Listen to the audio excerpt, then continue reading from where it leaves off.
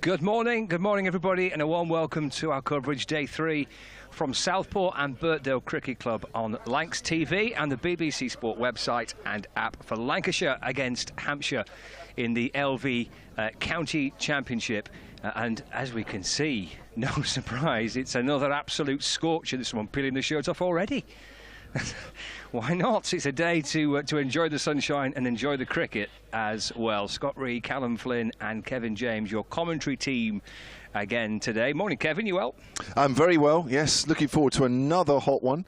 Where was all that rain that fell in Southport? Because it doesn't look as though much fell here today, last night. No, and it absolutely tipped it down, didn't it? In Southport itself. I don't think Birkdale, which is only 2 miles away from the centre of Southport, I don't think it didn't seem that the cricket club got much rain last night, a little bit, but compared to where me and you were staying, it was pretty horrendous, wasn't it? Biblical, and seriously biblical. Yeah. Roads actually impassable within, what, a mile of here.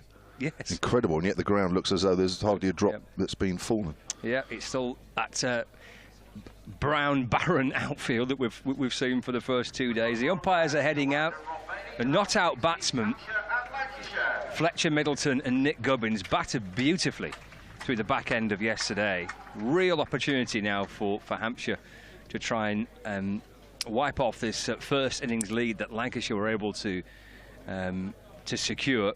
And who knows, through the course of the day, maybe press on and build something that could set us up for a fantastic fourth and final day. But I guess first things first, Kev, for Hampshire, they'll be thrilled with their fight back. And if they can continue that today, then you never know, Hampshire could be in a decent position. Yeah, I mean, at the very least, you needed to see Hampshire bat a lot better in their second innings. They have done that already, but they need that and some. 95-run unbeaten partnership for the second wicket between Middleton and Gubbins. They played quite superbly yesterday and showed the sort of application that I guess those of us that support Hampshire wanted to see. Gubbins, as we've mentioned many times, was kind of done a little bit in the first innings, so good to see him sort of making the most of it second time around. But Fletcher Middleton as well, who had not a great day yesterday and the day before, dropping Phil Salt early on in the slips. He palmed the one off in the slips, which went into Liam Dawson's face, and Dawson having stitches at a hospital yesterday. It looked like he dropped another one in the slips as well. So Fletcher Middleton had a poor day, but he's making up for it with his 44 not out. Showed great application. And I mean, listen, yesterday morning we saw the Lancashire not out batters playing and missing a few times as well as they played. Now, this morning, I guess we could expect more of the same. Now, if it's one of those mornings where the ball finds the edges of the bat, then Hampshire have got problems. But, if they can get over this, they should be okay. And they might just make a bit of a fight of this. Here's Tom Bailey to get day 3 underway. And Middleton immediately gets runs on the board as that's tucked away down to fine leg. And Hampshire move on to 120 for 1 in their second innings, trailing now by 112. But there's an awful lot to make up because Lancashire played so well in the first day and a half or so, and they got so far ahead. Yeah, absolutely. Still plenty of work to do, but there's a base there for Hampshire. I'm sure Lancashire will come into today feeling pretty optimistic that they can put Hampshire right back under pressure. I mean, Lancashire another half decent session away from being again kind of utterly in control of the game. I think. Yeah. Well, they're still favourites, aren't they? That's for sure. Gubbins to face Bailey. Gubbins on the back foot, pushes that out behind square on the offside. Bailey, the one wicket taker in this second innings. Last night, Joe Weatherly caught in the slips for 12. That was 24 for 1 at that stage, and thoughts of another batting collapse, but these two out there batted well until the close, and then we saw the clouds roll in. We'd heard about the storms all around. Unfortunately, for those of us that were here for quite a while after the game yesterday at South side off stump and left alone, the few spots of rain, but the real damage was done just about a mile or so down the road, which, wow. I mean, to think that there was that torrential rain not that far from the ground, and yet this got relatively unscathed. Quite incredible. Yeah, it was. Yeah, I was in the hotel. I'm kind of waiting for it to stop before we could go out and get something to eat. And our colleague Ken Grime was still here, and I contacted him and said, "What's it like at the ground?" He went, "Oh, it's just a bit of thunder, but no rain yet." And then half a mile down the road. Incredible. Bailey bowls. Gubbins just get wrapped high on the pad there. So, and turn up this morning, and it's like it's just the same. Yeah. More of the same, more sun, more hot weather, and it's just a groundhog day, really. It is, yeah, it is. If you're heading to the ground, same things as we said yesterday. If you're coming a little bit later on today or later on this afternoon, make sure you're well prepared. There's not an awful lot of shade around the ground, so you want to make sure you got your hat and got yourself a drink and some sun cream as well. Yeah, plenty of it. Gubbins gets a length ball and well in behind that, pushing that up to mid-on where Dane Villas fields. There was a lovely old guy in the hotel last night, David, who lives in Blackpool. He's a big Lancashire fan. He's about 80-something years old, he was telling me. And he comes to this fixture every year, went to the double-header in Blackpool, lives there, as I say. He goes to a lot of the Lancashire games. He had his Lancashire top on. In fact, every time I've seen him in the hotel the last 2 or 3 days, he's had, I don't know if it's the same Lancashire top on, but anyway, it looks the same. And he's loving it here. Comes here every year for the fixture as Bailey bowls. Oh, and there's a half shout there. Maybe an LBW there to Gubbins. But that's the end of the over. 120 for 1 run added overnight. And he was, when I somehow got back to the hotel because there was so much rain around there that the road was impassable by the pier. Those of you that know Southport, you couldn't really get through it, although 1 or 2 cars tried, which was, well, I stuck around actually to see if they were going to get through. One did, but I didn't stick around there too long, and I managed to find a way round sort of a back road through to the hotel. But I couldn't get near the hotel to park because there was it was literally 6 inches, maybe more, underwater. Cars that were parked close to the hotel, virtually the whole of the wheel was covered. Absolutely incredible rain over a short period of time. But turning up here this morning, it just looks exactly the same. Outfield parched. Now it's going to be Will Williams from the Grosvenor Road end. He so far has bowled 10 overs. 3 of those have been maidens and has conceded 21. Tom Bailey's now bowled 11 overs, 1 maiden, 1 for 31. Here's Williams, right arm over, and forward is Middleton, leaves that one alone. So 45 Gubbins, exactly the same score for Fletcher Middleton. And happy to say that we had a quick chat with Liam Dawson this morning, who's went to hospital, as we've said. If you're only just joining us, got a ball deflected into his face when Dane Villas edged through to the slips. And it looked nasty. Went to the hospital, had a few stitches, but he's on the ground this morning and he's talking. Apparently he had some pancakes yesterday. Fletcher Middleton leaves that one alone, coming forward. So that's always a good sign when he's had stitches in his lip, but he's still able to eat. That's good news. And he seems okay, because at the time it looked pretty bad. So good news on that front from a Hampshire point of view. So he will be batting in his normal spot in the middle order. Crowd at the moment probably fractionally down, but it's early days, it's early morning, but still a good one. But still a few places, a few open spaces as you look around the ground as Williams comes in. Again, it's outside the off stump, and again Middleton is happy to leave that one alone. Showed great application, they both did yesterday, and a feature of both their innings so far is that how well they've left. They will play a miss on this pitch. I think that's a bit of a gimme. It's been like that since we started on day 1, but you've still got to leave well, give yourself every bit of chance, and whatever luck comes your way, make the most of it. And already we're seeing the same application from these two as we saw in that last session yesterday afternoon. Here comes Williams and bowls again, and Middleton gets one slightly shorter in behind that, plays it back to the bowler. That was the word, I think, wasn't it? Probably application from them too last night. They were terrific, weren't they, through the course of that final session? Batted really well. Yes. Yeah, well, as you say, it was a proper fight back, wasn't it? It was what was kind of the almost the very least needed by Hampshire coming out second time round, behind in the game as they were, and indeed still are. Still massively, yeah. 112. But yeah, I know how disappointed they were the first day's play. That wasn't a true Hampshire side. It happens to everybody. I mean, look at Surrey against Kent. Who would have thought that? The way things are going there at the moment. As Middleton again is well forward, presenting the full face of the bat. But these things do happen. But when it happens, and you're a side that's looking to continue to challenge at the top, and I know Lancashire are probably very disappointed with the start they've made to this season with 5 draws from 5 matches. That it does play on the players' minds, doesn't it? Lancashire would have started this season expecting to be right up there once more. Can still be, still a long way the championship season to go. Well, the interesting one is the game at Canterbury this week, isn't it? Yes, that's right. Yeah, Williams bowls again. Middleton leaves alone again. Good carry, and that's potentially going to impact both ends of the division. And it is still only early, but if you've got if you're harbouring ambitions of trying to win the title, I think if you finish above Surrey, you'll probably win the title. Yeah. So you've got to try and catch Surrey or keep up with Surrey, who could this week lose. And conversely, at the bottom, if they do lose, they lose against a team that's currently in the relegation spot. So if you are towards the bottom end of the division, you've got the prospect of maybe Kent having a really significant win against a team that would be, I think, at this point, favourites to win it. Yeah. It's barely to Gubbins left and through to the keeper, no run. So you don't want to, if you want to win the title, you don't want to miss out on a week where Surrey might lose. No, that should be your banker, shouldn't it, really? Yeah.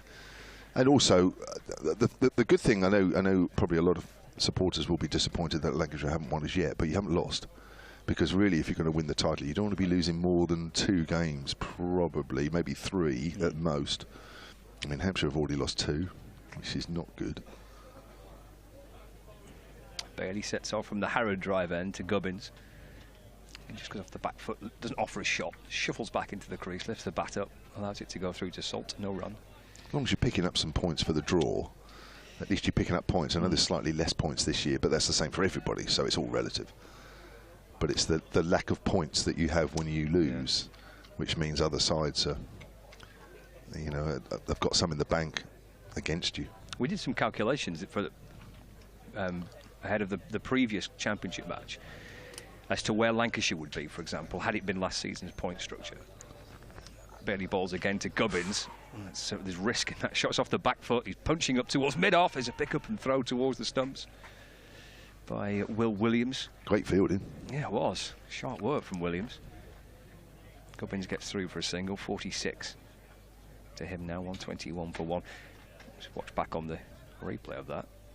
Yeah, kind of slapped away with not too much timing to mid-off. There goes the throw. It was safely in was Gubbins.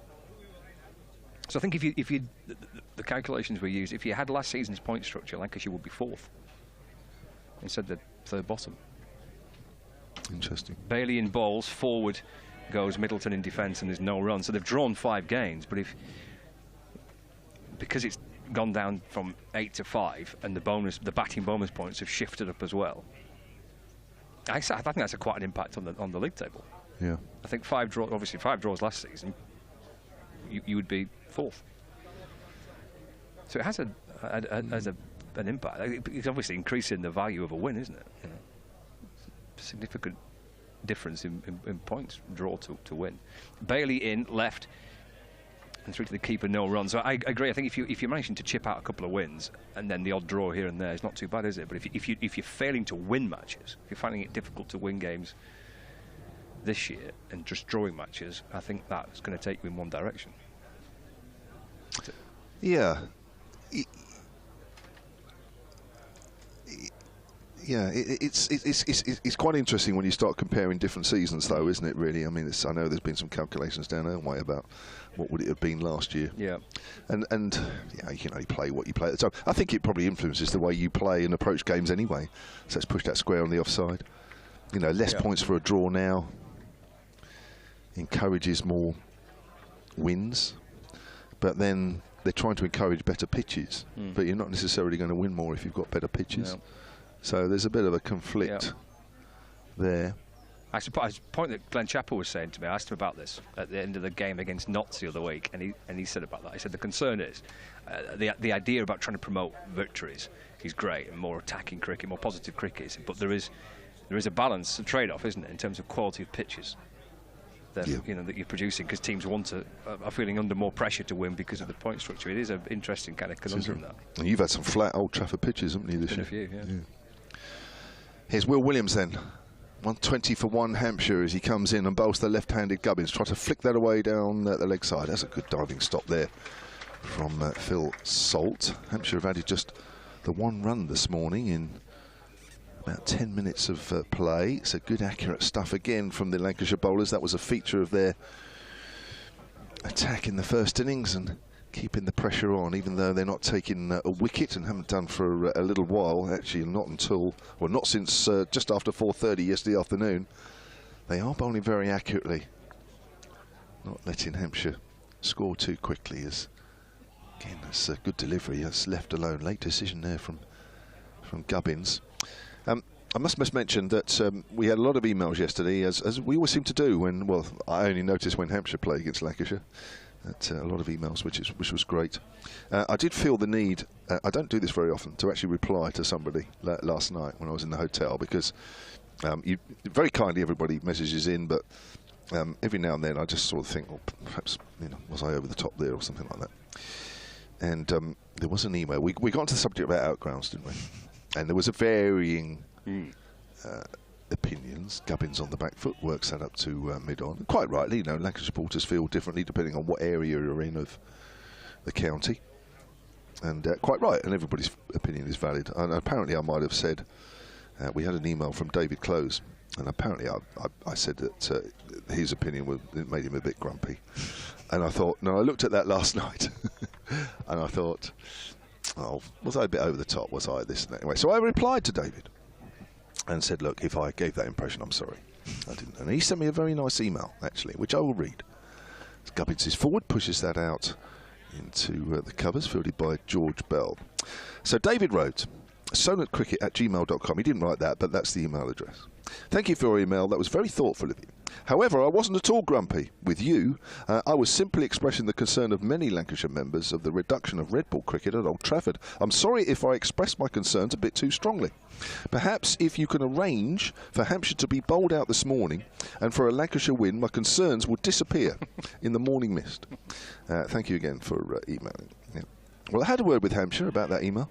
That's pushed away on the leg side. They said on this occasion, no can do.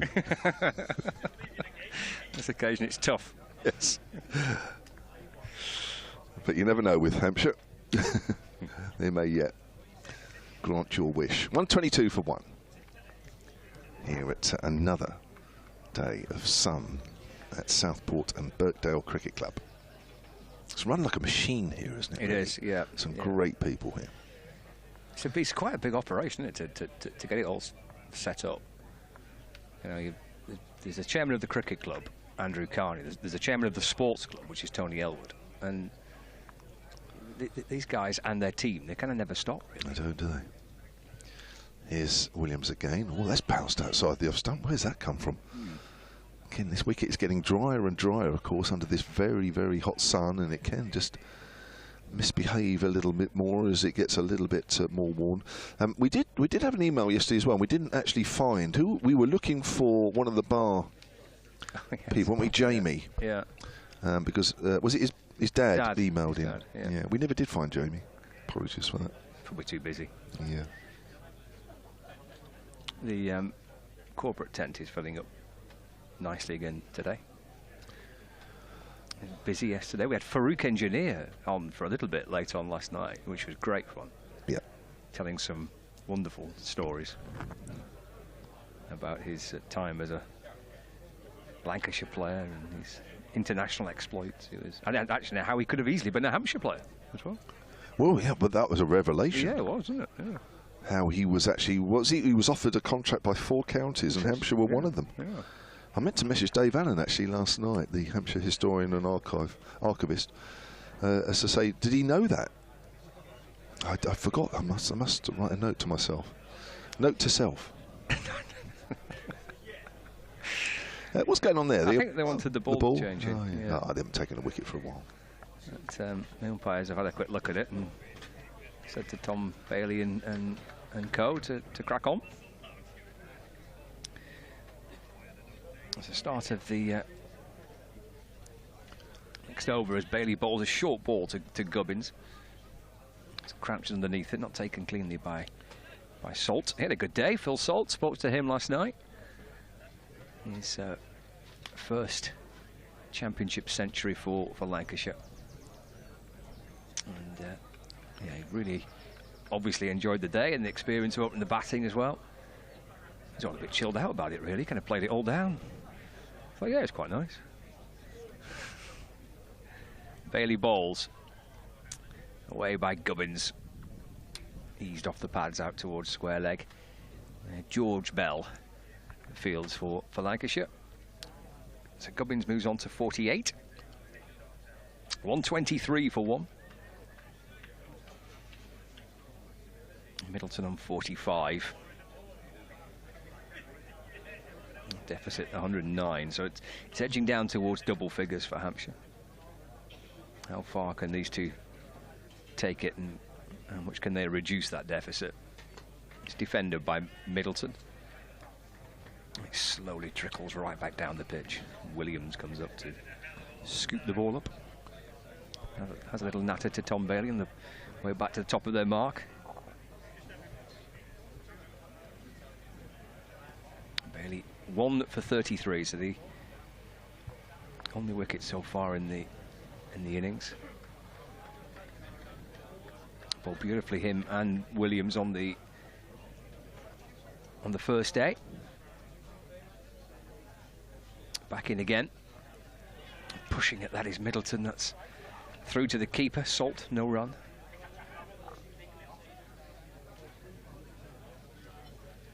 Remains on 45.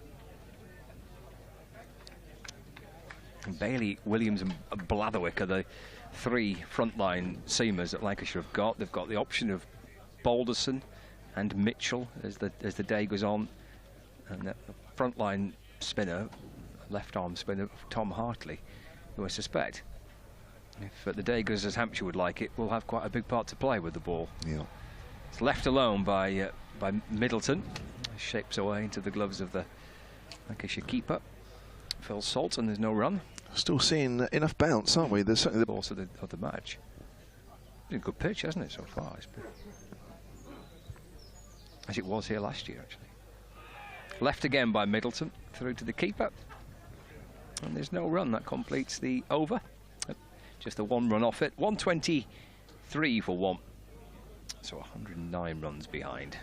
It's interesting you mentioned about the points and sort of comparing them to last season and where teams would have been and what have you. I've got an email here from John Paul Story, who certainly listens down south. And have you worked with Melissa Story? I have. You have, yeah. It's her dad, actually. Oh, right, okay. And he, from time to time, sends me various stats. And, you'll be hearing a lot of Melissa soon, once the women's test matches and Ashes series gets underway. I think she's just got exams this week, so good luck with that. So he sent me this about batting scoring rates, actually. So this is interesting, sort of almost running alongside the points side of things and how things are different this year to last year. This is about forcing victories, and obviously this may or may not be relevant in this game as well. In 2022, the overall batting scoring rates across all Division 1 teams was 50. Hampshire was the highest last year at 58. Lancashire's was 53. 2023, so far across all teams in Division 1, it's 52. So it's slightly higher. I don't know if that reflects the weather, although the weather on the whole last year was pretty good, wasn't it? Yeah. Here's Will Williams round the wicket to Gubbins, who works that away square on the leg side, and that'll be a single. 124 for 1. 1 or 2 strike rates. So for comparison, this year's Surrey's collective scoring rate is 57. Lancashire's is 59 this year so far, and Somerset with the most batting points is 53. It's interesting, isn't it? Somerset way down on their scoring rates, but actually got the most batting points. You would think a side that were batting particularly well, their scoring rate would go up with the partnerships being formed. Middleton forward to Will Williams. That goes out on the onside. There's a few individual scoring rate totals there. Vince is 67, Fuller 84, actually, but I mean, he does play a few shots.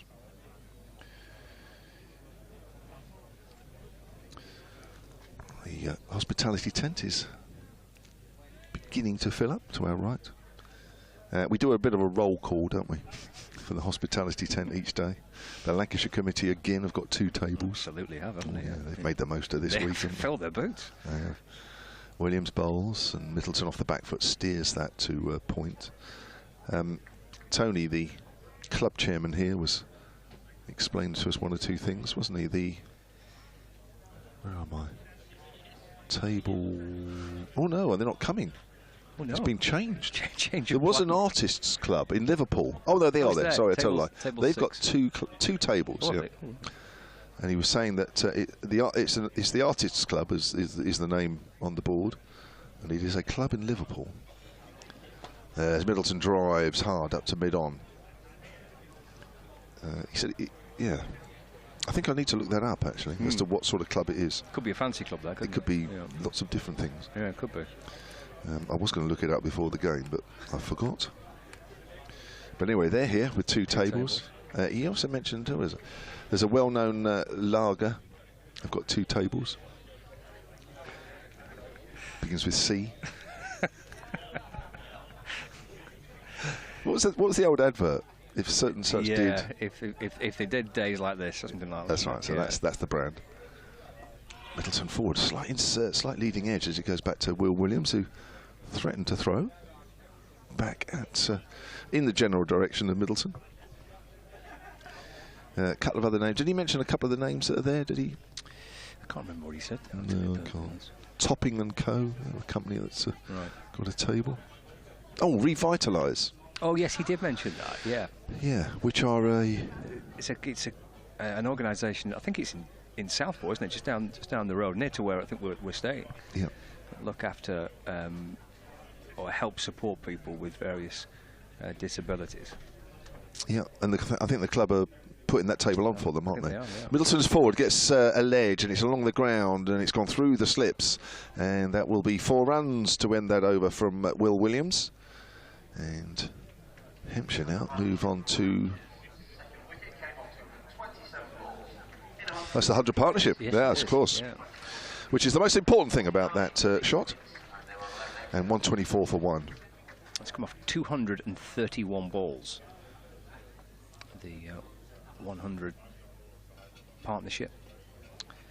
And been pretty evenly balanced out as well. 44 to runs to Middleton, 49 to Gubbins. They both faced pretty much the same number of deliveries, 114 Middleton and 118 Gubbins. So nicely balanced partnership between those 2. Both eyeing up a half century, both closing in on the prospect of making amends for the first day. Middleton made naught and Gubbins got a bit of a stinker, didn't he? Out for 16, so they've put that well and truly to the back of their minds. Going on to perhaps get themselves half centuries and maybe more. Bailey comes around the wicket. It's left by Gubbins. It does come back in because Salt takes it diving away to his right. And there's no run. So I'm not sure if we've got any dignitaries in the culprit box today. I don't think anyone can top Farouk Engineer. It was holding court through the course of yesterday, being chaperoned by the Lancashire Vice President, Malcolm Lorimer, who I'm delighted to report is in a much more calmer shirt today. He had some kind of Hawaiian number on yesterday.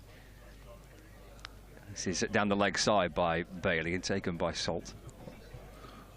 He's a much more gentler patterned shirt is the great Malcolm Lorimer today. Which would suggest that that Hawaiian shirt is the only one of those that he owns. Yes, maybe he just saved it. Well, it was his birthday, so maybe he just saves it for his birthday. And he's put it to bed for another year, thank goodness. He enjoyed a good day, though, I think, at Lancashire's Vice President yesterday. 128 for 1. Bailey around the wicket, balls. Gubbins off the back foot, defends to Blatherwick at mid-wicket, and there's no run. Picture perfect day for it, though. Come out and enjoy a corporate day and watch a bit of cricket for a few hours. Enjoy a nice lunch, I'm sure. Yeah, now those 2 guys have got it right. They've actually brought an umbrella. Oh, that's good. And are chatting to each other with the umbrella held between them. That's good. Bailey to Gubbins, again off the back foot and defends. I suppose if they were watching the pictures or listening via the BBC Sport website yesterday or the first day, they may have heard us say that it's pretty stifling even in the corporate tent, so they've come prepared with the brolly. Yeah. It's a good effort. I would say, have you brought that brolly because of us? I'd love that if they had. Yeah. In fact, I'd like if they are, you'd think they'd come over and say thank you guys. Thanks for the warning. It's a popular little area under the brolly. There's two chaps there holding their beer and holding the brolly. It's 28 degrees. It's terrific. 28 for 1. Gubbins on 49. If we got here, just a little bit of movement perhaps behind the bowler's arm. There's something that's distracting the batter. Seems to be okay with it now. There's a slight change to the field, so Lancashire put in a leg slip. 2 slips as well. Well, that's clipped away to the right of Hartley at leg slip, and he gets through for 1, and he gets a 50. Nick Gubbins. And he's got some runs at Southport and Birkdale when he didn't get chance in the first innings to do that, but he's made amends second time round. 50 not out from 123 balls and 7 fours for his half-century. That's the 3rd time he's passed the half-century mark this season. Has 100. He got it in the only innings that Hampshire played up at Northampton. 125 he made there. Shot. Yeah, it's driven down the ground by Middleton. It's a gorgeous way for him to bring up 50 as well. Lovely on drive. It's a smashing shot and a really well put together innings. I like the look of Fletcher Middleton. Showed great character too. He Norton the first innings, and then he dropped a catch that in the end resulted in Salt going on and making a century. Boy, has he come back really well with the bat in the second innings. 53 to him now, 132 balls faced for that. And that was his 8th 4. Yeah, that's a perfect response. This is exactly what you want, isn't it? Not moping around, just get on with it. Such a young man playing in his first season. That is good to see. His 3rd half-century of the season. He has got a few 40s as well. 49 against Warwickshire at the Ageas, 48 against Kent at Canterbury. So he's been very consistent. But of course, you know your first milestone when you get in has to be a half-century, and he's got there. Nice way to get there too. Certainly a lovely straight drive. Now, Dave Allen, Hampshire's honorary archivist and historian, has been listening this morning, and his first words on his email to me at solentcricket@gmail.com is that was news to me about Engineer having been offered a contract, or one of 4 counties that offered Engineer a contract. He says in 1968 counties were finally able to sign an overseas player without affecting their test careers. Hampshire thought they had Clive Lloyd. Oh, that's another revelation for you. The great man of Lancashire. But I think he went somewhere else. That's tongue-in-cheek remark. At that point, we signed Barry Richards, who had played in a schools game in England against Richard Gilliatt. He's a former Hampshire captain. In 1968, Brian Timms, who's a former Hampshire wicketkeeper, was pretty well a permanent in Hampshire's side, but he did leave at the end of that season, so they went to Derbyshire and they signed, or the Hampshire signed Bob Stevenson. Fascinating. I'll have to go to Winchester and check the minutes. So Dave's on the case. Anything like that, Dave, is straight on it. He's like secret squirrel. He's scurrying around. He'll find everything that he can find on that. George Bell into that. We haven't seen George Bell in this game. Well, no. I mean, he bowled a bit of off spin in the the debacle against Somerset at Emirates Old Trafford in the last game. The match ended with Bell bowling from one end and Villas from the other in this rather pitiful draw that we were forced to endure at 133 for 1. But he's going to have a twirl now, which is good to see. 133 for 1. So Gubbins 50, Middleton on 53. And we're through the first half an hour of play.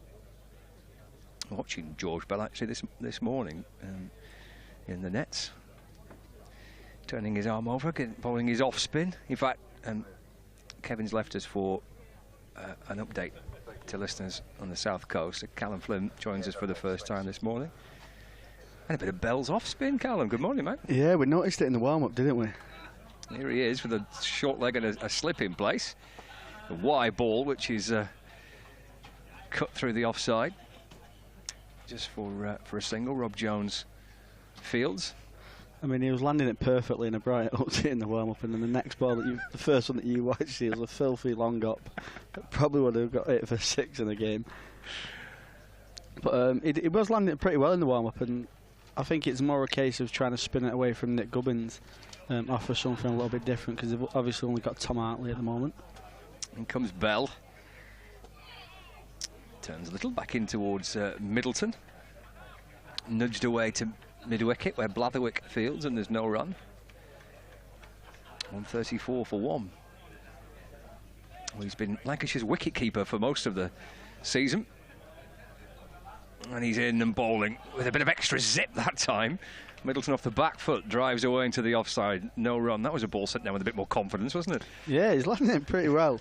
Quite a small chap as well, but he's getting some nice flight and dip on it. 134 for 1. Bell bowls again. That's played away off the back foot by Middleton. Down to third man. Come back for 2 by the time that George Balderson has caught up with the ball. Middleton moves on to 55, and the score moves on to 136 for 1. So it is down into double figures, the deficit now. 96 behind. Bell bowls again. Was driven away, but off an inside edge. And I think that's Daryl Mitchell by the looks of it at that slip to stop the ball. Certainly something happening out there, isn't there? He's got the ball just doing a little bit here, and the batter's just a little bit cautious. He's quite enjoying this, isn't he? Balls again off the back foot, Middleton, and work back down the pitch. And Bell fields off his own bowling, and there is no run. End of the over, 3 off it. And the first one sent down by George Bell on this third day. Glorious looking day again. Blue sky above us, and still a few seats knocking around. So if you're in the area and you fancy a bit of cricket, you might want to wait till later on in the afternoon, granted, just to let the midday sun pass. But you can certainly come and buy a ticket on the gate, and you can watch a bit of cricket through the course of this third day. 136 for 1. Good half an hour, that, wasn't it, for Middlesex so far? Both have got to half centuries as well. Yeah, certainly was, and I think they've batted really well. And I'd go as far as saying the game's pretty much in the balance now. If Hampshire can bat all of today, you'd like to think they'd have at least 150 run lead going into the final day, and could really make it interesting with Hampshire picking 3 spinners. Liam Dawson will be back as well to bowl tomorrow, as he will be batting today. So Hampshire will just be open to bat all day today, and then they really could try and enforce a result tomorrow. But at the moment, they'll just be taking each ball as it comes, and, like you say, trying to get through each session today. I think the news on Liam Dawson is good, isn't it? He's kind of, it was a nasty blow he got, but he was out there warming up with his teammates today. I know Kevin had a quick word with him, so looks like everything's okay with Liam Dawson. So Williams comes in, and there's something buzzing around, I think, Nick Gubbins. He thought he was waving to someone in the crowd. A little bit of a fly or something. It's buzzing in and around the helmet. So Williams has to go trudging all the way back to the top of his mark. And he's positioned at 2 slips and a gully. There's a backward point at mid-off, mid-on. There's mid-wicket, fine leg, in and balls. That's pushed back down the pitch, and there's no run. There's a deep backward square leg, so 2 on the leg side boundary for Williams bowling to Nick Gubbins. 51 not out. Middleton on 55, and a really good partnership continuing to develop. Over 100 runs put on now for this second wicket between these two. They batted very nicely last night, and they've carried on again through the first half an hour today. Williams bowls, that's cut. It's a good stop by Balderson. Backward point. Gubbins probably thinking, I've got 4 for that. And Balderson went leaping away to his right, stopped the ball one-handed. You know, it's a good stop when the big fast bowler even gives you a little bit of a clap. Well, there was a couple of, I think, slightly grumpy fast bowlers this time yesterday, in particular Barker and Abbas, who, blimey, Lancashire played and missed at quite a few. Williams to Gubbins. Just turns that away to square leg for a single. Moves on to 52. And it's 137 for 1. There's not been too many plays and misses this morning, not to the extent that we saw yesterday. Yeah, they played it really well, these two.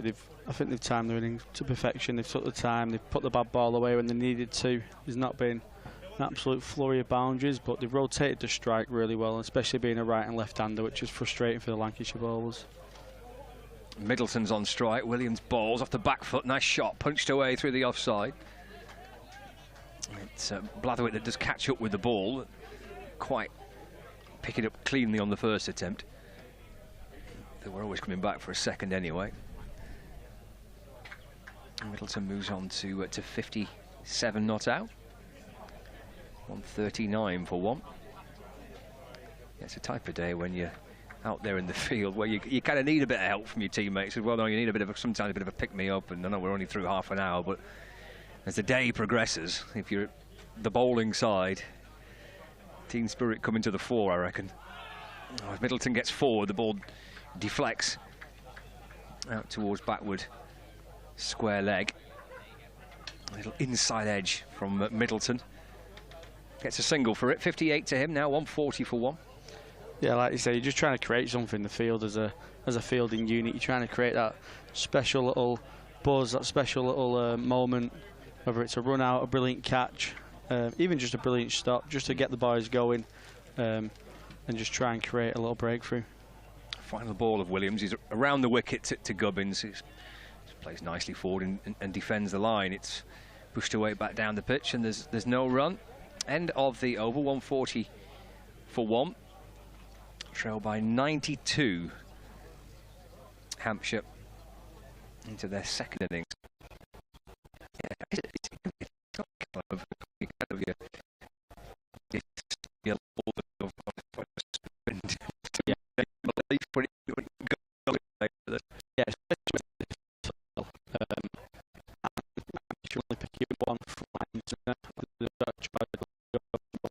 Rob Jones might even tweak a few later. He was warming up this morning, so I think Jack Blatherwick might have a big role to play today. He'll probably bowl short spells, but he'll be the one bowler to try and create something out of this flat wicket, and with that extra pace that he's got. Yeah, we saw him bowl kind of a pretty hostile spell at the back end of yesterday. Bell's in for a second over. Middleton goes off the back foot and drives to mid-off, no run. Yeah, we had that little kind of leg side field set, didn't we, for some short stuff from Blatherwick, and it was dealt with pretty well, wasn't it, by Middleton and Gubbins. A fuller ball by Bell, which is squirted away through the offside for a single. Yeah, they played it well in the end. I think there was some good signs for Blatherwick as well, though. He was getting the bounce through to the keeper really well. Nice pace. Like you say, I don't think he'll shy away from putting a few up there again today.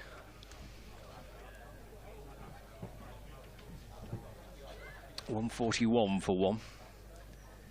So Bell does have Gubbins on strike. He's in and balls. Oh, he's jabbing away, playing forward, not fully kind of going into the shot. It certainly was tempted forward by Bell into the gloves of Salt. It's a good start by Bell here. Second over for him. Balls again. Gubbins goes back and drives out towards Rob Jones for a single. It's just a test of Hampshire batters, Gubbins and Middleton's patience. They're going to get a couple of bad balls from Bell. He's not a, you know, it's kind to say he's a part-timer really. You've not really seen much of him. Obviously, he's always got the gloves, so as long as they're patient and just rotate the bad ball. And balls forward goes Middleton. Don't think they really have to force anything here, and that's what they'll be telling themselves. Final ball of the over. 142 for 1, throw by 90. Bell bowls again. Oh, that spins back into Middleton. Bell pleading towards the umpire. Middleton survives. It's a big shout from Bell. Not out, says the umpire. It's a really little interesting passage of play, this, with Bell, because, as you say, he's not a frontline spinner, and these two are batting beautifully and will not want to get out to the kind of part-time spin of George Bell. Oof. Certainly done quite a lot, that one. I think the umpire gave it the international sign of spinning.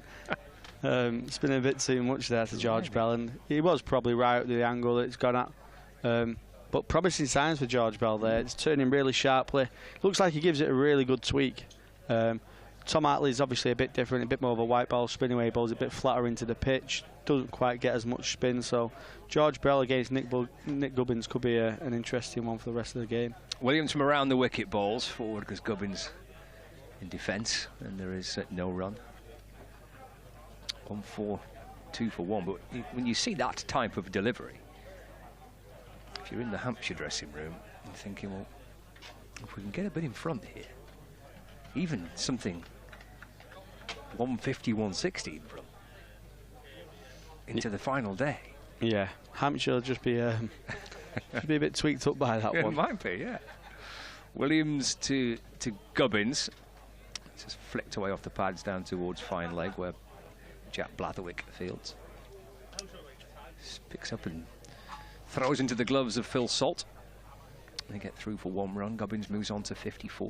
143 for 1. How was your drive home last night, Callum? Oh, interesting. Right, okay.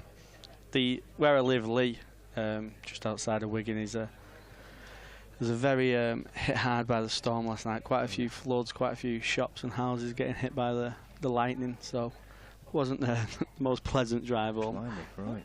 No, I saw some footage of various kind of different motorways in different parts of the country that were all pretty torrid to drive on. Middleton pushes at this next delivery, but through to the keeper, no run. 143 for 1. I think groundsmen around the country would have been quite happy with the rain. Yes. What I was saying before, you wouldn't actually know. But I don't think it did actually rain, bizarrely, that much here in Birkdale last night. Paul Edwards, a colleague cricket writer, only lives a couple of 100 yards away, and he's like, well, it didn't really rain that much. But yeah, a mile and a half down the road in Southport, it was horrific. Williams to Middleton. It's worked out towards the onside, no run. But you got safely home, even though there was flashes of lightning and cracks of thunder all over the place. Yeah, thankfully. Goodness. I've had much more enjoyable experiences driving home, I can tell you that.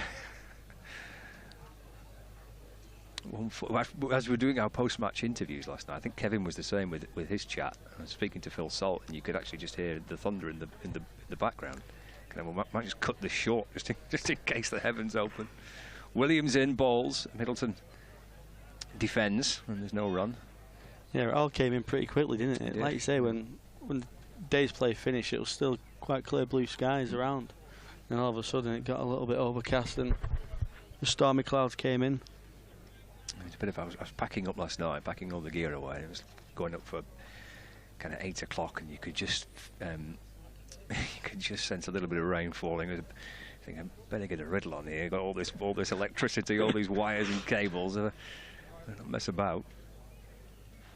Left by Middleton, taken by Salt, and there's no run. That's the end of the over.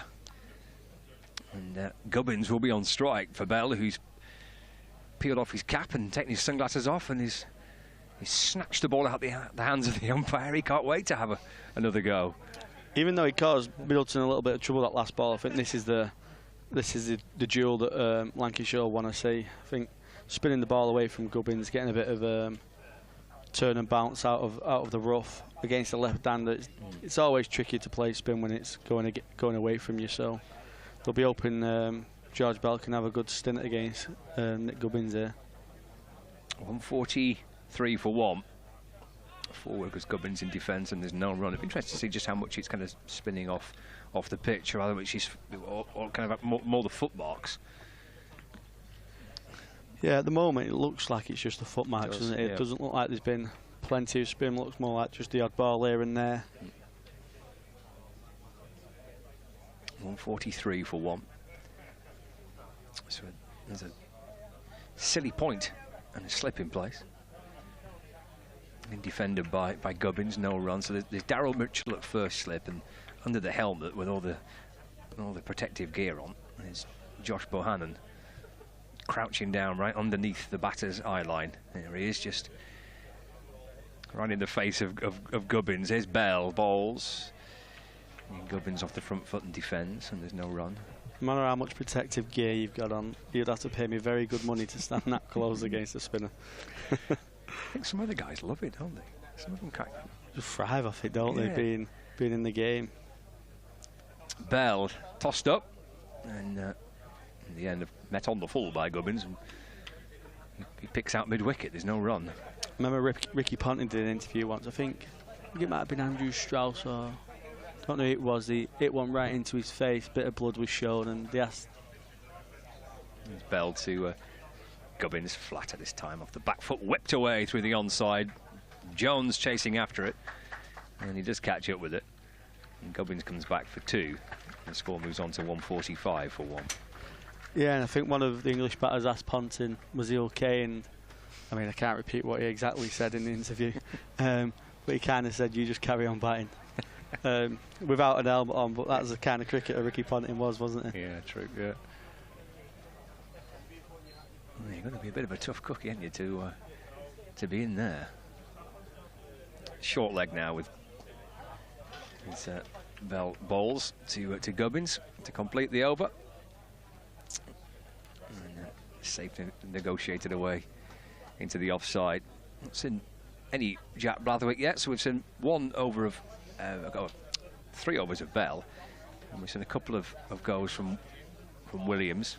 It was Williams and Bailey to open the bowling, and then Williams replaced by Bell, and Will Williams has come back into the attack, replacing Tom Bailey. So 2 seamers and the spinner used so far. You're captain of England's disability team, Callum, as a skipper here, and Dane Velas has got the task of trying to kind of create a little bit of something to try and make this work for Lancashire. And the way he uses his bowlers and how he uses them is quite intriguing, I think, today. Forward goes Middleton and defends, no run. Yeah, I think it's sensible to get Williams on again before Blatherwick, because Williams hasn't got that extra pace. If there's going to be anything in the pitch, it's going to be early doors in the morning, you'd think. The ball a bit more fresher. Obviously, it's 52 overs old now, but even in 15 overs time, it's going to be a lot softer. So you may as well get Will Williams on now, and then with the extra pace that Blatherwick's got, he can probably cause some issues with any kind of ball at any stage, really. Here comes Williams in, bowls. Forward goes Middleton. Defends, picks out cover where Bell fields, no run. Like you say, Vilas just has to try and create something now for Lancashire with his bowlers, whether they go to one specific plan where they just hold it outside of off stump all day and hope one of the Hampshire players loses patience and flashes at one that they shouldn't, or whether they go at certain bodyline plan, etc. They'll have a couple of plans, I'm sure, lined up with their analysts that they've got these days. Yep, all the data's there, isn't it? All the footage. Forward again. Middleton to Williams. Yeah, it's such a... I think cricket's probably one of the sports where the analysts get used probably more often than not in terms of sports, and it's such a handy tool to have now. We use it in the England physical disability squad quite a lot. We have a full-time analyst with us, and it really is good just for your own game, but also creating plans against the opposition. I know England ODI team through Morgan used it quite well. Williams to Middleton. It's off the back foot, flicks the ball in the air, but safe enough through mid-wicket. Gets through for a single, moves on to 60, 146 for 1. Yeah, they're kind of like almost like a sign thing going, isn't there? Yeah, symbols on the balcony. Yeah, they had like 2A, 2B, didn't they? And there'll obviously have been some kind of system with Owen Morgan where he said 2B it might mean ball at his hip, or it might mean ball at his his left shoulder, etc. And that's where the game's going. It's advancing a lot now with the technology and how much data there is on the county championship, on the T20s, and that's the way cricket's going now. 146 for 1, so 86 behind. Williams around the wicket to Gubbins. And left and through to Salt, no run. Is there an element, do you think, that you could use it too much, or is that not possible? Is it more the merrier, or do you feel like there's a little bit of a balance to be struck with what you can get from information on the laptop and what you feel out there in the middle? No, it's definitely it definitely can be overused. I think any tool can. I mean, we've got an example in the England PD team where we played on a ground in Worcester, Old Elizabethans it's called. It's a very small square. I was playing against Afghanistan, but the plan was just to... As Williams comes back into to Gubbins to complete the over. Forward defence, no run, 146 for 1, trailed by 86. The plan for the bowlers was very simple. It was literally bowl at the shoulders or at the head, because these Afghanistan lads just used to get on the front foot and absolutely whack it. But because the boundaries were so small square, we stuck to that plan, and then they ended up knocking 160 off within 15 overs. And we got into the change rooms afterwards, and we said, listen, we know that was the kind of plan, but unfortunately it's got to change at some stage. Like you say, the boundaries were really big straight as well, so it might have been better just to go straight, and hopefully they didn't connect with one and you get your wicket that way. But it can certainly be overused. Some players aren't a big fan of stats. Some players are overly keen on how many balls they faced, how many dot balls they faced, but like you say, some people will just rather read the game as they see it and go off their instincts. Bell starts a fresh over, another full toss that's worked away to mid-wicket for no run. 146 for 1.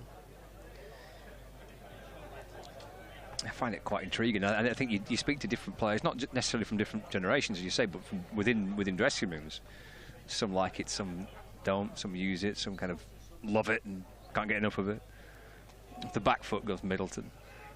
Oh, there's a little bit of confusion, but it's nothing to concern about too much. They've thought about going for one, and there's kind of a bit of a yes-no. Anyway, they decide against it. Tom Hartley's there to field. Middleton remains on 60. It's 146 for 1.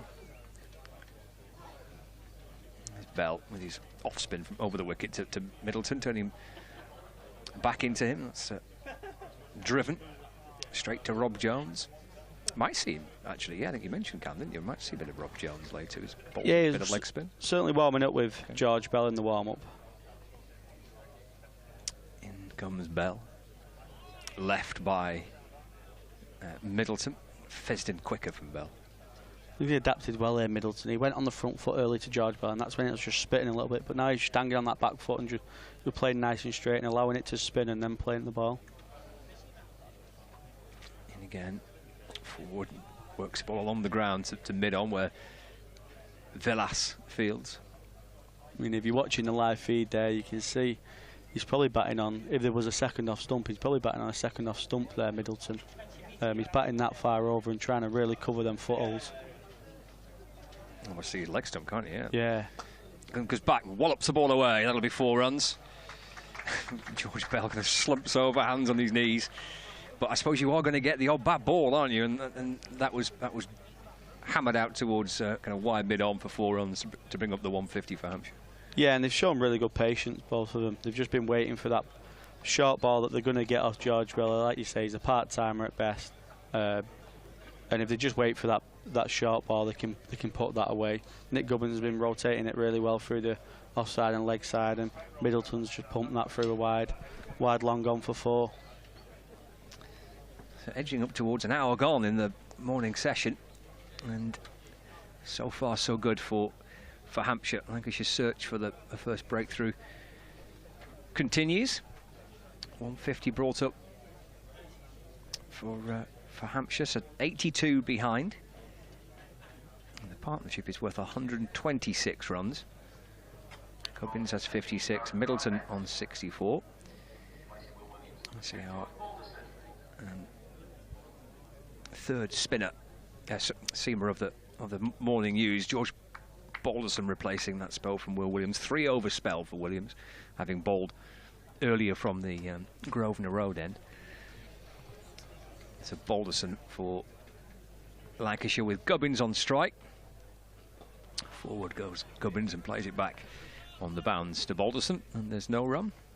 He's a bit of a go-to man, isn't he, for Lancashire, in terms of when they need a wicket, they do often bring George Balderson on, and he does often create the breakthrough, and that's what Dane Vilas will be hoping for.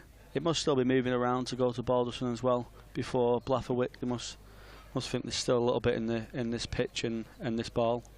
Yeah, he just sometimes have a little bit of a knack, doesn't he, of getting on a bit of a roll and picking up 1 or 2 quickly. It's driven down the ground. Well, Balderson's asking whether that's Middleton being run out at the non-striker's end. It was hit back to Balderson and deflected by the bowler onto the stumps. Watching back on the replay, and on his backside, Balderson was asking, well, is that out? There he goes, puts his fingertips on that. But Middleton was like he was pretty safely back. 50 for 1. I've seen that quite a few times this season, not just at Lancashire games, but around the country, actually. It's driven to mid-on by Gubbins, and there's no run. In fact, there's a batter at Sussex, might be Haynes, maybe, who has been run out at the non-striker's end. I think it's 3, if not 4 times this season. When your luck's in. I think it's maybe 3 times it's happened here. I feel like it will start happening a lot less now. Mancads are becoming a bit more normal in the game. Balderson to Gubbins, driven away to Bailey at cover. You see the non-strikers now often hanging back and making sure they stay in the crease just before the bowler releases the ball. So them run-outs at the non-strikers end should probably slowly start reducing. The old Mancad debate, eh? Oh, that causes some arguments, doesn't it? Have you been? Oh, aye. Yeah, I've not been. I've not myself. Okay. Balderson to Gubbins left and through to the keeper, no run. Has it happened in the game you played in? No? Okay. Last year. Right. And it didn't go down very well. So was this someone on your team or against your team? So it was against. It was. So one of our batsmen been run out. Right. I mean, the hardest thing with the Mancad is when you're a batsman, you're not watching the bowler bowl it, because I feel it's just. I mean, as a bowler, I won't want the batsman staring at me while I'm bowling anyway. So you're looking at your partner ready to run. Balderson, final ball of the over. Nicely played by Gubbins. Lovely looking shot.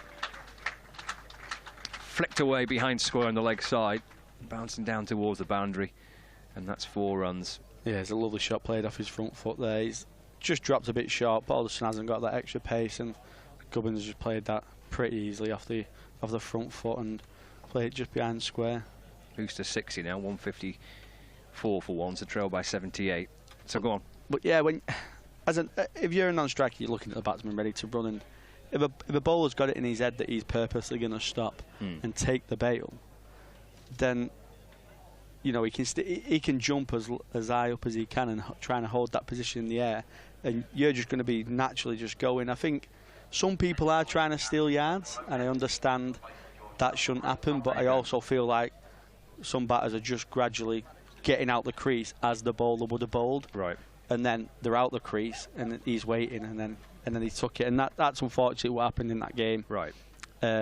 We did do it to one of their guys, but we called him back just to prove a point in a way. So as Bailey comes in to replace that 4 over spell from George Bell, having heard what you've just said there, is he comes into Middleton, and that's played forward in defence, and there's no run. I'm presuming as a bowler you're not a fan. I mean, it's in the rules, isn't it? Yeah, so whether I think you can be a fan of it and not a fan of it at the same time. Like, so would you if a batsman? No, I wouldn't do it. Right. If a batsman's purposely stealing yards, I can understand why someone would warn him. I think the warning should be in place first still, because I don't think there's a warning in place anymore. I think it's just if you run him out the first time, I think you can hold that appeal and it's straight out. Bailey over the wicket, bowls. So left by Middleton, push full but wide of off stump, through to the keeper, no run. feel like we could get a lot of emails about that now. I'm certain. certain. We'll have a little change around through the first hour of play here with Hampshire 1-5-4 for 1. It's a trail by 78. Middleton on 64. Gubbins on 60. Bailey returning from the Grosvenor Road end. This will be his third ball of this over, with Middleton on strike. And that's it. Comes back in a little to middle to try to work it away to mid-wicket. Just deflects back down the pitch. And there's no run. Kevin's going to be in. 130 runs unbroken for this second wicket partnership for Hampshire between Middleton and Gubbins, who both passed the half-century mark in Championship cricket this season for the third time earlier this morning. And we were talking about Liam Dawson earlier. You guys were talking about Liam as well, Callum, and Nick Jenkins at Solent Sport on the tweets as Bailey bowls and Middleton pushes forward. Says it's great to hear that Liam is patched up and on the ground. Yeah, he's looking relatively okay, if I have to say so. Presume he's okay to bat. Oh, no reason to think he won't be. But maybe dropping down the order, says Nick. Again, I don't know that, but he's fine. I mean, obviously he's got a couple of stitches in his lip, and that's not great. But other than that, and he's made of stern stuff. Yeah, I won't say biting at the bit because it's probably the wrong one to use for Dawson. But yeah. I think he'll be dying to get out there after missing the day's play yesterday. He's certainly that type of cricketer. That's outside the off stump, and that's good carry again from Tom Bailey. And yeah, he's one of those that yeah, he won't show. In fact, it'll make him doubly determined. So yeah, I had a very brief chat with him, and he's fine. And Felix Organ, who spoke to me last night as well. If you reaction interview at Solent Sport on the Twitter feed, if you want to have a look at that. It's also on the Hampshire cricket website, saying the same last night, saying that he tucked into some pancakes, so he can't be that bad. Bailey from the Grosvenor Road end bowls. Middleton again gets a good length ball, and again he's in behind that one. I like his style, Fletcher Middleton. He's got a lovely way about him in the crease, don't you think? I don't know, some batters, even playing the full defensive, they look stylish. I think he's one of those. Yeah, there's the coaching manual, they say, has been thrown out the window these days, but Middleton, he's one of them players who's just easy on the eyes, and he looks really good. If you're going to take a picture of a technique and show it to kids at the moment, he's showing that really good technique that you'll show to youngsters, and you'd go, you know, model yourself off someone like Middleton. And he has batted really well. I think he's just timed his innings to perfection. I think he's been impressed with maturity as well of his innings. He had a tough day yesterday. Obviously he dropped Salt. I think he dropped another catch, and then unfortunately caused the incident with Liam Dawson, which was a freak incident. But he's come back off that really well, and he's, like you said, the Lancashire lads, in a friendly way, would have been letting him know about his drop catches. Oh yeah. So it would have been in the back of his head, but he's looked past that. He's kept all that out of his mind, and he's just focused on his batting. It's been a really classy innings, and if he can get to that 100, he'll be hoping for a big 100. Yes, I think that's the only thing missing on what's been an impressive start to his career. 21 years of age, only playing his 8th first-class match, but he's been a regular in the Championship side this season. Was playing 50-over cricket for Hampshire last season, but impressed in that. A couple of games in the previous season as well in 50-over cricket, but had a winter away, and the talk of this year, before the start of the season, was that he was going to be given the chance to open the batting, and I think it's pretty much been taken by him. And yeah, 100 I think would be more than fitting for the way that he's just made the opening spot. I wouldn't say it's his own yet, still early days, but he certainly has the potential to be there for quite a while to come. So drinks break here at Southport. It's every bit as hot as the last 2 days. If you're watching on the live picture feed and you're looking at that thinking this could be being played in the Caribbean, believe me, those people that have been lucky enough to go to the Caribbean and watch cricket, it feels like that. It is boiling hot, as it has been on the previous 2 days, and the pictures certainly reflect that, and hopefully our commentary reflects that as well on the BBC Sport website and app. Drinks taken. Hampshire 154 for 1. Gubbins says 60. Middleton 64. Hampshire trail by 78, having started the day trailing by 113. Just going back to Liam Dawson, I mean, I know he's a brilliant white ball all-rounder, specifically bowler, but if Moeen Ali didn't take the call from McCullum, do you think Liam Dawson might have been an outside thoughts for the Ashes as a bowler and batsman? Well, that's outside the off stump, by the way. Yeah, I mean, I suppose those of us down south would say so, and in fact we probably would have said that he might have actually been an easy like-for-like replacement, because he's bowled well this season, both in white ball and red ball. And yet, you know, it was like he was mentioned, and then that was it. You know, it was just like a token mention. I think from that point of view, I think we were a bit surprised. He certainly would have done a good job. I know he's played before. Here's Balderson with his right arm over, or right arm round to Gubbins, who drives into the gap in the covers. Hasn't completely timed it. Runs up to the far end of the ground towards the railway line, but they will pick up 2. Yeah, so I guess we're quite surprised. But then I just think when Moeen Ali's retired and what have you, and I mean, it's great they've asked him and he said yeah, but if you've retired, you've retired, haven't you? Yeah. I think Liam Dawson offers really good control, though. I think he's been incredibly unlucky to not get more England white ball caps, especially in the T20 and the one-dayers, behind Moeen Ali and Rashid. He's a very steady bowler in white ball cricket. That's again is outside the off stump, and Gubbins happy to leave alone. 156 for 1. And he's made himself into an out-and-out batter over the years, hasn't he, as well? Yeah. He's a proper all-rounder as well. And he, when Trevor Bayliss was the England manager at the time, he loved Liam Dawson. He loved him because he was one of these get-stuck-in type players. You know, didn't shy away from anything. And you know, I know, you know, he played a little bit of international cricket, and you know, maybe didn't get some favourable reports from that outside the off stump, and that's left alone. But they loved having him around because of his attitude, and he's like, you know, we're not giving up on this, we're not doing that. Yeah. Obviously a different type of attitude to maybe what's happening now, but you know, at the time. And Bayliss had him in his squads, and of course, you know, this is what's happened to Liam really over the years. He's been in an awful lot of England squads, but not actually featured. And yeah, he spent an awful lot of time in an international shirt, not doing a lot, if I'm honest. But here comes Balderson again. Gubbins again leaves that one alone.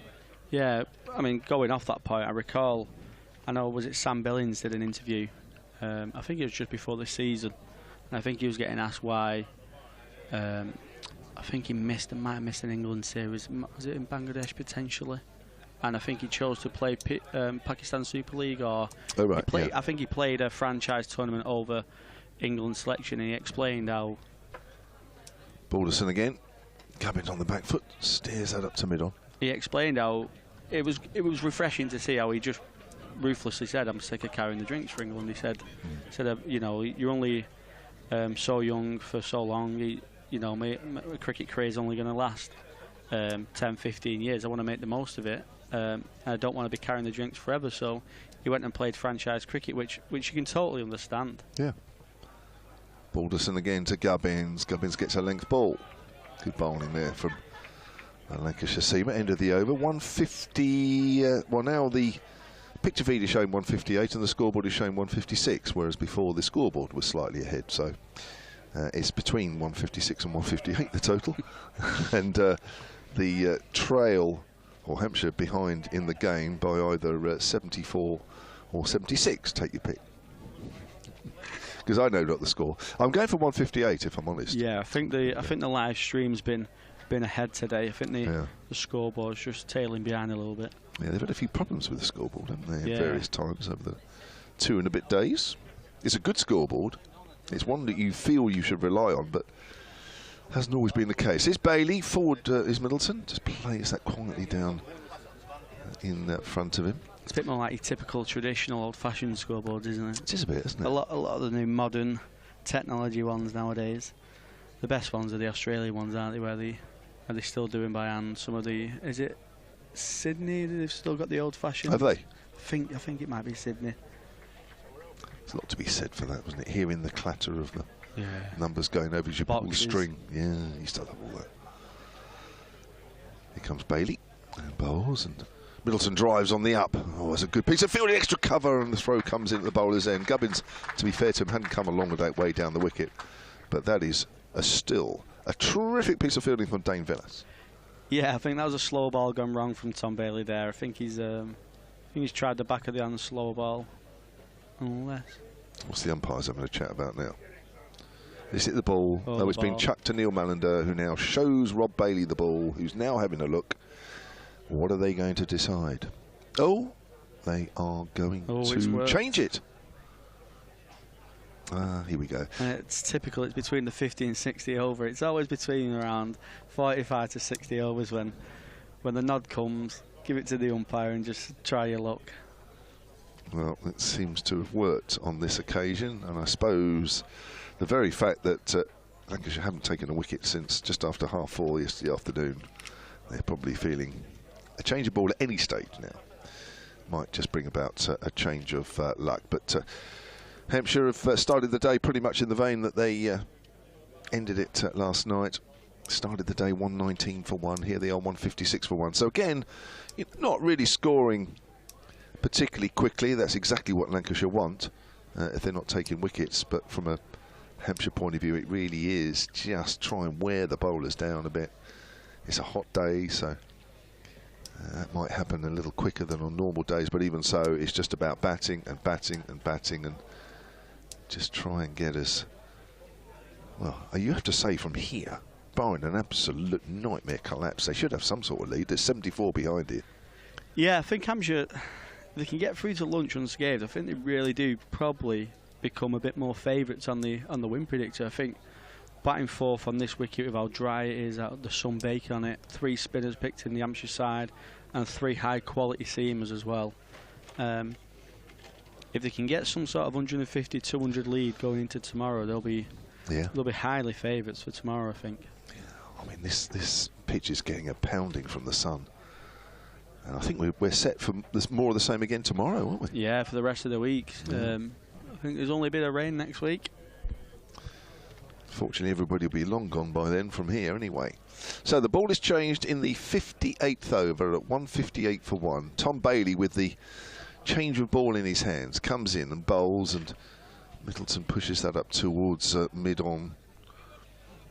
Score remains on 158 for 1. Both the scoreboard and the picture feed now agree at 158. It is 64 to Fletcher Middleton and 62 to Gubbins. These two came together when the score was on 24. Joe weathered his wicket, which seems an awful long time ago. That's the 1 to 4, caught in the slips off the man bowling now. He turns. I think he's bowled the predominant amount of overs from the other end, actually, Tom Bailey. He's just trying his luck from this end then. Forward is Fletcher Middleton. And there is no run. Yeah, Williams and Bailey have just swapped ends, haven't they? But Williams bowled a second spell of the day from Tom Bailey's end, as we would say, where he predominantly bowled. And then Tom Bailey's just coming on from the bottom end here now, just trying his luck with this, well, new, old ball, you would say. Yes. In again then, right arm over. Comes in and bowls to Middleton forward. Seen that a few times from Fletcher Middleton, still rock solid in his defence. So we've had, an hour and a quarter this morning. Ground showing absolutely no effects from the storm last night, but by all accounts, we mentioned it several times, by all accounts that this ground was probably in the right place by just literally a few hundred metres, if that, because the rest of Southport had an absolute hammering from the weather. Here's Bailey, and that's outside of the off stump. Bill Seeger's emailed at solentcricket@gmail.com. I'll say that slowly, actually, apologies for our northern listeners and watchers. Solent Cricket, that's SOLENT, end of the over. solentcricket@gmail.com if you want to email. I mentioned about Felix's organs interview last night to us. It's on the Hampshire website and also on the Solent Sport Twitter site, at Solent Sport. And he's quite a good guy to interview, actually, Felix. It was a shame when he wasn't playing for a couple of games, but obviously we had the opportunity to interview him last night because he got a career best 6 for 67 with the ball. Bill says, a very interesting and revealing interview with Felix, with the top order batting being problematic. The Hampshire all-rounders have been used to try to cover the absence of an opener, which is such a key position in every team. Here's Balderson again, round the wicket to Gubbins, wrapped on the pad, and he's gone. And Balderson has made the breakthrough this morning. He wasn't very far forward, Gubbins, And he's gone for 62, and Hampshire were 158 for 2. No, he's been his footwork's been excellent throughout his innings. He's been getting really far forward or really deep into the crease. And he looks very frustrated with himself there. But as we were saying before with Scott, Balderson's typically the man for Lancashire to bring on when they do need a wicket, and he often gets a few on a roll. So that's what Lancashire and Lancashire's fans will be hoping for now. Yeah. Well, he was given out LBW by umpire Neil Mallender. He doesn't look happy again. Well, I think he's a little happier this time. I mean, obviously you're never happy when you're LBW, but I mean that even from, I know we're on a poor angle, but I think to be fair, that looks a little closer than the one that Mallender gave him out in the first innings. I don't think there'll be too many calls. We'll get a replay of that in a minute. Here it comes. Although he's round the wicket. And, well, it's difficult to argue against that one, do you think? Yeah, unless there's any bat on that, I don't think you can be arguing too much with that. It's not too far out the crease, is he? And it's hit him straight in front of all three. So Gubbins goes for 62. That lasted 154 balls with 8 fours. And that partnership has been together since just after 4:30 yesterday afternoon. Broken by the Lancashire medium pacer. And the change of ball did the trick. Certainly did, as it usually does. Yeah. And they say it's a batter's game. It's always, isn't it? You know, drinks breaks, change of balls, any sort of break. And I don't know. It's amazing how it works. So Gubbins gone, and the new batter to the crease is the Hampshire captain, James Vince. Now, he got an absolute beauty, which I still think is still the ball of the game. Yeah. Will Williams. I think if you do, let's say 10 balls across the season at the end of the 2023 season, I think it'll certainly be up there in the top 10, even this early in the season. So Balderson to James Vince then comes in and bowls, and Vince, length ball. That's a good first ball to the batter, makes him play properly.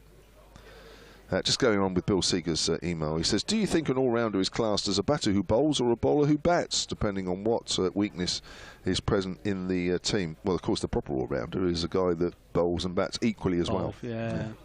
We're in for another great day's cricket, says Bill. This superb setting, and I'm enjoying the commentating teams as well. Contribution to making it so. Thank you, Bill. It's very kind. Vince pushes that out square on the offside. Yes, Vince had a long innings in the first innings. He was, like Gubbins really, battling out hard in the face of some very, very accurate bowling, which was testing the batters and also just finding a bit in the pitch, which a bit of seam movement and a bit of swing. As he pushes out until the onside there, does Vince. Yeah, he batted 50 balls for his 15 before he was bowled by Williams, which the ball just hooped in late, didn't it, from outside off stump? Yeah, it's not quite his natural movement as well, so Vince would have been surprised with the in-swinger off Williams, but like you say, it was an excellent delivery. You can't put any fault on James Vince at all. It was an absolute beauty from Will Williams. Vince off the mark, turning that away square on the leg side. I think that's Dane Villas. Oh, throws goes into the bowler's end. Have to hurry there. That's good thinking. I think Vince was expecting it his end, and probably Fletcher was as well, but the throw came in at the bowler's end, but 2 completed. And the total moves on to 160 for 2. Dave Janaway, who's in a very sunny Cornwall. I'm sure we can match it up here. silentcricket@gmail.com says, having spent most of the first 5 sessions with my head in my hands, this unfortunately came through just before the wicket of Nick Gubbins. The last session and a half has been much better. Well, it has, even with Gubbins gone, it's still been much better. Early days yet. We need a minimum of 400 runs, says Dave, as Vince drives up towards mid-off. To make a game of it and give our 3 spinners a chance tomorrow, hoping that Middleton can go on, loving how he is allowing anything wide to go past. Today could be the making of him as an opener. Well, let's not talk too early about that, but the job he's done so far has certainly been a lot better. He's on 64, Vince on 2, and 169 balls Middleton has been at the crease thus far. Yeah, he's been really patient, has he? Like they've just said then, he's left anything that he don't really need to play at. He's not played outside of his own little boundaries, and he's just played everything that's at him really well. He has. Tom Bailey is going to test him in this over, I'm sure, as he comes in and bowls. There's a short delivery. Middleton ducks underneath that one. Absolutely no problem. There is no Colin today from Lancashire TV, so there is nothing to direct our cynicism at. Nobody. He's back tomorrow, apparently. But, yeah, he's not around. We've enjoyed ribbing him a bit, haven't we, over the last couple of days? I think he's equally enjoyed it as well, actually. I think he's quite enjoyed us picking out faults of his. But we can't really do that today because he's not here. That's turned away on the leg side by Fletcher Middleton, rolling down the hill towards the hospitality tent on our right. They pick up 2. And that is Jack Blatherwick doing the fielding just to our right. Hampshire total moves on to 162 for 2. Dave Wishart has also emailed sonatcricket@gmail.com. Says, very much enjoying watching the cricket on YouTube here in northeastern Florida. Weather in Southport looks great. Yeah, believe me, the pictures are doing it justice. It really is that hot. Even if the grass is looking a little on the brown side. It has the whole 3 days. Middleton gets an edge, falls just short of second slip. Just short. On a side note, how did the authorities improve the over rate in Test cricket? Well, that's come out of the blue. Right. There you are. Over to you, Callum. Yeah. That's one for you, mate. Scott, do you want to come on? Do you want to have a think? Yeah, I don't know how they do that, to be honest. It's been an issue for a very long time, hasn't it? And customers are starting to feel hard done by paying these high prices. Here's Bailey again. That's pushed out into the covers by Middleton. And not quite getting the money's worth these days. And I think fans get frustrated because there's floodlights on the ground, isn't there? And even when they get turned on, they often go off pretty quickly. But then there's health and safety to think about for the players out there who are batting and bowling. So it's a tricky argument, and someone else can answer that a lot higher up than me. Well, I mean, let's be honest. Fines don't seem to mean anything, do they, to the players? No. I'm just wondering. Did I see a suggestion that maybe points might come in rather than fines? I think that would make a difference. Yeah, points for a Test Championship. Yeah. I think that might have an interesting effect. Going to change the field here. Is that George Bell? Who's going into leg slip, so that would suggest that might be a little bit more shorter length bowling here from Bailey, although that's a length ball, that's a double bluff, and that's turned nicely through mid-wicket. Rolling down the hill over this parched outfield, it will be picked up just inside the rope. And Middleton picked up 2. Dane Vellis again, hungry in the field as he always is, always enthusiastic, whether it's 11:30 in the morning or 6:30 at night. Seems to give every ounce of his effort in the field. 164 for 2. Hampshire trail by 68 here. Yeah, well, it's a complicated subject which will take probably longer than we've got here, but I'd like to see points come into that. That might shake a few people up. Off the back foot there, Middleton steers that towards extra cover. I suppose I mean, it'd be pretty ruthless, but there'll be one way of doing it where you kind of maybe the Test captain gets a couple of game, like a 1-game ban or something. Just you can't play in the next game or something like that. So they have to, the team have to make sure they're getting them overs in. Otherwise, they're losing the skipper for the next game. There's something like that you could put in place. But like you say, now they've got the Test Championship with the point system. It would be stupid for the ICC to not bring some kind of points deduction into place for slow over rate, because it's happening all over the world now, isn't it? And nobody wants to be at the ground at 7 o'clock at night, and that, you want to see everything finished and done and dusted at 6. We do. It never happens. Start of a new over from Balderson, as Vince pushes that out on the offside. I mean, the last 2 days here, what have we been? 25 to 7, 20 to 7 last couple of days, and we've had overs of spin. Probably more spin than you would normally see in a game at this stage, and we're still finishing 35, 40 minutes late. Yeah, especially more spin than Test matches. You don't often see spin in Test matches really regularly until the second day, you'd say. Balderson comes in. Vince off the back foot, steers that straight into the covers where George Bell fields. Yeah, I must admit I haven't really noticed it here, but I still think people in their heads are here till about 6ish. And they start going, don't they? And even if you've got another 10 overs or 12 overs go, you see a lot of people starting heading for the gates at 6 o'clock. Yeah. Yeah, yesterday it started to die down, didn't it? Yeah. From R5 onwards. Yeah. Probably more to do with the sun more than anything. Vince gets wrapped on the pad. It's just going down. Maybe an inside edge onto that as well. Alistair Nye has emailed sunandcricket@gmail.com. He says, following on from yesterday's discussion about the grounds, got a bit heated at one stage. If still relevant, says Alistair, well, yeah, we'll chat. Those of us on the Isle of Wight. Scotty still hasn't been to the Isle of Wight. You haven't been either, have you, Callum? No, see, it's too far away from them up here. See, for me, it's a few minutes away, really. The ferry's, well, it's a bit more than a few minutes, the ferry, but Vince drives up towards Mid-Off. But, yeah, it's obviously a lot easier for a lot of us down there. Those of us on the Isle of Wight look forward to the new close games, or all of the home games there, as there are. Oh yeah, or any of the home games across the water. So pleased that Hampshire are adding more games there, and also the Southern Vipers at this venue. Thanks for the commentary. Yeah, there's a 50-over game coming up there this season, and there's also a Southern Vipers game there as well.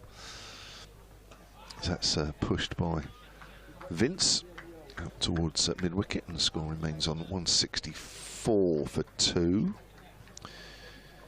But yeah, it's a great ground, and the temperatures we've experienced here were very much the temperatures we experienced in the 50-over game there last year. People were turning up with umbrellas, and I thought, was there a storm around? But actually, no, there was for protection. The sun. Yeah, so I'm surprised more people haven't brought umbrellas here, actually. Yeah, I've only seen the first one today. Yeah. Vince, lovely shot through mid-wicket, over-pitched. And that's running down towards the boundary where the scoreboard is here. And that is 4 runs to end that Balderson over. Hampshire move on to 168 for 2. Vince will move on to 6 with that boundary. Yeah, he's timed that to perfection, hasn't he? He just allow Balderson just to stray a little too straight. He's just turned his wrist on it, lovely.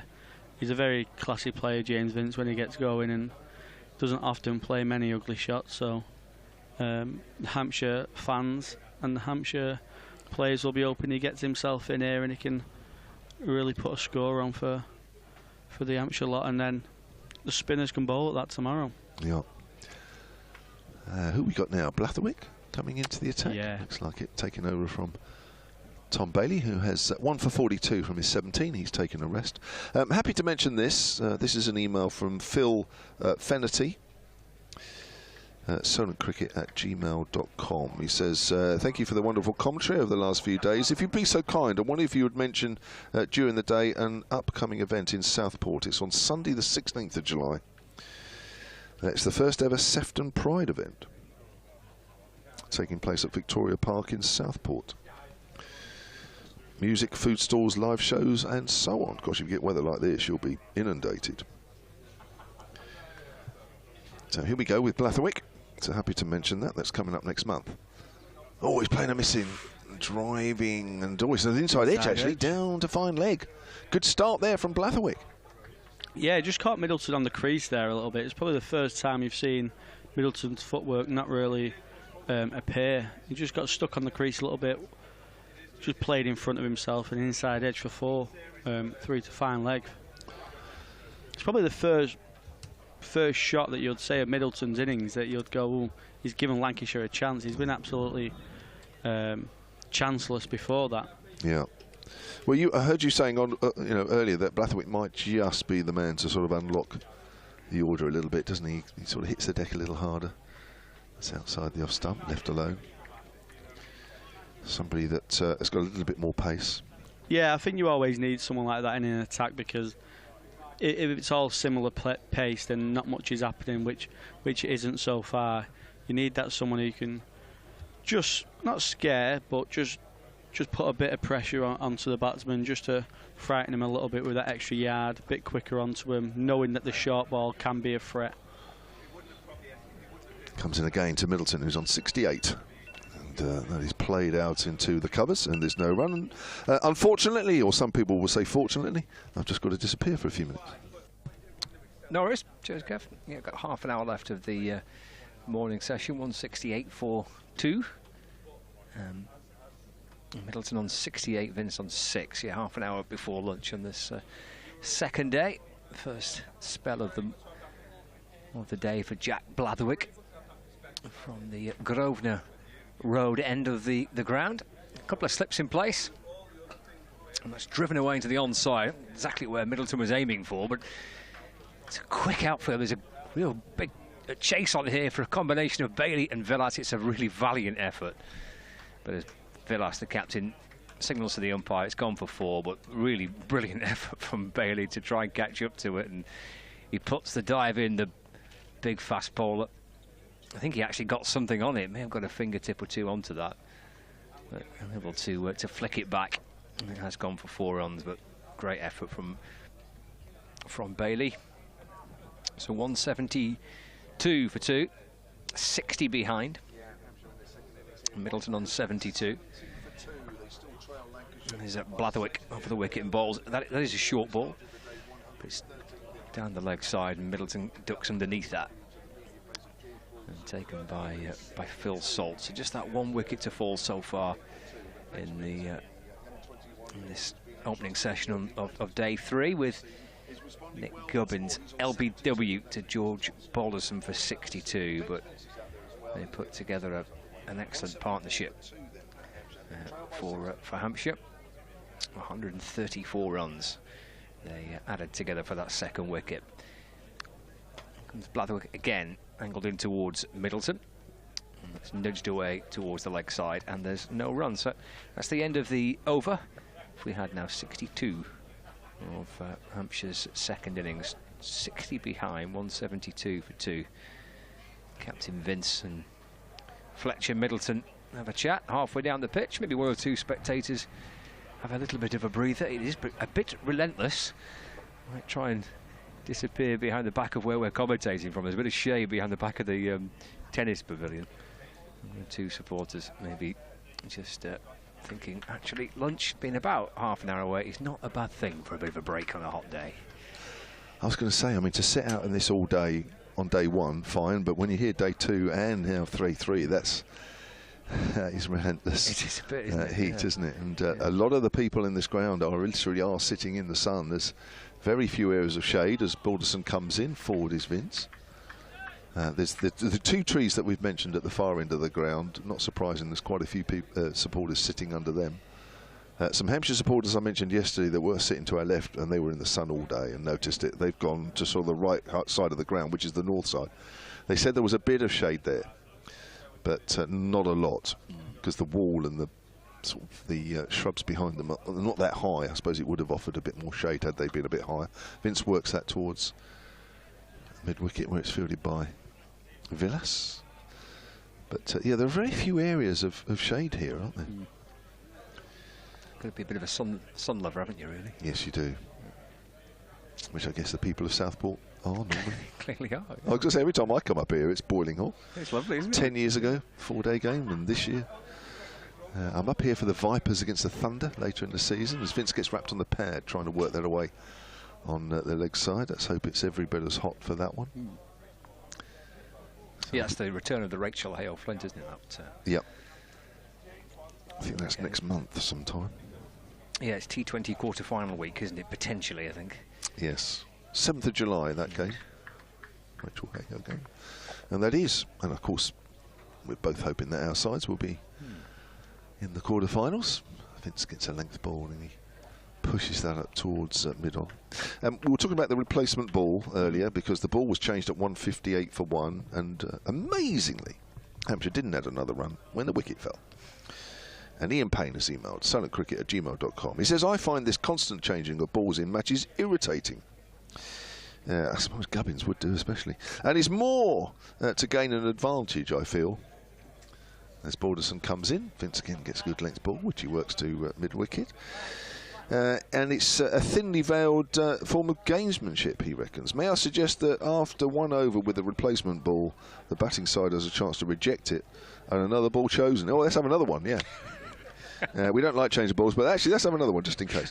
Rinse and repeat, he says. So if the replacement ball starts moving around more and more bounce, the bowling team doesn't benefit, as Balderson comes in and Vince works that back to the bowler. Changing the ball should not benefit the bowling side.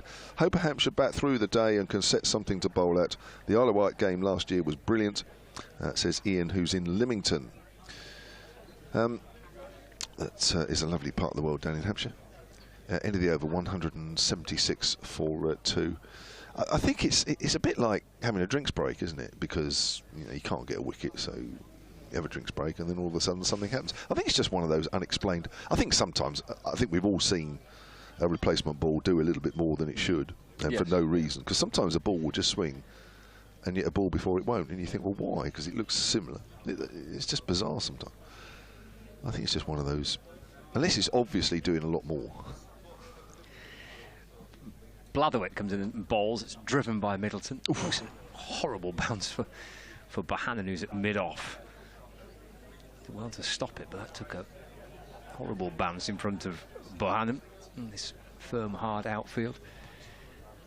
176 for 2. I suppose there might well be an element of gamesmanship involved from time to time, but that's why the umpires are there to judge whether the ball does genuinely need replacing or not. That's with the back foot and punch into the offside, but for no run.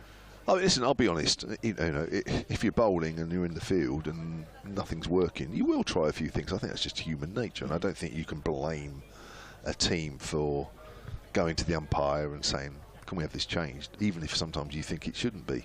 I don't think I blame it. It's just, at the end of the day, it's down to the umpires, isn't it? They've got their gauge and they can look at it. I mean, at the end of the day, they're the ones making the decision, the fielding side on. Yeah, and they can say no, and they do, don't they? Yeah. Quite a few times that they think it's okay and you crack on, so don't really have a problem with it.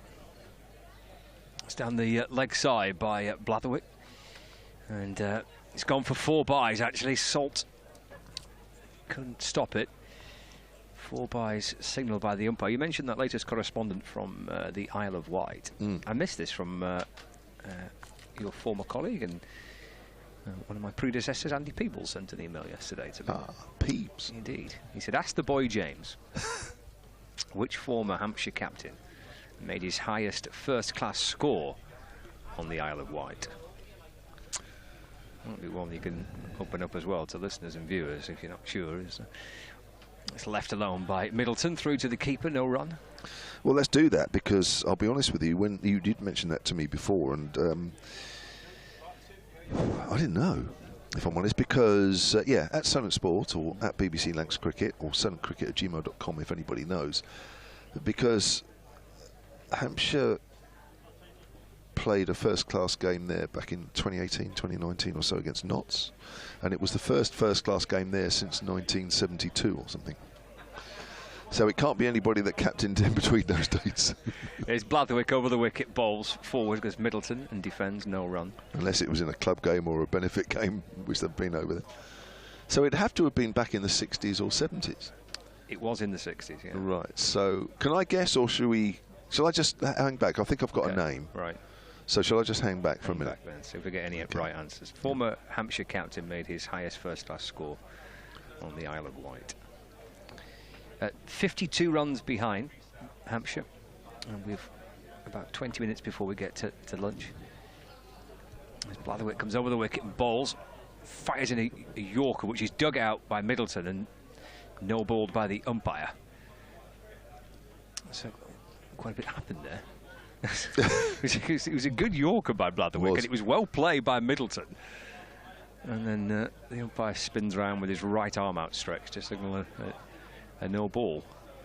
So that means that the deficit is bang on 50 now. So 182 for 2. Final ball for Blatherwick. In and bowls, and off the back foot by Middleton. It's driven up to mid-off, just the left of Bohannon at mid-off for a single, and takes his total on to 77 not out. Vince on 6, so 183 for 2.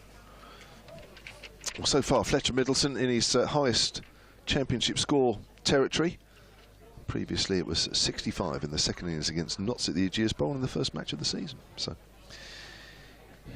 a milestone reached there, but I know he will want more. I know Hampshire will want more. Lancashire fans will want less. He has batted really well, though, hasn't he? Yeah, terrific, terrific. Love watching him play. I was saying to Callum earlier that Just think he's got a nice way about him at the crease, nice and compact. Certain batters look pleasing on the eye, don't they, when they play? He's one of those. It's Balderson with for 26 from 7 overs to his name to start his 8th, and Middleton pushes forward. Do you know what? When he pushed forward there, it was almost his dad playing that shot. Tony Middleton. Lancashire fans may remember Tony Middleton playing for Hampshire a little while back. That forward defensive was very Tony Middleton-esque. Nice, like that. Yeah. Here comes Balderson again. It's bowled! Oh, that looked like it kept a little low, but it's got through Middleton's defences, and he goes for 77, the 2nd wicket of the morning session. And Hampshire are 183 for 3. Yeah, looking from where we are, can't really judge many LPW decisions, but we can certainly judge a bit of height. I think, yeah, we'll take a look back at the replay. I'm not so certain that Middleton could do a great deal about that. May just have kept a fraction lower by Balderson. It's a good delivery. He's perhaps just played a little bit down the wrong line there, Middleton. Yeah, it just looked like it was just angled in a bit, wasn't it? Yeah. It's a good knock. I'm sure he's frustrated he couldn't go on and push on that 77 to something even bigger, but he's batted beautifully there. It's a really fine display of character and skill from Middleton. He's had a tough first innings, naught in the first innings, and dropped Phil Salt, who went on to score a century in the first over that Salt faced of Lancashire's first innings. But he's come back beautifully for his team. Real display of character and class from Fletcher Middleton. Enjoy watching him bat. But bowled by Balderson, who again picks up a wicket. Does have a little handy habit. It's a nice knack to have, I guess, isn't it? And you can. It is. He just gets into a little bit of a groove, Balderson, and often be a man that can pick up a couple of wickets when it looks like being a frustrating session in the field for Lancashire. And Balderson has got rid of both overnight batters, Gubbins and Middleton. So he has 2 for 14 this morning. Balderson in 5 and a bit overs. Yeah, 5.2 overs, 2 for 14. And Fletcher Middleton added 33 to his overnight total, batting for an hour, just over an hour and 40 minutes. Balderson bowls Ben Brown, the new batter, who takes a big step back in his crease. So when he comes forward, he's actually still quite a long way back, even though he's on the front foot. Brown's season for Hampshire in the Championship, 272 runs.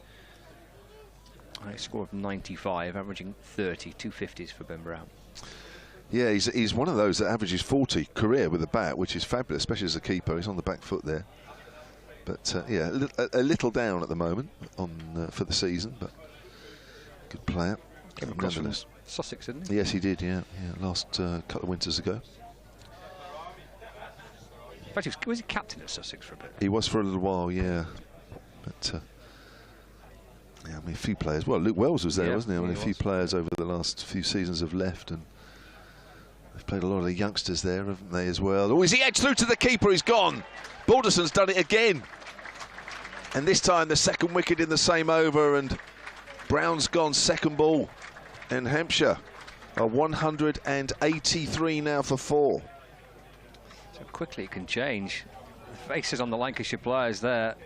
It's been a hot morning session in the sun. There's been not many smiles, but certainly plenty at the minute, with a couple of quick wickets, and things can change so quickly. He's on the verge of a double wicket maiden, George Balderson. It's a really terrific spell. Terrific catch as well. Watch this if you're watching on the TV feed. Oh yeah. Ooh. Got his hands underneath it. Yeah, the Phil Salt with a lovely one-handed catch down to his right, got his glove on it. Lancashire jubilant. 2 quick wickets, 2 in the over. What a wonderful habit to have as an all-rounder, Balderson, who has had a really good season with the bat, really solid season with the bat. Just has that ability to nick out a wicket, find a wicket just as Lancashire kind of need it the most. He's done it quite a few times. this season already, and 2 more in this over. And that's a different feel to the morning session with those, well, the 3 wickets now, but certainly 2 in this over. And still Hampshire 49 behind and 4 down. 3 for 14 this spell. Terrific stuff. Yeah. Liam Dawson, the new batter, in the wars yesterday. And out there now. And this is going to be... Well, this is an important partnership. These two who have grown up together and played a lot of cricket together. You may remember, Scott, Balderson bowls and forward is Dawson. A game at Liverpool 2 seasons ago where there was so much on it. We've talked about it. The last game of the season. Well bowled, George Balderson, 183 for 4. That Hampshire got themselves sort of back into the game with the partnership with these two in the second innings. They do bat well together. They feed off each other very well. They're having a chat here now. They've played a lot of cricket together. And they would have been in many, many situations together. And that may just help pull Hampshire through what is, at the moment, a pretty sticky situation. Having, for the first hour and a quarter anyway, looked as though Hampshire were going to get themselves in a decent-ish position in the game. But now, once more, they're struggling. Yeah, it's a 15-minute little period now where they can't really afford for much more damage to be done. There's Balderson's in, it's left by Vince, and through to the keeper, and there's no run. Yeah, tricky 12 or 13 minutes till lunch, and then the afternoon session is going to be a big one for Hampshire again. Simon has emailed me, silentcricket@gmail.com. He says, maybe a quick mention today about the Hampshire over 60s match, which is being played at Twyford. That's between Winchester and Southampton, Twyford. Very similar weather here as in Southport. Good luck with that one. Blatherwick bowls. Forward goes Vince and defends. No run. Apparently the pitch looks spot on there at Twyford, thanks to the hard work of the chairman and groundsman John Payne and his assistant Nick. So good luck, the Hampshire over 60s. I can't imagine playing cricket. It's going to be a bit tough going, especially in this weather. Yeah, it's a bit of a brutal. I did. It reminds me, I did the Dorset Sports Awards, Cricket Awards, sorry, at the end of last season. Lovely venue on the seafront in Bournemouth. Here comes Blatherwick in and bowls. Driven away, driven nicely. Good-looking shot by Vince. And that's 4 runs. Gorgeous shot by Vince. Out through the covers. Takes him into double figures. Moves on to 10. And they gave out some over 60s awards, and none of them were there. Right. And I did quip, and I said, well, they're probably still recovering. Probably are, yeah. Yeah. Might take a day or two. I'm surprised. Would me too as well. Yeah, good luck to them. Gosh. 187 for 4. Blatherwick to Vince. And that's defended into the offside. No run. Maybe an answer from Andy Peebles' question about a former Hampshire captain who made a career best on the Isle of Wight. Martin Frost, silentcricket@gmail.com, says Colin Ingleby Mackenzie. Is that the one? Here we got the answer. Thank you, Martin. And I must admit, that was the name in my head as well, because it was around that era that he captained. 2 bowls left for Blatherwick. We'll welcome listeners on 5 Sports Extra to Southport and Birkdale as well. As Blatherwick bowls to Vince, who's off the back foot, trying to work the ball away through the onside. And there's no run. And you've joined us just when Lancashire have picked up 2 quick wickets, really, to change the feel of the morning session. It was all moving along quite smoothly, really, for Hampshire.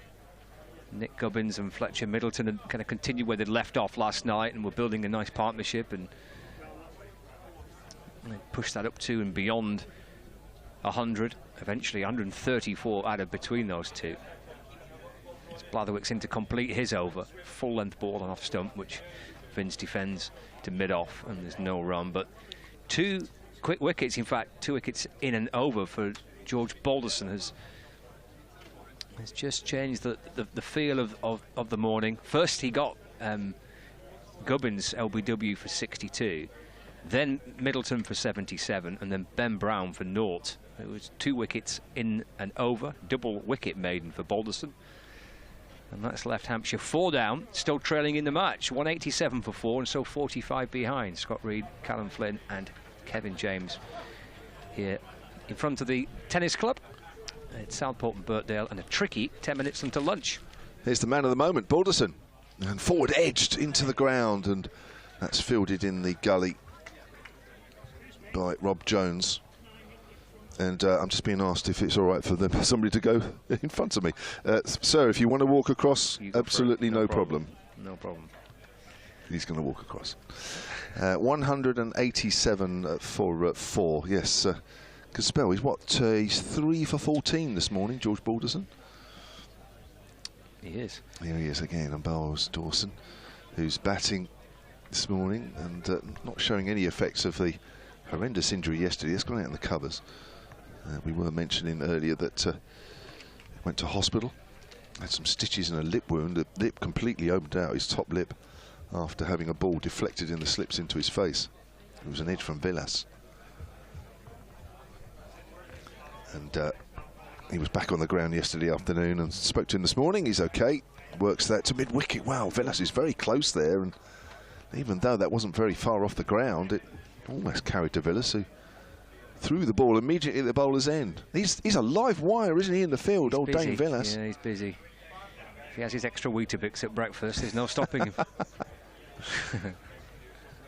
So, yeah, I wouldn't say Nick Gubbins and Fletcher Middleton were going along merrily, but it was a hard worked for partnership, wasn't it, really? And again, like last night, batting well together as Dawson's forward, not quite out of the middle of the bat. They came together at just after 4:30 last night. We played through till about 20 to 7, and they batted well together for an hour and a quarter this morning. And you just thought then, just maybe Hampshire, if they continued in that vein, actually might just turn things around a little bit, because they've been behind for a long period and behind by a long way. And then those 3 quick wickets have really altered everything, as Scott says, as forward is Dawson. Back to the bowler. They still trail by 45, having started the day trailing by 113. But really, with those wickets, Lancashire just reasserting their superiority. They're stuck in there, haven't they, Lancashire? I mean, the fact that they've had such a commanding first innings lead, I don't think there's been a sense of kind of panic at all. Just kind of hang in there and believe that breakthroughs will come. Dawson on the back foot, cracks that through the covers, 4 runs. Great way to get off the mark. I guess with the pace that Balderson's at, if you just drop a little short and wide, just get it wrong a fraction, you're going to be hammered away for 4. And he jumped into that in a flash, didn't he, Dawson? Good looking shot. There's 2 really experienced batters here, 2 really high class batters in the middle, certainly in Vince and likewise Dawson. So there's, again, not with too much concern, I don't think, just yet for Hampshire. They'll believe that these 2 batters who have put partnerships together, not just against Lancashire, but many counties previously, they can find another kind of partnership not too dissimilar to what Gubbins and Middleton were able to conjure up. Try and get another 130, 150 partnership, and again, it looks really different, but going to get to lunch, I guess, first. Forward goes Vince and defends as the breeze picks up. We've had to tether our umbrellas to the bench here because we did have an umbrella incident the other day. I mean, to be fair, it passed off peacefully. It could have been quite nasty. Yes. But it went flying. In fact, they both did. And they're not small. They're not small brollies, these. You could fly a jet with these. 180, 191 for 4. Blatherwick in balls. That's clipped out towards square leg by Vince, who wants to come back for 2 as a throw comes in towards the keeper's end and does come back for 2. Moves on to 12. 193 for 4. So but it's a very welcome breeze, though. Just easing a bit of the hot weather. But thankfully, we've tethered our brollies down. I mean, we can't stand up. If we do, they'll take the bench with them. But we'll. We've tethered them to the bench. I'm not sure if that's a wisest move to do or not. It's not past any health and safety. Here's Blatherwick in and bowls. Forward goes Vince. And there's no run. There'll be someone doing a risk assessment somewhere and having a panic. 193 for 4. That's a 39 behind. Let's hope there's no BBC boss listening. It'll be straight on. I don't see your risk assessment in my in tray. I've not done one.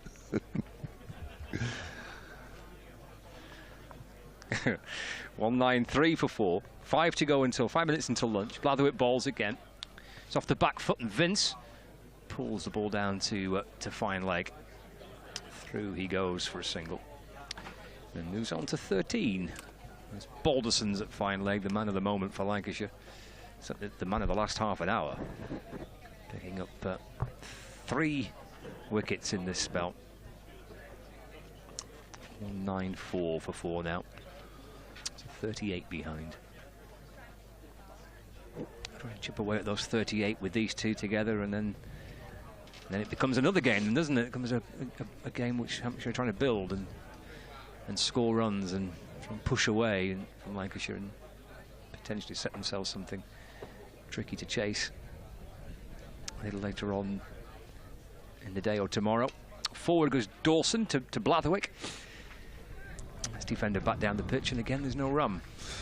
He could still put down those 3 wickets to the ball change, you know. 158 for 1 when the ball was changed. Wicket fell at 158. 25 minutes later, 2 fell. Could you put those down to the ball change as well? It's a good decision from the umpire to... Is that Neil Mallender again, helping you guys out? 194 for 4. Blatherwick over the wicket balls. Oh, that's left by Dawson. That does come back in. That's good judgment shown by Dawson. It's the end of the over. Trail by 38. Thank you to Duncan Holding, who's also in Southport. He did email about the same time as we got the answer about Colin Ingram-Mackenzie, the former captain, only former Hampshire captain that got his top score on the Isle of Wight. So, Duncan, you got it right as well, so thank you. Oh, the scoreboard's having another technical issue. Having a bit of a meltdown in the heat, I think. Yeah, it is, yeah, it's not used to it. No. So, Balderson, quite rightly, will bowl the last over before lunch. He has 3 for 30 from 9, so that's 3 for 18, I'll make that now. His spell this morning. What a spell it's been as well. He's been right on the money. Here he is again, bowls. Vince on the back foot and steers that through extra cover. That should race away down the hill. And it does. I can't, I've lost it. There's a few in the hospitality tent that are in my way, and it's signal full. Yeah, I've got the monitor here, and I think he came ever so close there, did Bohannon, to catching up with it. But it just couldn't get there. It always looked like it was going to beat Bohannon. It's a good-looking shot by Vince. It was, wasn't it? Beautiful shot. 198 for 4. Hampshire trail by 34. Try and get through a couple of emails before lunch. There's one for you here, Scott. Oh dear. As Balderson bowls, and a little too straight as Vince flicks that away down to fine leg, and we'll move on to 14. Sorry, move on to 18. 199 for 4. Solarcricket@gmail.com. Robert Acton says, even more of a scorcher today. Excellent commentary once again under extreme conditions. I have a couple of questions for Scott regarding Keaton Jennings. Firstly, earlier in the season I heard a rumour that Keaton was in line for a possible England recall as a replacement for Zach Crawley. Was there any truth in the rumour? No idea. As Balderson bowls, short and direct, as forward is Dawson, gets an inside edge onto the pad, says no to James Vince. Right, no idea on that one. Unfortunately for him and Lancashire, he's been out for a while now with an injury. Excuse me. My second question is, what is the nature of his injury and how long is he expected to be out for? Hamstring, as Kevin's got a tickle in the back of the throat. It's a hamstring problem, and I think it was 8 weeks, I think, when he did it. So kind of count back from that. That's what they're kind of working on. Balderson in, forward Dawson. So I think he's still got a... I think he's still potentially got a couple of weeks away. That's a no ball, signalled by the umpire. But he is kind of returned to a bit of light work. So he was here the other day having a net, and he's done a couple of kind of gentle jogs around the outfield a few times, not just here, but in previous matches. So he's on the road to recovery, but I might still be a week or 2 away. Yeah, well, he's walking nicely, isn't he? We've seen him around the ground, and the problem there is that's played out on the leg side by Dawson. That's Rob, the Manchester exile in Chroma. Thank you for that. About over rates, Callum was speaking about that earlier. This is Chris in sunny Blackpool. Chris says, hi guys, great coverage. One way you could improve the over rates is to say if they're not up with the rates at the 80th over, then they don't get a new ball until they're... Oh, that's an interesting one. As Dawson works that up to mid-on. They don't get a new ball till they've bowled the 90 overs. Pretty sure that would keep teams keen on getting on with it. I like that one. Just extend the length of the time you bowl with the old ball. First time I've heard something like that. Another question, says Chris in sunny Blackpool. Lancashire haven't won a game yet this season because we've struggled to bowl teams out twice. Why are we not playing Matt Parkinson? Here's Balderson. Ken Dawson is forward. He's just sat here, isn't he? He's just to our left. Yeah. That's lunch, by the way. Maybe come back to it after lunch. 201 for 4. Trailed by 31 at lunch. Vince on 18. Dawson on 4.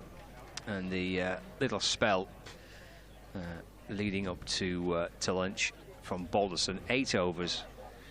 3 for 25. There's Matt Parkinson and Stephen Croft, just away to our left-hand side of a little natter. So 201 for 4, trailed by 31. Vince 18, Dawson on 4. But that little spell by George Balderson really has helped to try and to change the feel of this of that morning session, which up until that point was going along very nicely, Kevin, for Hampshire. Yeah, it certainly was. Yeah, good spell from him. Yeah, 3 for 13. That spell that's really rocked the boat as far as Hampshire are concerned, because they were showing an awful lot of fight backs, especially last night and again this morning for an hour and a quarter. But they're kind of not quite back where they started, but they are once more hanging on. Indeed. Yeah, we'll catch you in about 40 minutes. Everyone's going to have a breather. Our fabulous team providing you with the pictures in the sun all morning, and I think everyone is going to have a little bit of respite from the heat. So we'll catch you in about 40 minutes. 201 for 4, Hampshire trail by 31.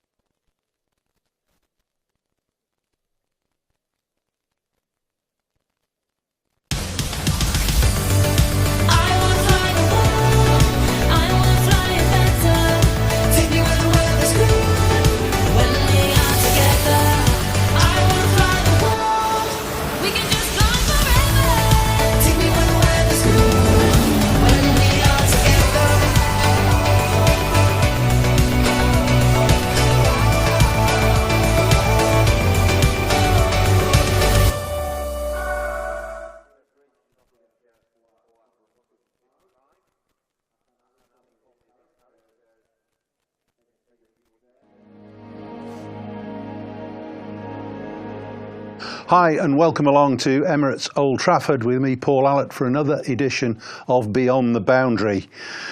This week I'm delighted to say that we have got the Managing Director of England Men's Cricket with us in the studio. It's a very warm welcome to Rob Key. Rob, great to see you.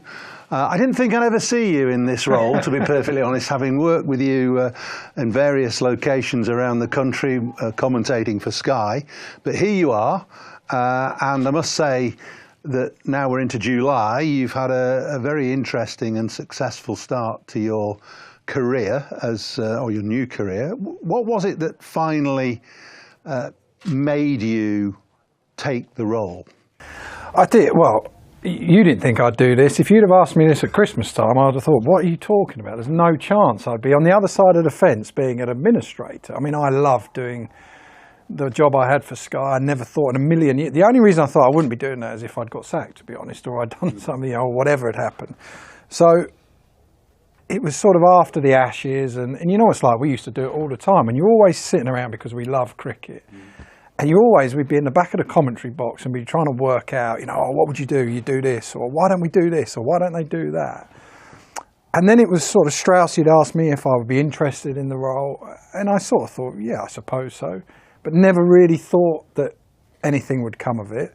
But the thing that I suppose was the defining factor in it all was that now I feel like you've got some skin in the game. Now I feel, when you're on TV, you're coming up with a lot of ideas, but really you might never know if they work or not. And you're never really sort of under pressure in that regard to see if your views have any meaning or if they're right. And what I felt is that on this side of the fence, you're going to be tested. It's going to be a challenge, but also you've got a chance to do some good for English cricket. And I suppose that was the overriding factor, really. It was just to see if I could do any good in the game, if I could actually help out on that side of it. Was there a deep breath moment or a gulp when you actually realised, I am actually doing this job now, so now I've got to really perform and I've got to put those thoughts that I have into action, into practice? I think when I was on the train that first day, because working in TV again, there's a lot of time you're very, very busy. There's a lot of time when you're off as well. And then all of a sudden I thought, hang up, I'm going to be sort of flat out now. And I was on the train from Canterbury or Ashford to London on that first day, just after Easter, and I'd sort of said to Tom Harrison, yeah, I'll do it. I'll start on Tuesday. That was the Thursday I said I'd do it. So 4 or 5 days later, I'm like, oh my God, I'm doing this now. And then you sort of go into Lords and you get in, right, this is how it all works. And there was no one really in because either they're hybrid working or people are on leave for Easter. And I remember thinking, do you know what? I've no idea what this job actually is. But the greatest thing, I suppose, is the position that England are in, where Ashley Giles, Chris Silverwood, Graham Thorpe were no longer there. There was no national selector. So it was very clear, actually. It didn't really matter. All the administrative side of stuff I didn't have to worry about at that point because I had to find coaches, find a captain, and then still we're looking for a selector, but I'll get round to that. So there was a very sort of clear focus on what I had to do. So it wasn't too bad. No, and the best point, I suppose, or perhaps the worst point, depends how you look at it, was that you were starting, as you've said, with a clean slate, but you were starting with England at a very low position in red ball cricket because they'd had a horrendous winter, as you've said, lost the higher ranking individuals, either had been removed before you came along, and you had no captain. So, from your point of view, the only way is up. Well, and that was the same actually when we were interviewing coaches, because what we didn't do was say, right, we think you're going to be white ball, you're going to be red ball. We just sort of asked the field, and people obviously applied for the job, and so. Well, sorry for interrupting, but you say that now because it's pretty self-evident that's. But did you really, truly, and honestly go in with a completely open mind? And we'll talk specifically about Brendan McCullum because he had no pedigree as a red ball coach. He didn't have much pedigree as a coach. He'd coached in T20 franchises. So you say that now, but really, did you honestly think I'm going to walk out of this room and Brendan McCullum's going to be my red ball coach? Well, very early on, I thought that Brendan McCullum was one of the front runners for me. Forget about what everyone else thought. I always thought Brendan McCullum, but even before I was doing this job, I always thought and I knew him a little bit, not a lot actually. We'd done a bit of commentary together, and I'd watched and I'd listened to the Cowdrey lecture and I'd watched what New Zealand did. And all you ever really want, I think, in anything is you want people who are aligned to your philosophy and the way you think and the way that you think the game should be played. And I was very clear on that, and that's what I wanted. And then you sit down and you interview, and there's loads of interviews we did with lots of different people, and you sort of work out who's most attuned to what you think. Because if you don't have that alignment in anything, then there's real trouble. I think that's where problems come. If you have a coach and captain who aren't aligned, if you have a managing director who's not aligned, if there's someone who has a different way of doing things. And that doesn't mean you can't challenge each other and have disagreements. That's not it at all. But your basic philosophy is the same. And that's what Brendan McCullum had. I had two choices, I saw it. I either had the England team in Test cricket needed someone who was going to be really tough on them, really hard, be like a drill sergeant, who was going to give no quarter, or they needed someone who was going to try and take the pressure off and try and get the best out of them in that way. Not be by being soft on them. Because actually Brendan McCullum takes no quarter at all. If there's anything that he's not happy with, then he's going to make sure he will pull those people up on it.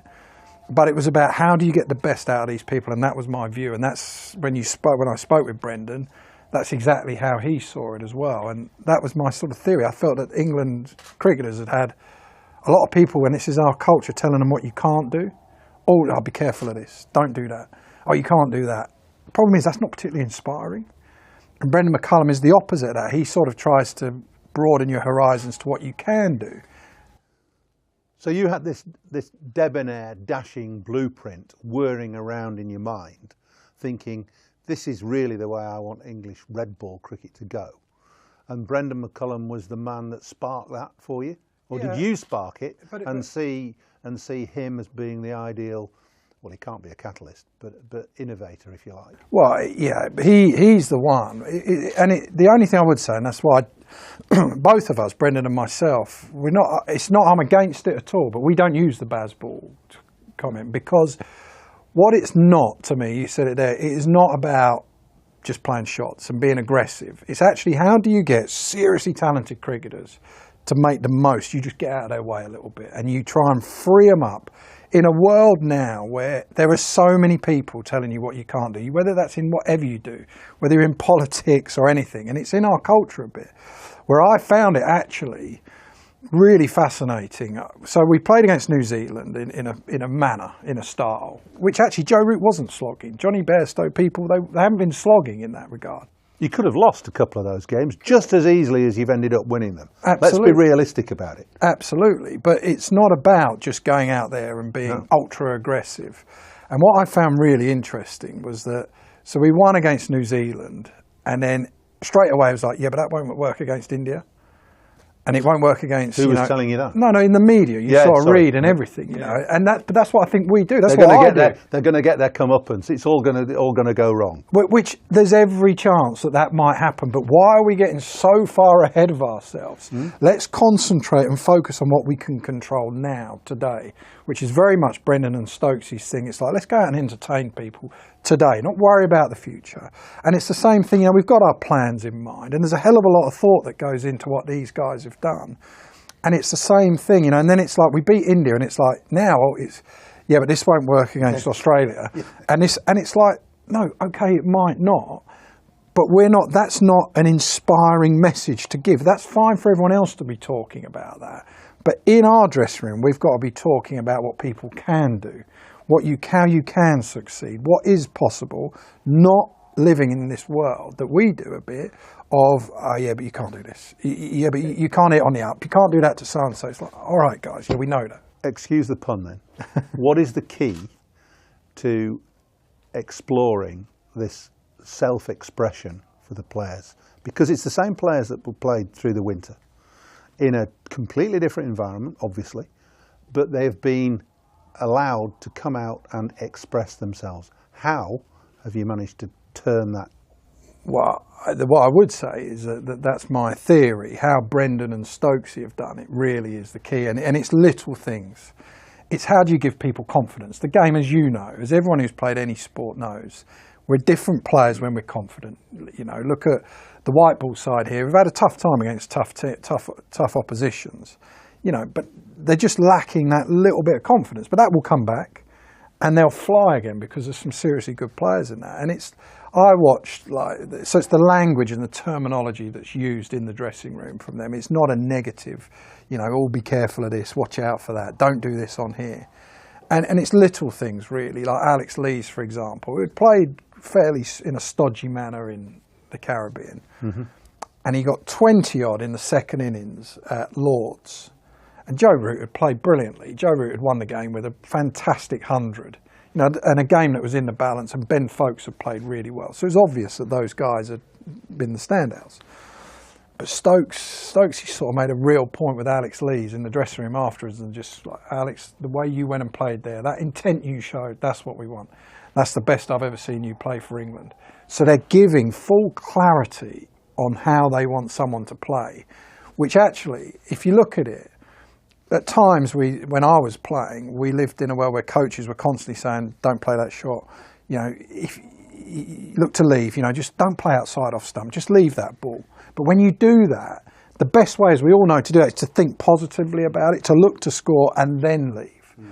And it's that sort of thing that they've been talking about. And the same with Johnny, who actually had played a big shot at Lord's in the second innings. He came out playing, shot a ball, and he got out, sort of drove a couple, then he went once more and he got bowled. Now, a lot of people would have actually said, what are you doing there? That was the last ball of his spell. Switch on. You know, why don't you think about that? Why did you do that? Don't do that again. Whereas actually what they did, they turned and said, the way you played there, that's what we're about. There's more of that.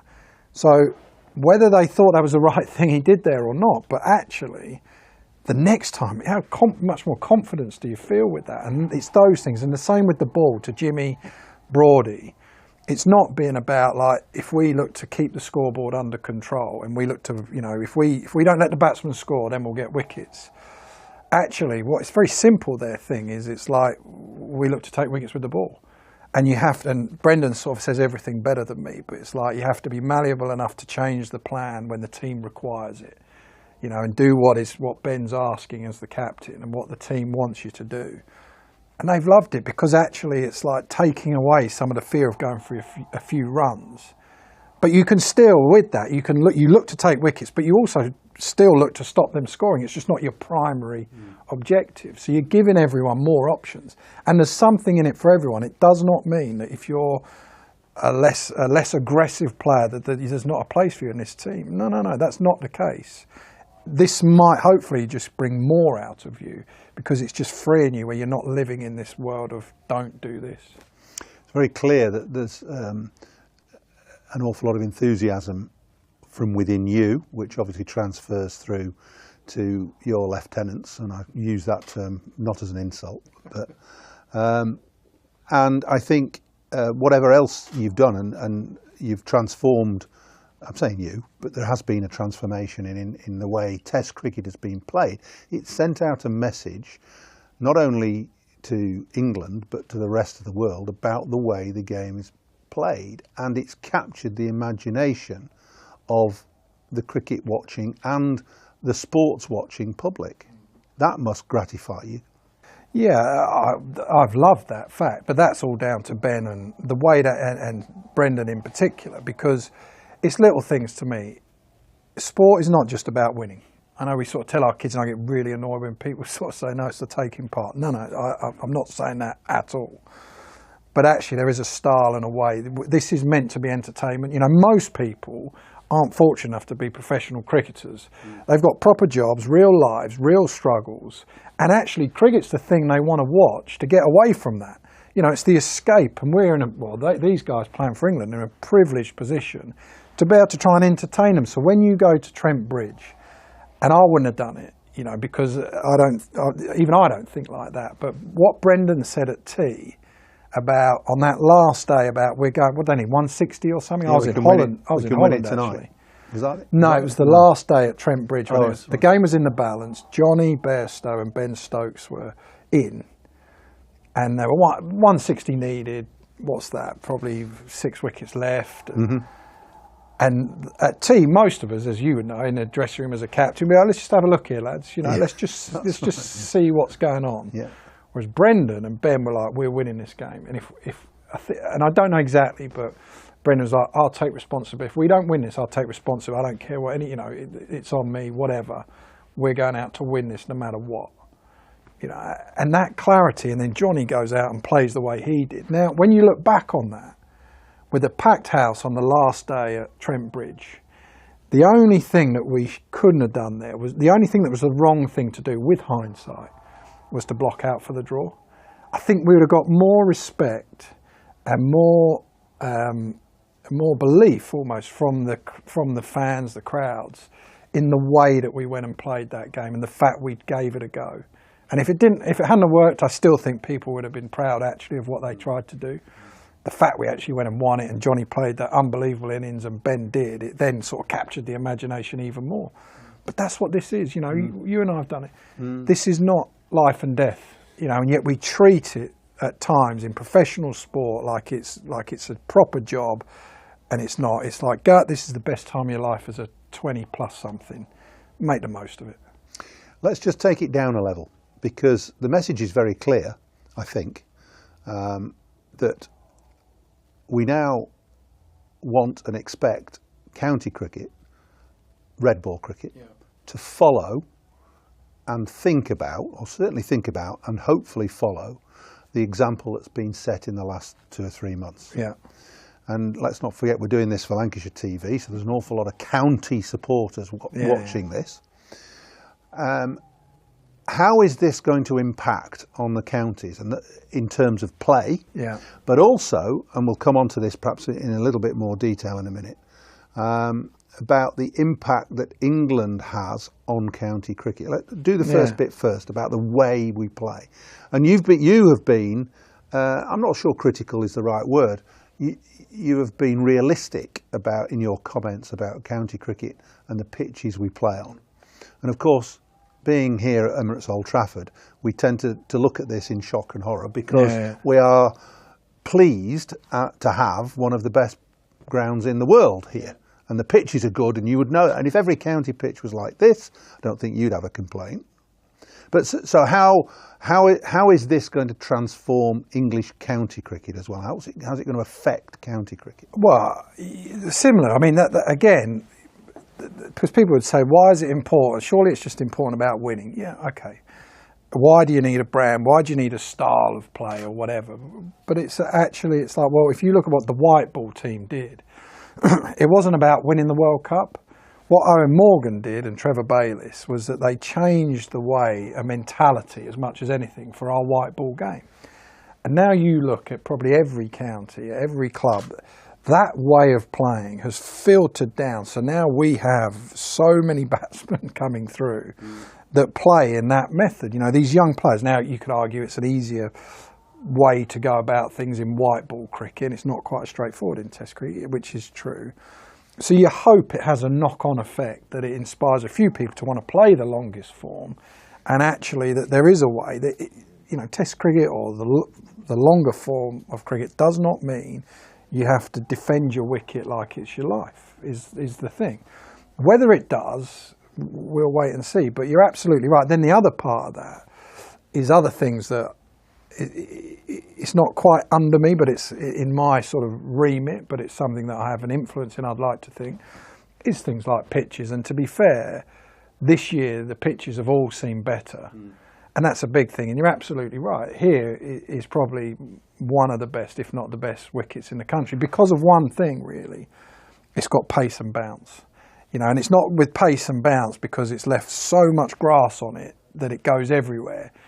And the reason why I think it's so important, because you find out who the best bowlers are, because you've got to be a proper bowler to bowl on that surface. If you're a spinner, you're going to get a bit out of it, but it's not going to be ridiculous. You're going to have to earn your time. And if you're a batsman, you're going to have to bat well to score runs on it. And that, then, when you look at this year where the wickets have been better, whether it's the ball or whatever have you, look at Potts. Because it's a good decision getting Potts, and he plays with Stokes, so that's lucky. We've seen him for a while. Correct. You and I, we've seen him play county cricket for 3-4 years. Correct. And he's been not a total standout, but he's somebody you tick. But also, because he's done it at a time when it's really tough to be a bowler, this year when no one else was getting wickets, he's learned. All that means is to be successful, you have to be more accurate. You have to do something with the ball, and then it's an easy selection because he's getting 7-footers, and we've seen him, and Mo Bobat, who's the performance director, has seen him from under-19 cricket. So there's this whole pathway in place, and then because he's played in the right conditions, his game leaps forward. And it's the same. There's been so many players like that. I mean, we picked the white ball squads. Like Gleeson. That's been miraculous the way he's come back into the game. He's hardly bowled a ball for 2 years. And he bowls 93 mile an hour guns now. I know, and then you must be frustrated as ex-director of cricket thinking, if only we'd had him for 2 years. But that's the investment that you guys have put in that's now going to benefit English cricket. Fingers crossed. But that's, he's learning in conditions that, it's like when they played, that was great. He did it against India in that batting lineup. On those conditions, it's like, he's got himself an IPL contract now, hasn't he? Well, it'll be close anyway. But you know what I mean? Like, if you do that, you've got to feel you've got to feel 10 foot tall. I agree.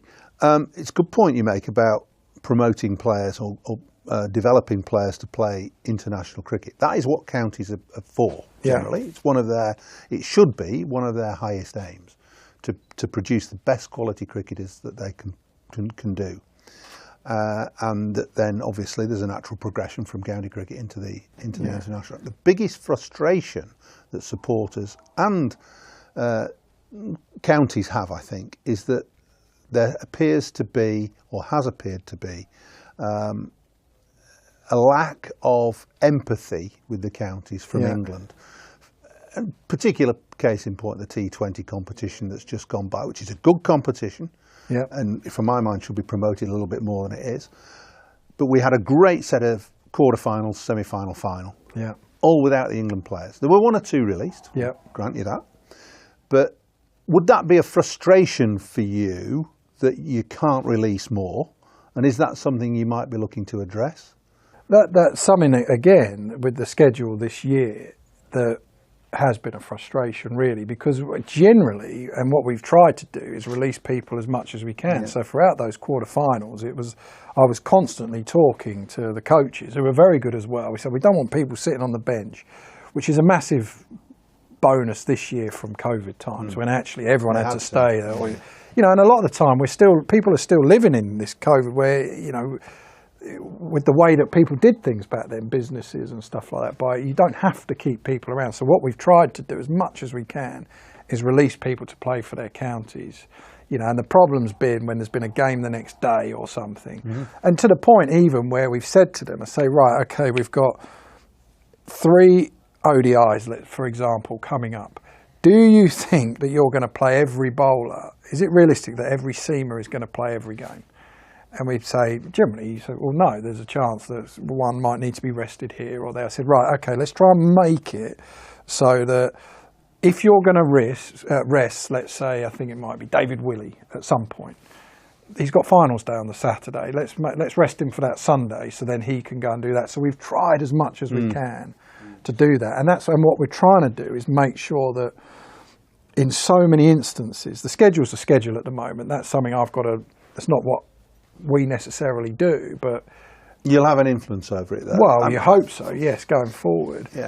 And this year's been particularly tough because we had that India test match that was a make-up test from this one. We've got to go to Holland because we didn't go during COVID time. So you hope that we can get that better in the future. But generally, we sort of have tried as much as we can. And what we want to do, actually, and we're trying to do, is when we have the conversations about the various players, whether it's centrally contracted ones, which Lancashire have a lot, what we're trying to do is actually work with the counties. So actually to sit round together with Chile, Chappie, the S&Cs, the physios, the people on our side, and actually say, well, what do we all think is best for this player? What do we all think is best for Joss Butler or whoever, Liam Livingstone, whoever it is, and then come up with something that works so that we can give some ownership back to the counties to say, you guys, you producing these players, keep going with it. How can we help rather than us telling you what to do all the time? That's really good. And what I would have hoped you would do and expect from you. Let's just talk a little bit about the structure. There's going to be a review, or there's an ongoing review. The structure is a thing that frustrates not only players and administrators, and probably you and me, but also member supporters. Would you consider, and are you considering, reducing the number of county games, which I think would be a good thing, and reducing the red ball games perhaps to a division of 12 and 6 and have 11 games in the first division, and then for the white ball T20 just reduce that a little bit, and 50 over, and that may be your most contentious area,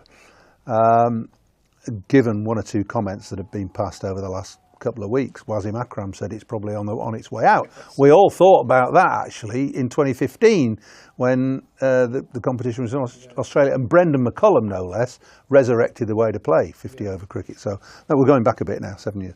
Anyway, so in terms of the domestic structure, for me it has to change, and it has to be streamlined, and there has to be more time made. Now you can't make time, so what you do, you take games out of it to create time. Or have I answered your question? No, I think you've answered your own question. No, what it is, there's two things. That the high performance review is not just a domestic structure review, and at the moment where there's lots of that you've got the first class counties chairman, you've got the CEOs, you've got various different groups that we're all sort of getting. We're canvassing opinions really to try and work out what everyone who's got a stake in the game really thinks the best thing to do is. So we're not at the point where we're saying you're going to reduce games, you're going to have more games, less games or anything. We're at the point now where we're trying to, because what we want to really do is take the game with us with this rather than actually just do it to the game, just say, right, this is what's happening, this is what you're going to do. So whether it is less games, more games, whether it's whatever, that part is what's being thrown around at the moment, trying to work out the best way, along with so much of what is high performance. So how can we help to make more pitches like Old Trafford? How can you help under-19 cricket? All these things are getting thrown into the mix. And at some point over the next month or two, we'll start firming up some ideas. But lots of suggestions are in the melting pot at the moment. And I genuinely, I'm not trying to hide anything, I couldn't tell you if it's going to, how it's going to end up. There's lots of different ideas. But as you know as well, it's incredibly tough to work out exactly the best way for everyone. But I also think there's part of it that's got to be how can the England team and the England setup help county cricket as well, not actually it's county cricket's job to help us all the time. So I don't know where that's going to end up at the moment, but that's all the things you've spoken about are in the melting pot. Let's just move on quickly to white ball cricket. You've had a wonderful, I can't say honeymoon period, that's rubbish, but you've had a great start to your red ball performances. White ball's been difficult and is probably destined to get a little bit more difficult before it gets better because you've got new personnel in Matthew Mott's come in, he's lost his captain, you've lost your talismanic all-rounder in Ben Stokes. Yeah.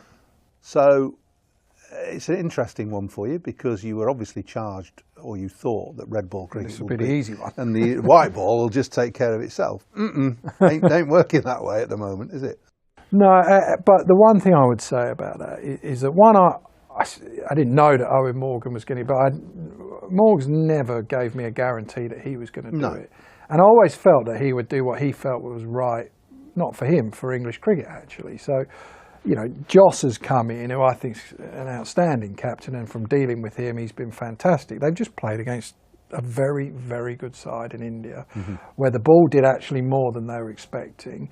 You know, the injuries to our bowlers hasn't hit us in Test cricket at all because we've got Anderson Broad and then Potts has come about, so we've not really felt it at all. And we felt it a bit more in white ball cricket, and the batsmen haven't quite been at their best. And a lot of that could be down, the pitch at the Oval had a bit more in it, all those things, you know, there's probably lots of different factors. But when I look at teams, what concerns me more is when you don't have the resource, i.e. you don't have the cattle, you don't have the players. But I look at our batting lineup at Bairstow, you know, you've got Bairstow, Roy, Joe Root, whoever these people are, Joss Butler, Liam Livingstone, Salt. There's all these guys. You've got Brooke knocking around. You've got so many to choose from. They'll find form at some point. So I'm quite pleased. I'd much rather we'd played against like a team like that Indian team. And we'd have seen the Gleesons and the people, and Chris Jordan bowled well, Topley bowled well. We started to find out about people properly against a good side, rather than playing someone or a team that were nowhere near as good as us, and we just blitzed through them and we wouldn't learn anything. So I've been quite pleased actually that we're in this period of play. And I also think, you know, people forget, you know, Joss, Matthew Mott, you're quite right. It's going to take them a little bit of time to make it their team and find their rhythm. People forget, you know, Morgs captained England in the World Cup in 2015 as well, and it took him a little while to find his voice and the way that he wanted people to go about it. I think Joss will find that quickly, and it won't take long before they start taking it to another level. There's two seriously good people there with Joss and Matthew Mott. So I'm actually, you know, I think we're in a better place in white ball cricket now than we were at the start of this competition because of some of these bowlers coming through. You know, and then you add to that into the mix, like you got Wokes, Archer, Wood, all these guys, and you think, hang up, you know, this is looking pretty good. We've got more options now than we did. You've mentioned about 20 players there, which brings me to my next point, selection, because you haven't I want to say haven't addressed it. You probably haven't needed to so far, but there is going to come a point where you're going to have to think about how you structure your selection, and who is going to do that, and what sort of format it's going to take, how many people, etc. Yeah. Are you basically in charge of that at the moment, doing it off your own bat? Yeah, so I'm effectively the head selector. And what we do is with each team at the moment, so you've got Ben, Brendan, myself as the vote, as it were. Because what I like, I can't bear wasting time.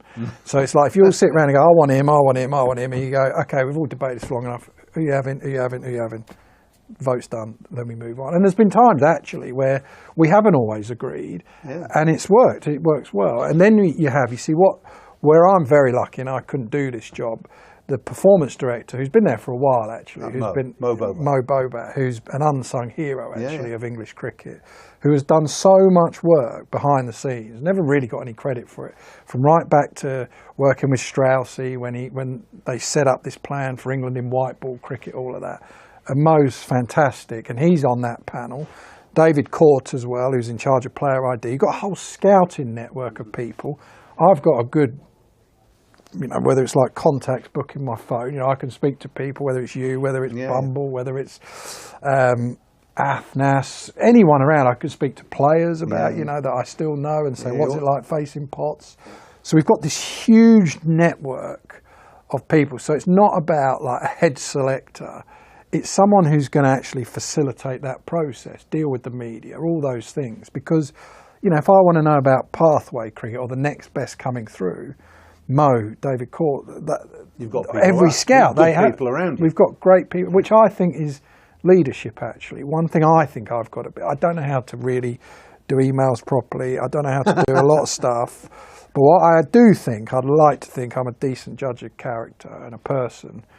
And I just make sure I've got good people around me that can challenge me and make good decisions. And Mo's certainly been brilliant. The two of us have worked very well together, and that's really helped me. And a lot of the decisions have been joint in that regard. So the head selector or selector, however we slice it up, is about the person that fits into that group. The person.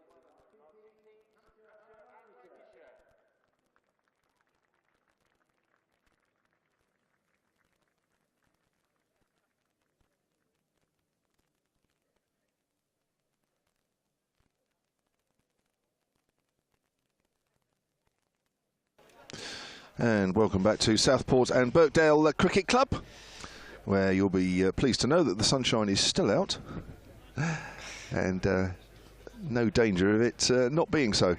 We are just about to get underway the afternoon session on day 3 of this County Championship Division 1 fixture between Lancashire and Hampshire. At the break, Hampshire in their second innings, 201 for 4. They trail by 31 in the game.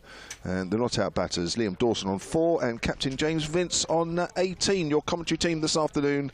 A little later, we'll hear from the England Physical Disability Team Captain, Callum Flynn.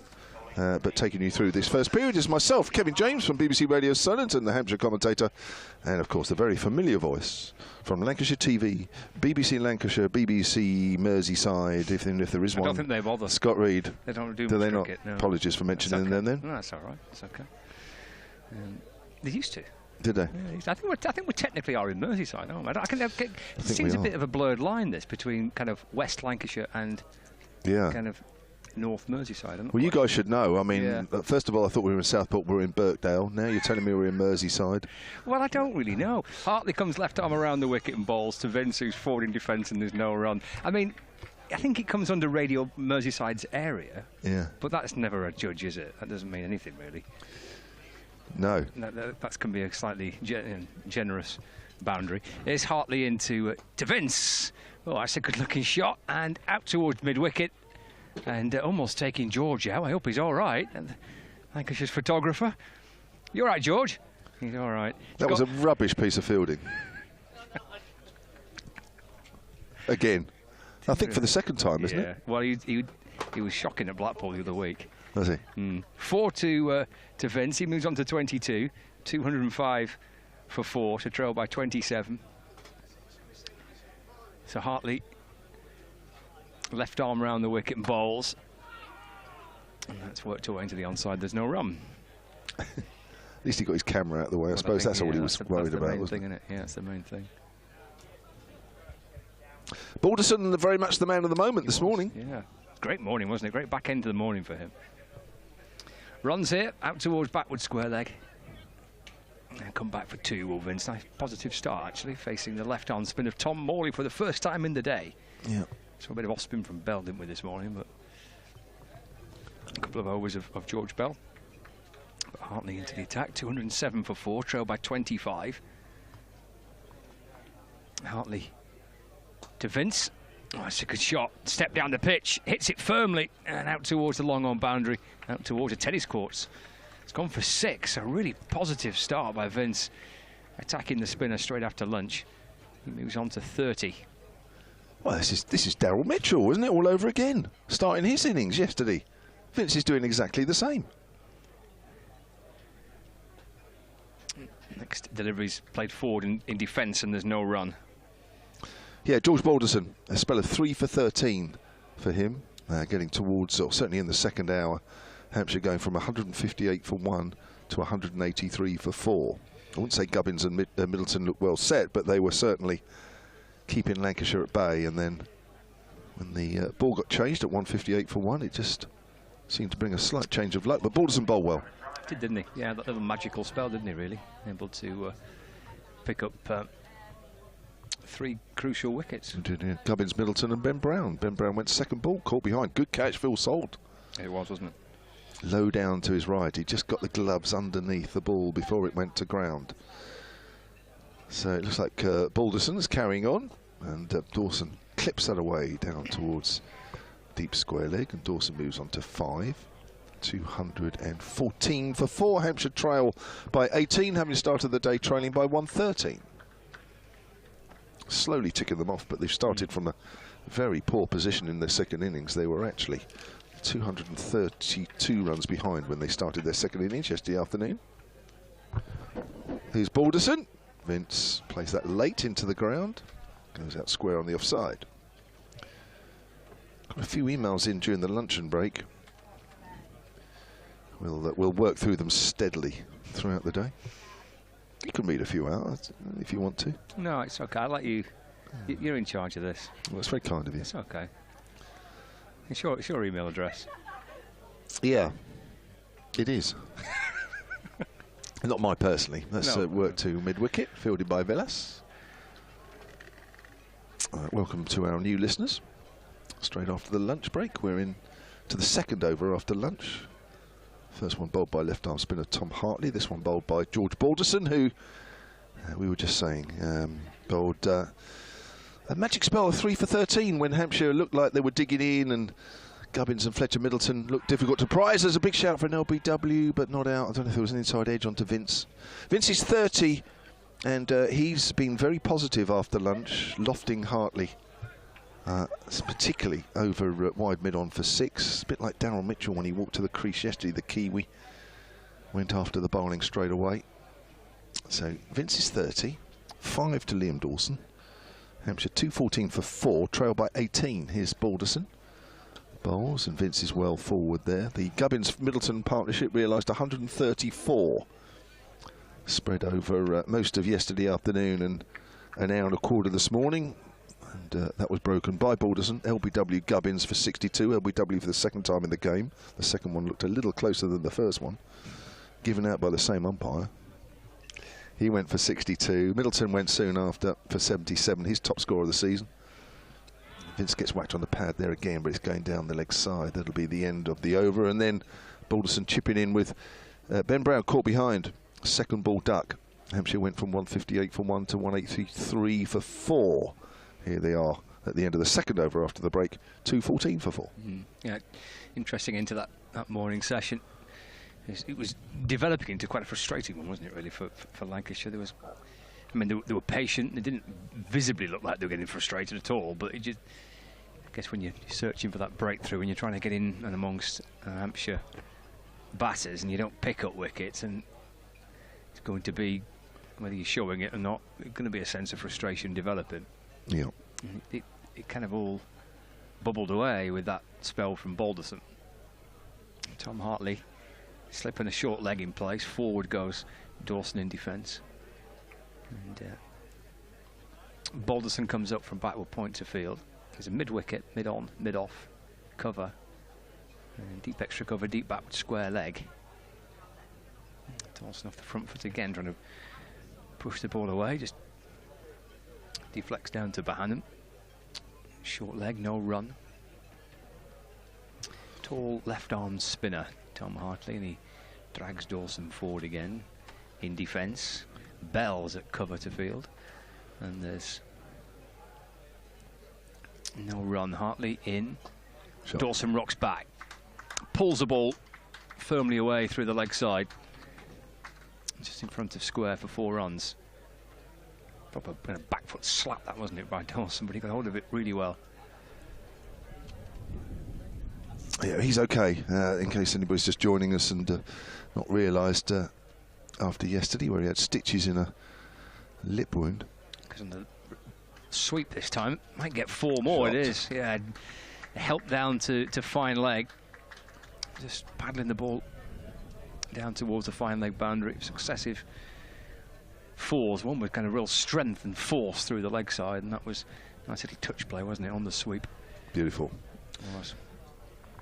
Yeah, had his lips split open yesterday with a ball that was deflected into his face in the slips. Had a couple of stitches, was back yesterday afternoon, and he was okay. He was talking this morning. Plays forward to Hartley's final delivery. Content with the work he's done. He's got 13, Dawson. Vince 30. 2 for 4, so trail by 10. Well, a much better position, and Hampshire were staring at when they started in their second innings. They batted very poorly in the first innings. Good bowling by Lancashire, though.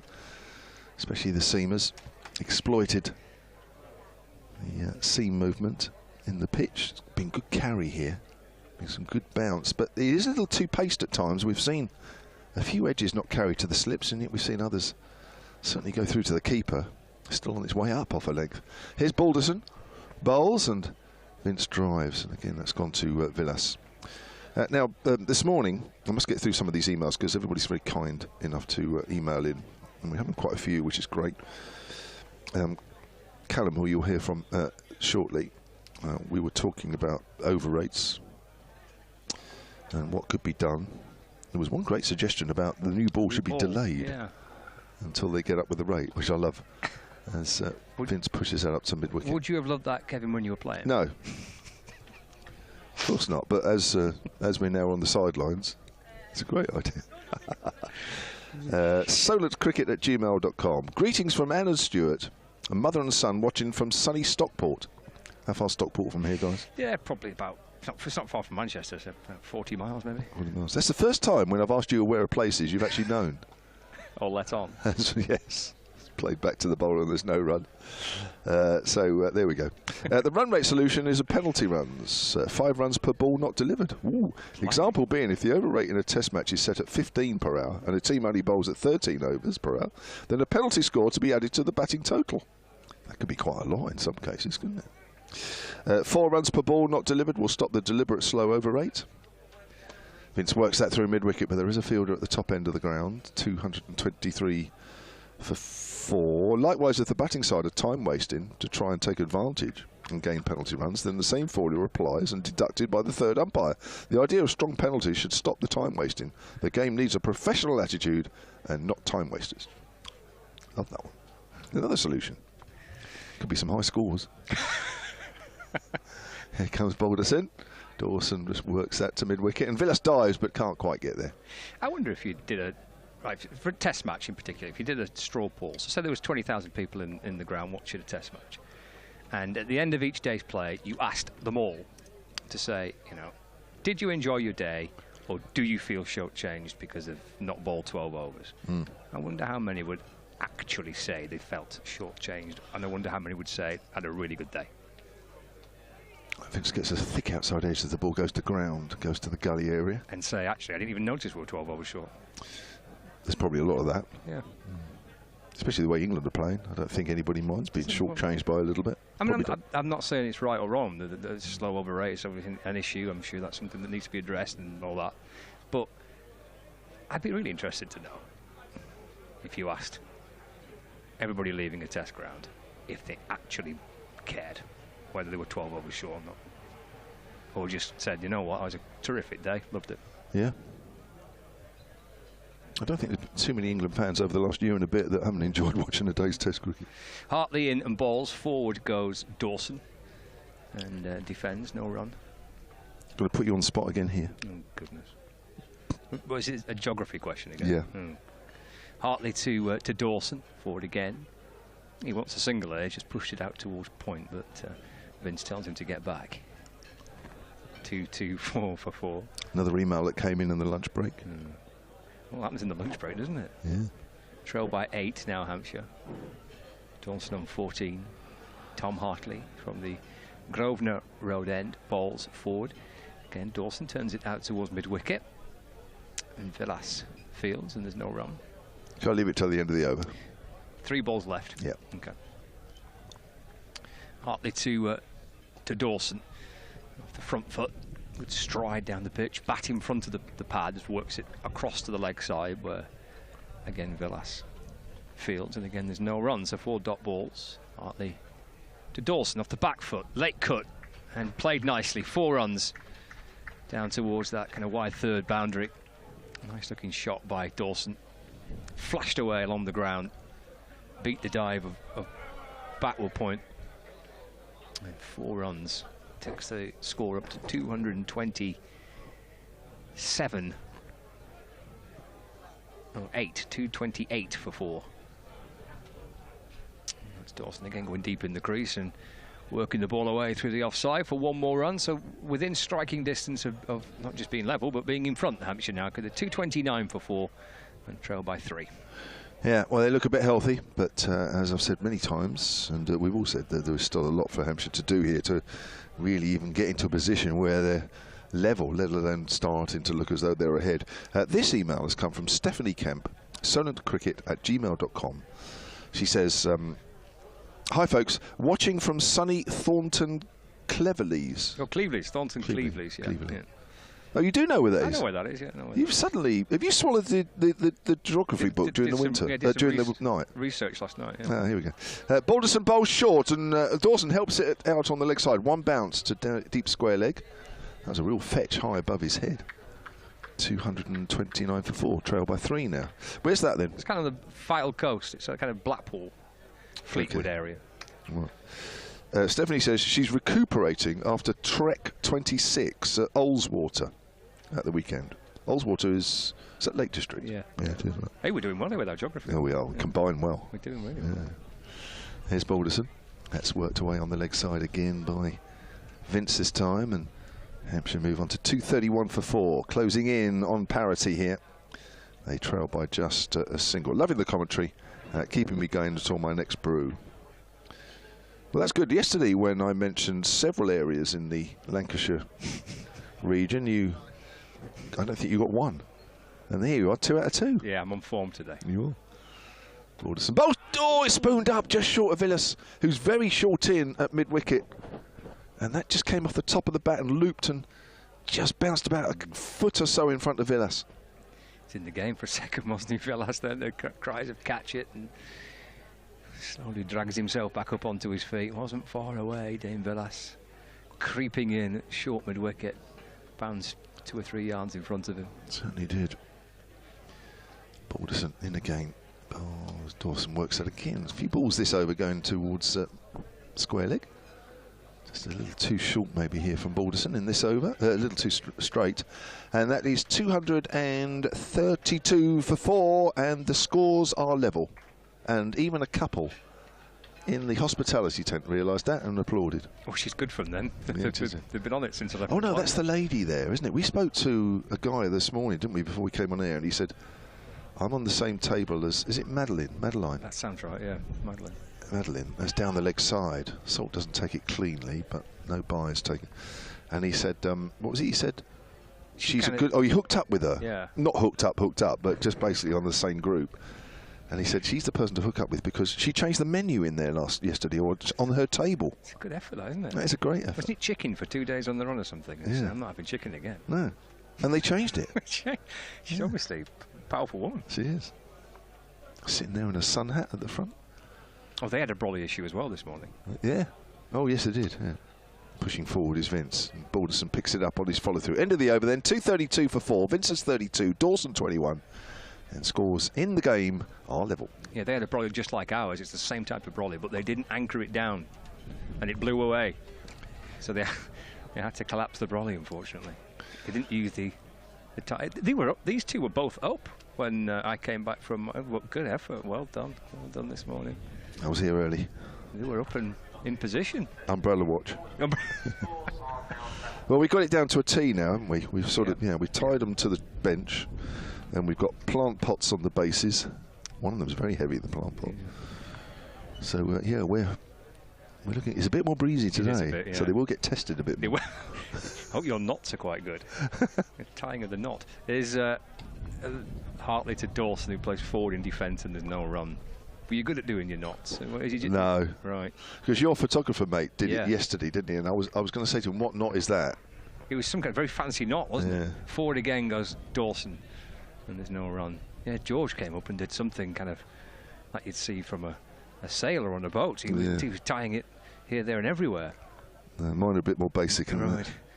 Forward again goes Dawson, and defends, no run. Oh, he's double checking. I know, I'm just checking it now.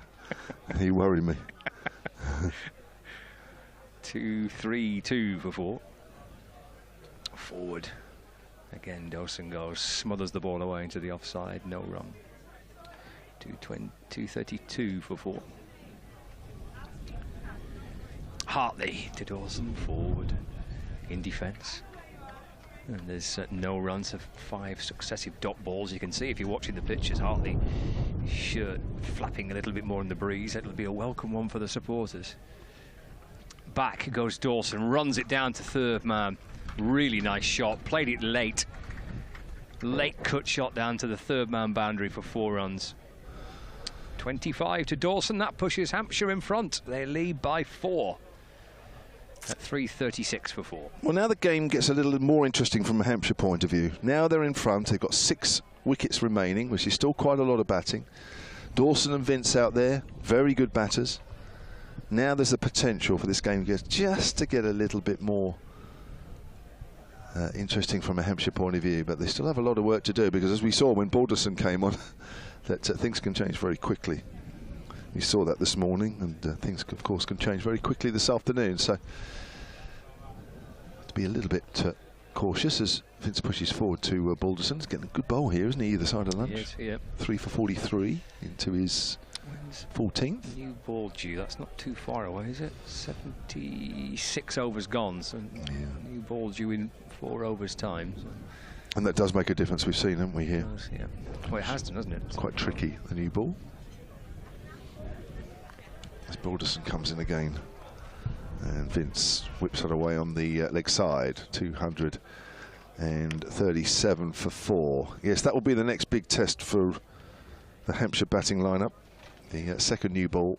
I think if they get through that, then I think they can start to really think that actually they've almost turned around that hopeless situation into something which, well, at least we might have a bit of a game here. Callum Flynn, captain of the England disability team, is back alongside me as Balderson bowls, and that's pushed back to him, and there is no run. Fresh from his, what do we know whether it was cottage pie or shepherd's pie? No, I don't, Scott. No, he didn't have it. Oh, he was talking to your dad, wasn't he? Yeah, he was. Because obviously there is a difference, isn't it, between Scottish and shepherds? One's beef, beef, and there's lamb mince, isn't it? Yeah, something like that. And we don't even know whether it was shepherd's pie or cottage pie anyway, so it doesn't matter. That's pushed up towards mid-on by Dawson. It was lovely either way. It was nice, actually. We've had good food, actually. We've been very lucky.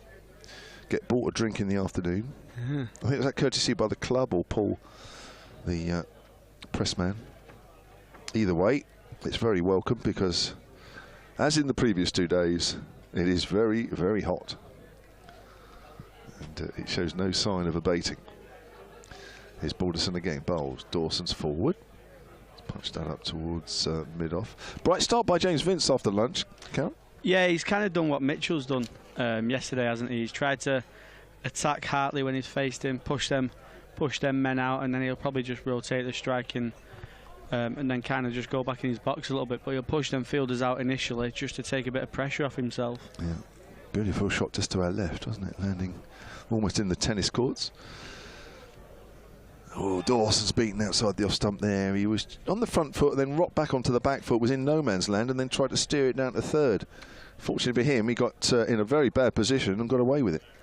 It's kind of fell nicely the way the overs have fell and lunch, because Hampshire have had to restart since lunch. They've done it very positively.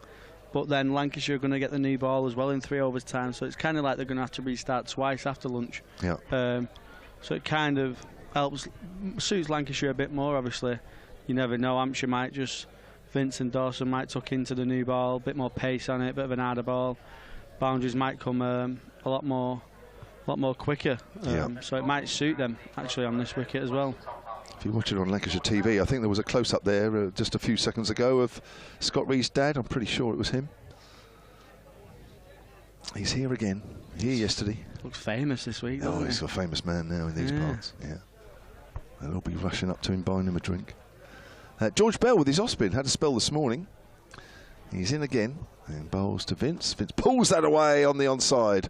Now there is a fielder just to our right, and that is Dane Velas, who's everywhere on the leg side. Short mid-wicket, deep square leg. There he is, popping up once more. 237 for 4. Hampshire lead by 5. George Bell this morning, 4 overs, none for 11 with his off-spin. Mid-on is coming up. Not actually saving a single, but certainly off the boundary for Dawson, who's on 25. Bell's in again, bowls, and Dawson goes for the reverse sweep. Hasn't got that at all. It's come off the bottom of the bat. And the ball just goes out a few yards on the offside. He was so eager to hit that, he's actually into the shot too early. Well, then chalk the end of the key. Yeah, that's one of those, isn't it? Do you play the reverse sweep? No, I'll try not to. Do you not? If I am, I tend to be in trouble.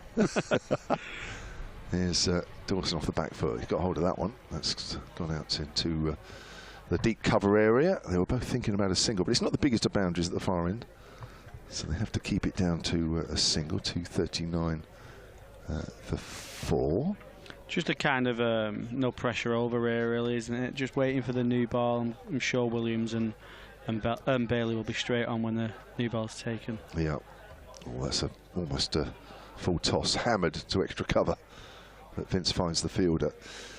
Yeah, you're right. I think it's just a bit of Bell, see if he can find a bit of Keith Barker's rough, as Felix Organ did a little bit yesterday when he picked up career best figures of 6 for. So Vince drives, and it's wide of mid-off. Not quite. Good stop. Is that Tom Hartley? I think it's Tom Bailey. Tom Bailey. Actually. Sorry, yeah. sorry, I meant Tom Bailey, actually. I was half right. 240 for 4. The lead is 8.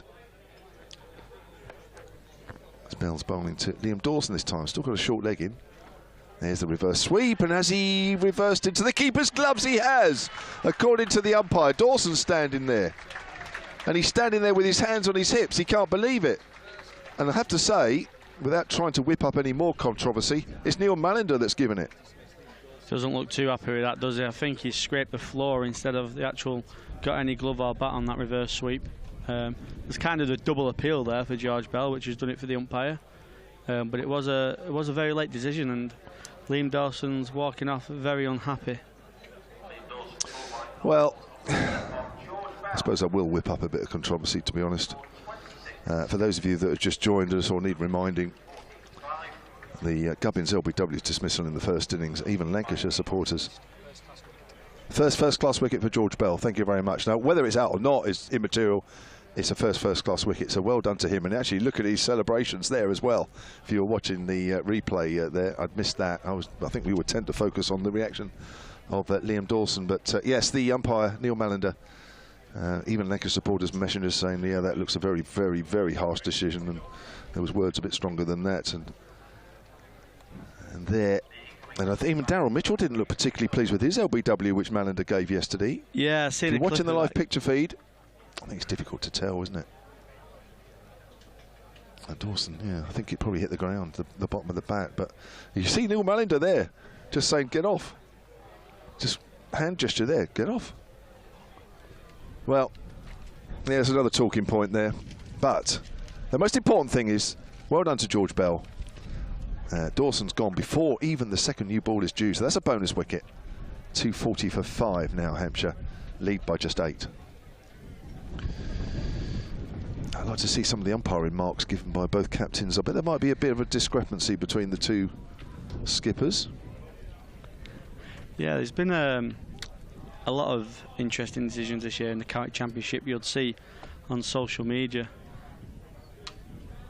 That's driven by Vince out to extra cover, started a new order from over from Balderson.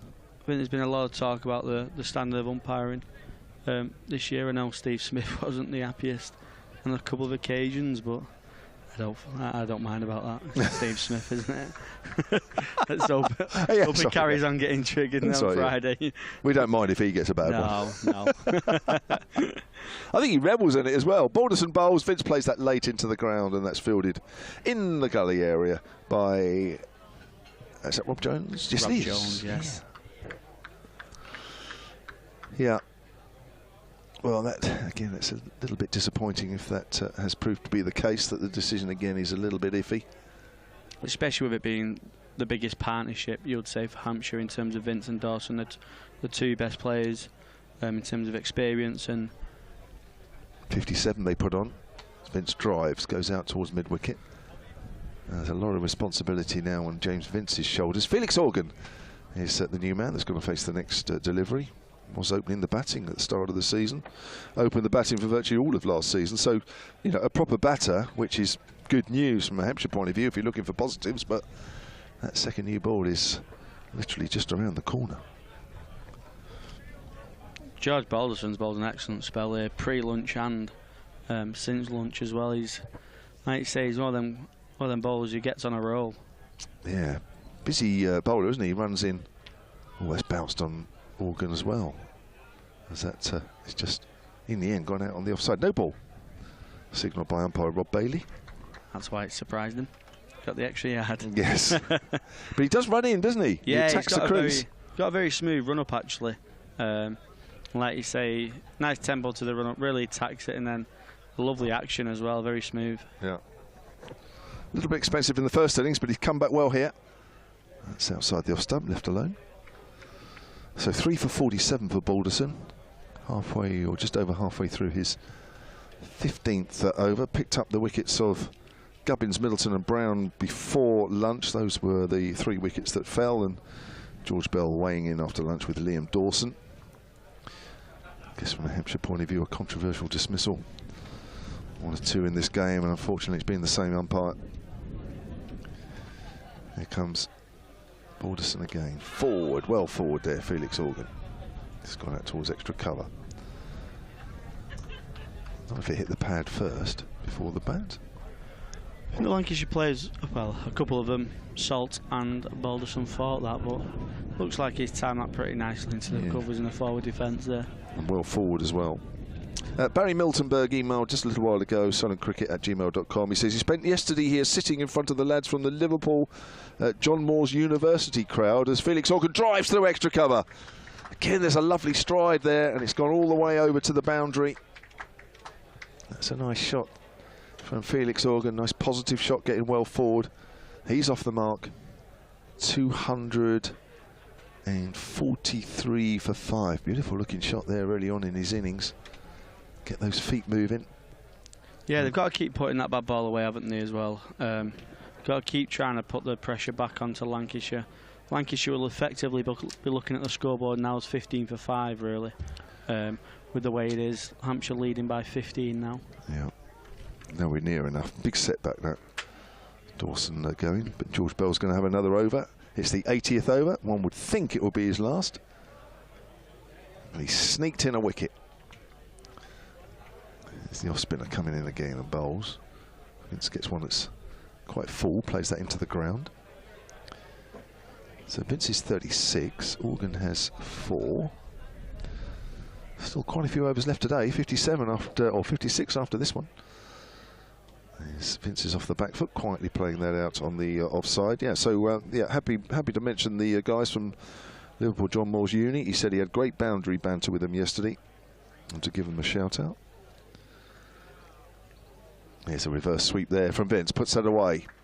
It's gone down towards third. That'll be 4 runs. Gentleman there throwing the ball back, which you can see on the live picture feed. One of many in their Panama hats and quite a few in caps. Pork pie hats, I think they're called, are they? A few of the other ones, I don't know. I must admit, I don't know the names of the hats very well. A few traditional cricket hats as well, with the wide brims. All sorts of hats here at Southport as it's played away on the onside. Very much needed. In fact, if you see, I think it's unusual to see somebody without a hat, really. And then when you see them, you think, ooh, hope you're not out in it all day. Vince is on the back foot, just turns that away behind square on the leg side and moves on to 41.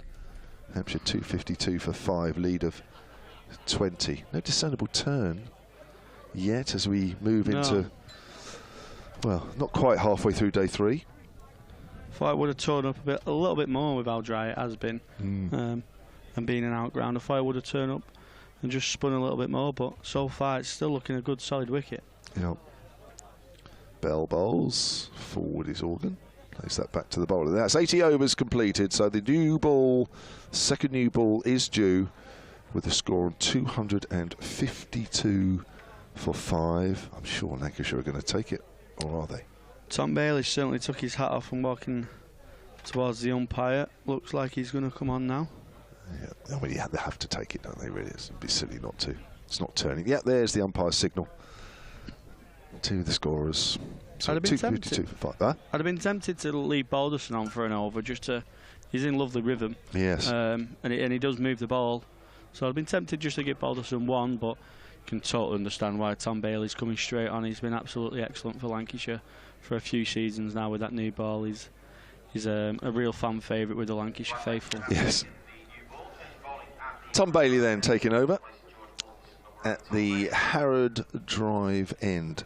There's one at the end of this email for you, actually, Callum. John Wilson has emailed solentcricket@gmail.com. He says, I've just got in and found you discussing the difference between shepherd's pie and cottage pie. That's what we had at lunchtime. Well, one of them, not both. Outside the off stump and Vince leaves alone. Shepherds look after lambs, hence shepherd's pie contains lamb. Do you know what? I didn't know that. Did you know that? No. That's a great way of knowing it. Very simple, really, as well, isn't it? Yeah, sometimes you have these sort of like things that help you connect the sayings, and that, I'd never heard that one before, so I think from now on that's something to remember. Yeah. Easy rememberable. Cottage pie contains beef. Anyway, not being too far from Preston, you should try the local delicacy, butter pie. Now, what is that outside the off stump? What's that, Callum? Oh, God. I don't know. Doesn't sound too great on the heart, though. Butter pie. Yeah. Scott's here, he might know. Does Scott know what butter pie is? Yeah, he does it. How he knows. No, I've never had one anyway. Do you guys know anything about up there? You don't know half your places. You don't know half the food. I've heard of one, but I don't really know. Lancashire butter pie. Here we are. I'm just looking it up. Here's Bailey and Vince is forward. Gets the ball off the bat into the covers. Lancashire butter pie, a traditional recipe with potato. Hang on, just lost it. I'll come back to that.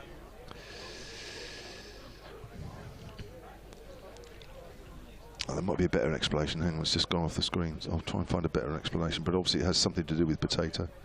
Lancashire, so it's unique to here then. Butter pie. Is it a Wigan delicacy? Do they have delicacies in Wigan? Yeah, they have a delicacy called a Wigan kebab, actually. A Wigan kebab? Which is a pie on a barm. A pie on a? A pie on a barm. Oh, really? A barm cake, yeah. Is that right? Well, I suppose a lot of people, some people call it a barm, some people call it a roll, but a bap. Yeah, that's a Wigan kebab. Lovely. I've never heard of that before. Here's the definitive answer of a butter pie. A true Lancashire delicacy. Our butter pie is made in the best traditions of the Northwest. That's way outside off stump, but carry through to salt. With a hearty filling of freshly peeled potatoes mixed with onions, mild cheddar cheese and rich butter. Seasoned simply with salt and pepper. This is a crowd pleaser and one of the region's best kept secrets. So much so that Callum had never heard of it. No. Went to university in Preston as well. Thought I'd have bumped into a few of them. It sounds like my kind of treat as well. What, just before you captain England? I might just divert on the way home. Here's Bailey again outside the off stump, and that's left alone. So there we go. So thank you very much, John Wilson. You've opened our minds to the delicacy of the butter pie. Wow. I think what I'm learning most is how little you guys know. I think that's what I find more interesting. Mind you, I'm sure if we were down south and you were asking me questions, I'd probably be just about the same. End of the first over with the second new ball. Hampshire are 252 for 5, so that was a maiden from Hartley.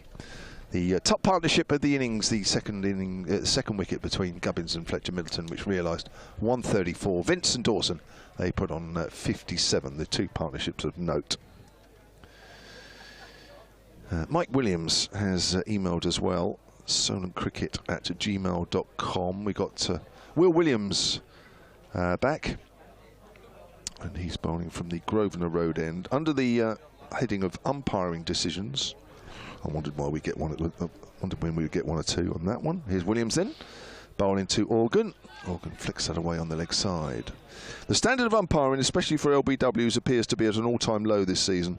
Neil Mallender has probably given the match to Lancashire. Well, that and Hampshire's first in his batting for a pretty good contest, that one. Some sort of review system has to come in county cricket. The changing of the ball when the bowling side are unsuccessful is something that has to be seriously looked at. The reverse sweep should be totally ignored by certain players. Farouk Engineer, in his excellent interview yesterday, did not think much of the shot when it was attempted while he was on air.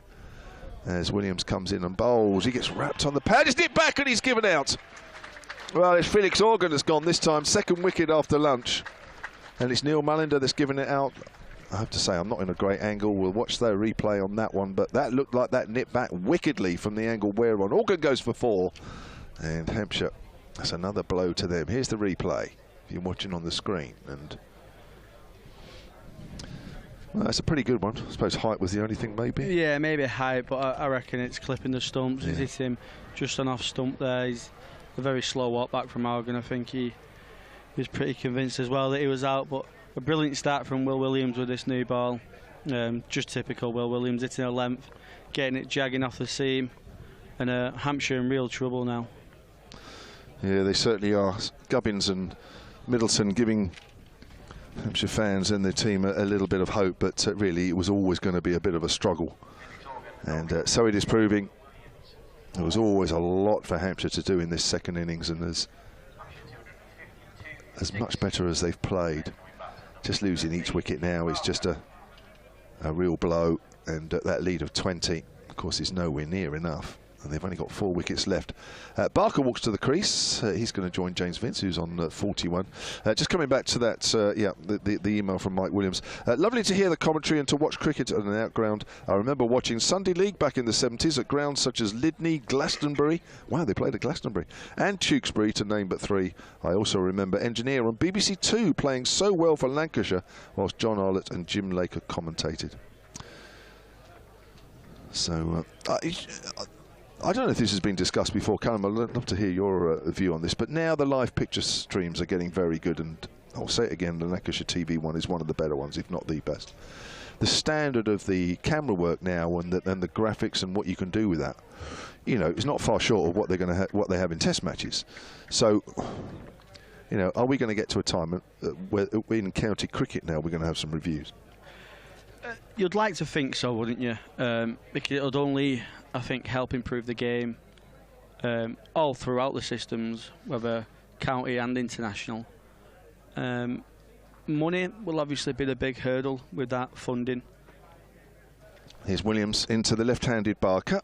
That's outside of off stump. Because, of course, the pictures can give you the typical, if it's straight, is it in line, is it hitting the stumps? But the pictures don't exactly show you the snicko as he nicked it.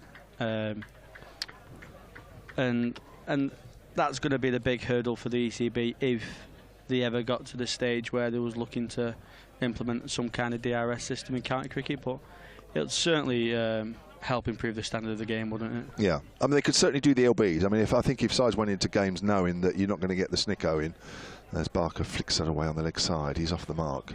253 for 6. But, you know, I'm sure every side and every commentator will say that their team has had some shocking decisions. However long, I can certainly, you know, reel them off, but I wouldn't be the only one. And yes, they do even themselves out over the seasons. Of course they do. But I think in any one particular match, this is what it's getting down to now, isn't it? It's any one particular game, rather than just over a season where it evens itself out. And maybe now, or maybe there comes a time when you've got to seriously look at it. Yeah. It just doesn't help, does it, when Hampshire, unfortunately, didn't get a big score on the board and they've had a couple against them. Yeah. Williams bowls. Vince pushes that where it's hardly a fielder at all on the leg side, so there's always a single. It moves on to 42. And I just think what we demand of the game now and our expectations of the game is changing all the time, isn't it, really? I mean, you know, what was a few decades ago was a few decades ago, and we accepted that. And are we as accepting now? I'm not sure we are. I think we want everything analysed. We want everything to be given to us. Well, it's not out because of this, or it's out because of that, you know, rather than, well, that's just the way it is at the moment. That was a big gust of wind, and probably the most these umbrellas have moved, which is a worry. Williams is round the wicket to Barker, and he's flicked that away into the gap on the leg side. Doubles his score onto 2. 255 for 6. The lead is 23. I think it will come in at some point. Yeah, I think like, just going back to your point about demanding more for the game and stuff, and I think that's all sports as well, isn't it? You look at football now with VAR. I think, unfortunately, football fans would rather football without VAR at the moment. But cricket is one of them sports where you can utilise a video umpire because it's got laws and it's got. Whereas football's a bit more of a human error, isn't it? It's a bit more of how they perceive it themselves as referees. Yes. Whereas umpires, they've got laws to go by. So if it came in the county championship, it'll be absolutely brilliant for the game. Yeah. The batters, bowlers, everyone would benefit from it. It'll give less talking points and more focus on the actual good innings, good bowling, etc. Yeah. Yeah, I agree. And the umpires now wear body cams, don't they? So I'm just wondering. Here's Bailey bowling, start of a new over. They're flicked away again down the leg side by Barker. Moves on to 3, 256 for 6. The lead is 24 now. I haven't seen any footage from any of the umpires that have been rigged up this year, so I don't know whether that might come into contention if you wanted to make decisions, you know, reviews. Is the body cams more for disciplinary? Yeah. I think Neil Manager's body cam would be interesting to download. Here comes Bailey. I'd like to see some of that. Although we've seen some of it with our eyes. That's pushed out in the covers by Vince, who's taking it all in his stride. He moves on to 43. That's off 69 deliveries. 257 for 6. Yeah, I'm sure some of that footage is going to be analysed by the relevant people at the ECB. Barker top scored in the first innings for Hampshire, didn't it? So at what stage do you think, how many wickets down will Vince kind of open up and go a bit more aggressive? Yeah, that's a good one, actually. I mean, there's Mohammed Abbas coming in at 11, there's Kyle Abbott at 10, Mason Crane at 9. Well, Mason played all right in the first innings. So, yeah, maybe it might be the last 2, but he might just decide, yeah. Maybe not so much Abbott, although I think Kyle Abbott should get a bit more runs than he does, but even so. Although, having said that, Mo Abbas and James Vince did put on something like, I forget how many it was for the last wicket in a recent game. And Mo Abbas did stick around, but with a first-class average of 6, obviously that's fairly unusual. Yeah, you're not going too confident, are you? No. Once every now and again. No, he's probably had his one partnership for the year. It's Bailey. Barker forward. Pushes that up towards mid-on. Just teasing Barker here, just trying to get in his head a little bit. They've got like a leg gully, and George Bell's out just in front of us at a wide, fine leg. So they are just teasing Barker with the ploy of the short ball. They are, aren't they? Trying to bluff him and stop his feet from moving, potentially. Yeah, just George Bell down to our left at fairly squarish, deep, fine leg. Bailey in, and I don't think he's playing at that one. That looked a really good ball. He might have been. Just a little bit of extra pace there from Bailey. Angled across the left-hander. So the lead is 25. There are still over 53 overs left in the day. There's a very good chance we're going to finish today. This second new ball is only into its third over. And we know how difficult the new balls have been in this game. Bailey, Vars, Barker does leave that one alone. Let's imagine the chairman of the Southport and Birkdale Sports Club, Tony, is sweating because he was desperate for the game to go 4 days and sell all the beer that they've got. He'll certainly be a worried man. Might just be rigging up some offers. Just writing out those cards. 2 for 1. Yes, I haven't seen him for a little while. He's been a great host, hasn't he? He's been wandering around everywhere, answering people's questions and queries, which often you get as a figurehead, don't you, for big games like this. He's a terrific guy. Bailey bowls. Barker pushes that out towards extra cover. End of the over. Bay's 1 for 44. Hasn't picked up the wicket since Joe Weatherly last night. Hampshire 257 for 6, having started the day 119 for 1. And having started 113 behind, are in front, but it's only by 25. And yeah, he will be a worried man on that one. I have to say, I kind of convinced myself when I walked in this morning that we would be going into today 4, but I'm not so confident. I don't know about you. Yeah, when there was 1 down and Middleton was motoring along with Gubbins, I actually thought at one stage the game was flowing into more Hampshire's favour. I think there was 70 behind with only 1 down, and at that stage you was kind of backing Hampshire to get a good lead. Yeah, that's for sure. Here's Will Williams, start of a new over. Vince gets wrapped on the pad, trying to turn that away on the leg side. Big shout, mainly from Williams. And I suppose now, this is the problem now for Neil Mallender, is that the players will know to play on him a little bit. So they're really going to give it the big shout, maybe even when they're not 100% convinced, because that's what happens. That's what players do, isn't it? Yeah, he doesn't say no straight away either. So you always get that double appeal from a bowler, which sometimes often does convince an umpire, unfortunately. But even then, he said no very late. I've got another food email here. Here comes Williams. Vince works that down to fine leg. I think that may have come off the 5 pad, actually. We'll wait to see what Neil Mallender signals. Yes, he's going to signal leg by. He's in position. There he goes. If it's a Lancashire one, I'll go and get someone else. Yes, Gavin Dawson it is, solentcricket@gmail.com. He says, regarding your Lancastrian food delicacies discussion, I understand that due to food regulations... Here we go. It's not a serious discussion, by the way, Gavin. Due to food regulations, a butter pie can no longer be referred to as such. It is now called a cheese and potato pie. Oh, see, I wasn't knew that. This is why it is. Exactly. That's why you didn't know it was a butter pie. Exactly. Because you're up on your food regulations.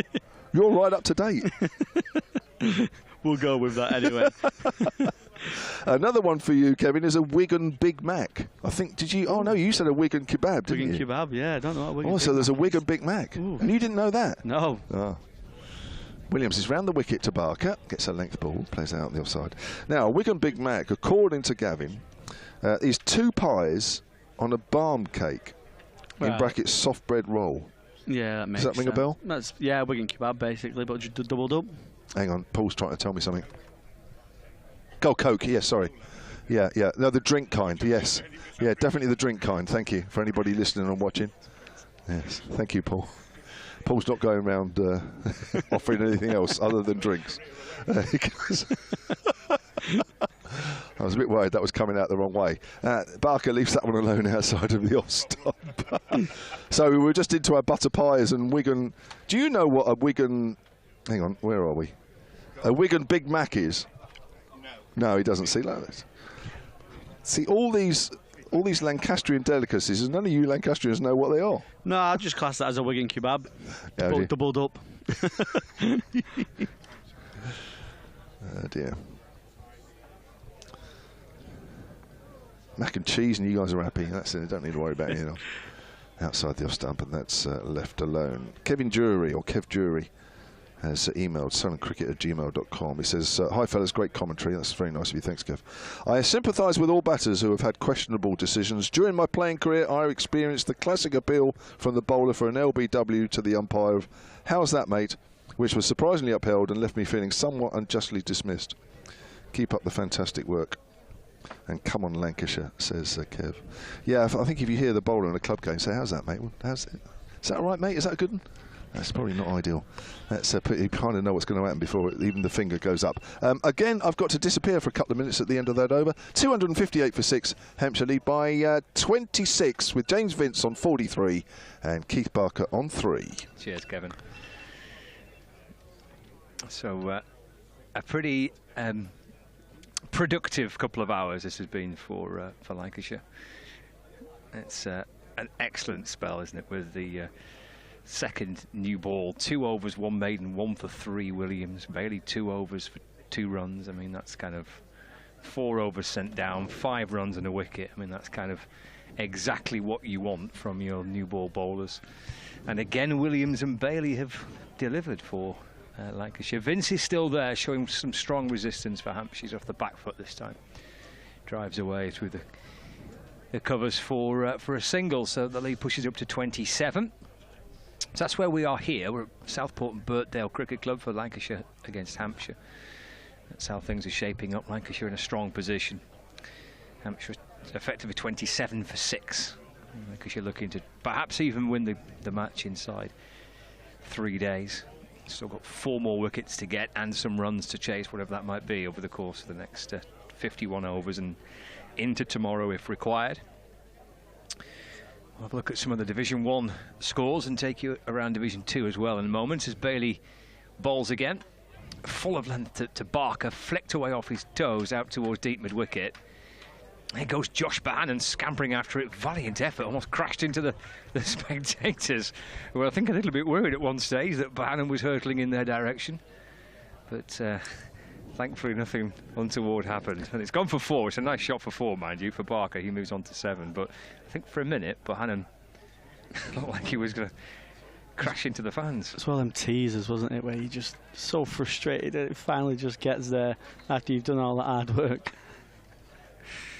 Yeah, there's been a bit of that in this match, but it's been that type of, I mean, it's such a dry outfield, isn't it? It's just trying to dive and stop the ball comes with risk of injury. There's Bailey's in and balls left by Keith Barker. Yeah, there'll be a lot of bandage tape out there. The physios will be going through a lot of that this week. A few sore limbs and bodies after 4 days fielding in the outfield here. I'm sure that's replicated in many grounds around the country. Speaking of which, the pattern of the matches in Division 1 this week have been largely all the same, in so much that there's not been massively well balanced. It's been one team that has kind of dominated. It's Barker on the front foot and defends to mid-on. There's no run. So we'll start at Chelmsford, where Essex declared their second innings on 170 for 7. And Somerset are just getting their second innings underway. So they need 466 runs to win. And Essex need 10 wickets. So 466 the target for Somerset, 10 wickets for Essex. 2 declarations there for Essex, 462 for 9 and 170 for 7. Bailey balls left by Barker. Through to Salt, and there is no run. The game that is really intriguing at the top and bottom of Division 1 involves Surrey, who look like being the team that, well, at the minute they are the team that everyone's trying to catch, and might well be the team that if you finish above them, you might win the title. But then conversely, Kent are having a really enjoyable 3 days against Surrey. They're in charge of that match. They made 344 before being bowled out. And Surrey require 473 more runs to win. And now it's 9 wickets for Kent because Surrey are 28 for 1. Barker goes back and defends off Bailey. That's the end of the over. 263 for 6. So a lead of 31 here. So who's out for Surrey second time round? It's Rory Burns, who's gone for 4. So Surrey 32 for 1 now, need 469 more runs to win. Kent need 9 wickets, but that's got kind of implications, top and bottom of the division. You don't want to be, if you're a team chasing Surrey, you don't want to miss out on victory in the round of fixtures where Surrey might lose. Conversely, if you're towards the bottom, like Lancashire are, just above Kent, you don't want to miss out on a win in a game you've dominated when Kent, who are just below you, might well go on to win that match. Yeah, it'll be a really good round for some of the teams around Surrey at the top of the table to try and sneak some points up against that. They've got a brilliant side down there, haven't they? Here comes Will Williams from the Grosvenor Road end. Balls turned out to mid-wicket by Vince, and there's no run. And the other Division 1 game again, which has been dominated by one team, is at Trent Bridge, where Warwickshire declaring on 571 for 9, and Nottinghamshire in their second innings of 55 without loss. So made a pretty solid start second time round after being dismissed for 155 in the first innings. And Nottinghamshire trail Warwickshire by 360 runs with all 10 wickets remaining. It's left by Vince and taken by Salt, and there's no run. So they're Division 1 games, and Division 2 matches. It looks like a really healthy crowd at Chesterfield this week for the Derbyshire-Yorkshire game. Derbyshire made a pretty modest 111 all out, and in reply Yorkshire 353 all out. And now Derbyshire 380 for 6, and they lead Yorkshire by 138 runs with 4 wickets remaining. And that's wrapped onto the pad of Vince. Williams goes up. Umpire Neil Mallender says not out on this occasion. 261 for 6. Durham against Glamorgan at Chester Street. Glamorgan 390 all out. And Durham in reply a 584 for 9 to lead Glamorgan by 194 runs with 1 wicket remaining. And the Gloucestershire-Leicestershire game has been pretty badly affected by rain over the last couple of days. Vince turns this nice delivery, good looking shot, just rolled off the pads, beautifully timed. 4 runs through square leg. Gorgeous looking shot by Vince. He's timed that lovely, hasn't he? He played one earlier in his innings when he just uses the pace and just turns his top hand over the ball and just timed it to perfection. And George Bell down there. Yeah. George Bell and Vilas had no chance. So Vince to 48. Hampshire 267 for 6. Lead now 35. Doesn't see any noticeable change in actually the strength of mid-wicket. Blathwaite's gone to mid-wicket, Vilas at deep square, Bell at fine leg, Bailey at mid-on. Slightly stronger leg side field. Pushed away by Vince for no run. Yeah, just a real shift in field there, isn't there? But they brought a couple of extra men over, and it looks like Williams is just going to try and go for that golden ball again that he bowled in the first innings. Shape the ball back into Vince's stumps and his pads and just pack the leg side. But they've got the luxury of that Lancashire. They can just afford to give Vince a 1 if he wants and bowl at the rest of the Hampshire lot for now. Final ball of the over for Williams. Vince off the front foot and drives down the ground, fielded by Williams. No run. So 35 in front at 267 for 6. So 2 other matches in Division 2. So mentioned Gloucestershire, Leicestershire. Gloucestershire 368 all out. Leicestershire in reply are 155 for 3 in their first innings. So they trail by 213 runs. And Sussex against Worcestershire on the south coast in Hove. Sussex are 148 for 4 in their second innings, and they lead Worcestershire by 86 runs with 6 wickets remaining. As things are shaping up elsewhere in the County Championship, every ball of every game via the BBC Sport website and app. You're listening to 5 Sports Extra, and we're on Lancs TV, which is beaming its pictures back from Birkdale, from Southport and Birkdale Cricket Club, and Tom Bailey. with 2 slips in place, comes in and bowls to Keith Barker, who's off the back foot. And that's defended away for no run. 50 overs remaining in the day, so lots of cricket to go tonight. Lancashire will be hopeful of finishing this today, won't they? They'll be. So, yeah. If they can get one early enough and then go bang bang, Lancashire will be hoping to get the game wrapped up today. Bailey turns and sets off again. Left by Barker. Through to the keeper, no run. Nick Gubbins has gone for a very fancy-looking ice cream there. I've got to say, the Hampshire lads have enjoyed the ice cream on this week, haven't they? I reckon that was kind of it was a twin cone. Does do some very funky ones over there. Does it? Yeah, Oreo, okay. Nutella. Well, that looked greeny. That looked like a minty type. Do Kinder Bueno. Do quite a lot of different ones over there. Nice. Like mint and chocolate. There was 2 different scoops of ice cream in there. Yeah, Dawson as well. Yeah, Dawson's having a go. Well, that's probably for the swelling. Yeah, helps the stitches. That's what I'll be saying anyway. I've got no stitches in. I've got to have this massive ice cream because my top lip's swollen. Barker drive just barely comes in. It's picked up by Balderson at mid-off, and there's no run. In Dawson just going for the solid vanilla, single chocolate flake and a little bit of raspberry sauce. It's the classic ice cream, though, isn't it? Yeah. Not much sherbet knocking around on it, though. We can see on the live stream now, look at that luxury ice creams. Goodness gracious. No wonder they're £9 a bottle. Well, exactly. Not surprised the luxury with the price he's charging. Surely a Mr. Whippy Classic isn't, you know, it's got to be a pretty reasonable price, hasn't it?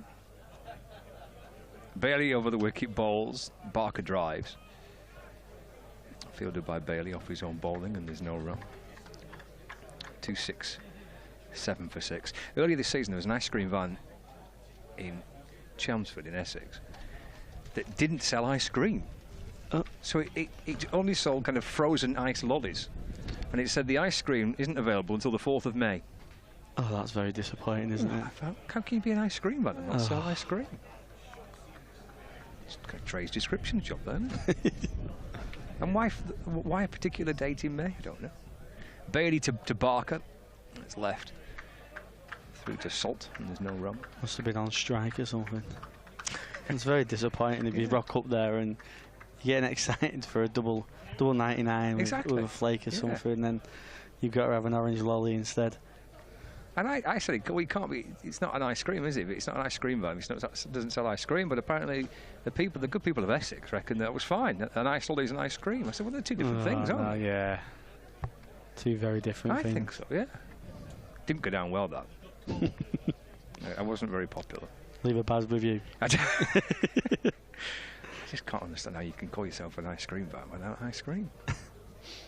They're going to push square leg back to the boundary. There's a leg gully and a fine leg, so it's not the first time they've set a similar field to Barker, who flicks a ball decent length out towards mid-wicket, and there's no run. It's the end of the over. 267 for 6.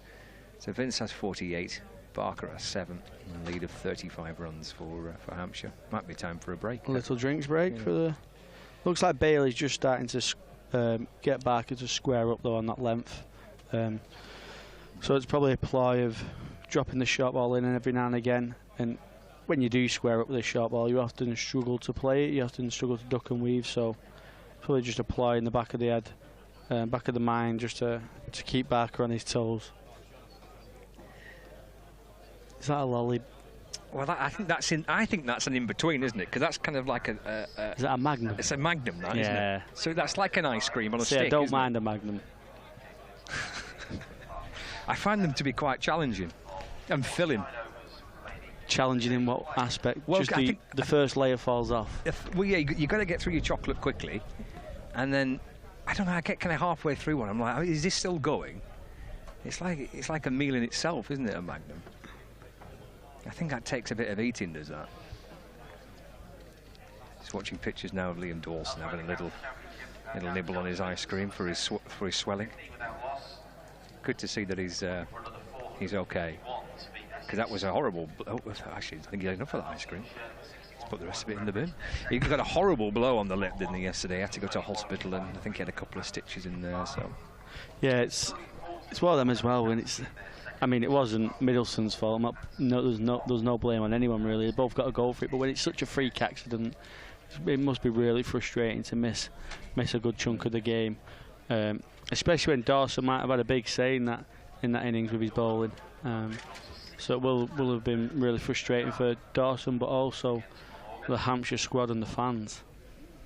Yeah, they were a bowler light for a long period of time, weren't they? Albeit Felix Organ quite enjoyed it. Yeah, he certainly stepped up and he bowled really well yesterday. Yeah. He got tucked down by Mitchell in 1 over, but he carried on tossing the ball up and wasn't afraid of being hit, and he got his just rewards for it, spitting out of the rough patches that Keith Barker made and took career best figures of 6 for. He did, enjoyed his day. How much he's going to get to work with a little bit later on, because the lead is 35. Got 4 wickets remaining. Just had a drinks break, an hour of play. And, it's important too. That obviously happens not just for the players, for the 2 standing umpires as well. It's a day that's going to sap the energy. So Williams just chatting to his captain on his way back to his bowling mark. He's coming in from the Grosvenor Road end of the ground, so there's a little media tent and the tennis courts behind him. And he's got Vince on strike. Vince with a half step down the pitch and pushes the ball away into the offside, and there's no run.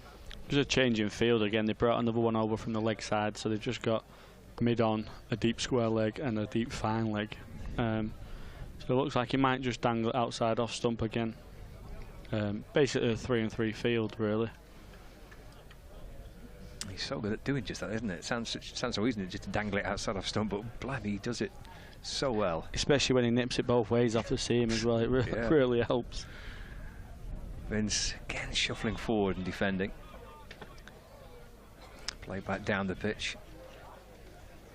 It goes without saying, from Lancashire's point of view here, that Vince is the man, isn't he? He's the key to whatever it is that Hampshire are going to set Lancashire. Yeah, certainly. He's that good of a player. He could really put a show on and get Lancashire back in the game single-handedly. So they will still be cautious, and they might just, like you say, give him the one and try and bowl the rest of them out at one end. 48 not out. Williams strides in again to Vince.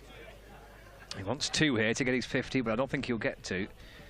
No, change their mind, because Bannon catches up with the ball as it's worked out to mid-wicket.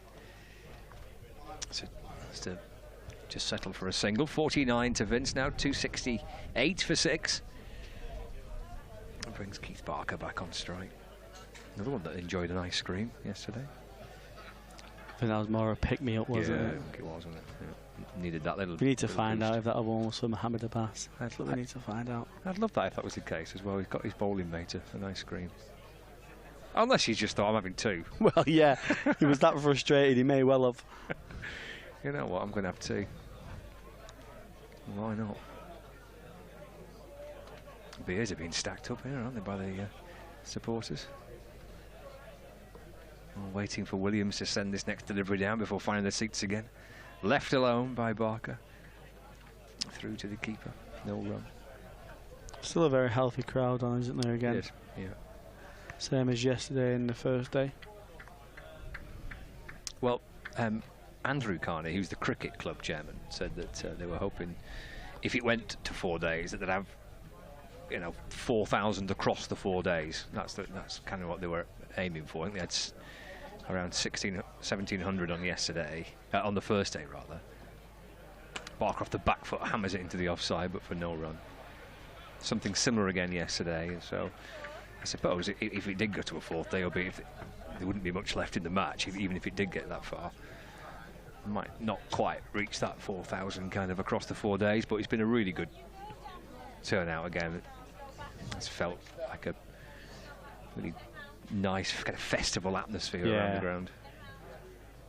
It's good that some of the players as well from the squads mingling with some of the fans who haven't got a game, like you see Matt Parkinson walking around.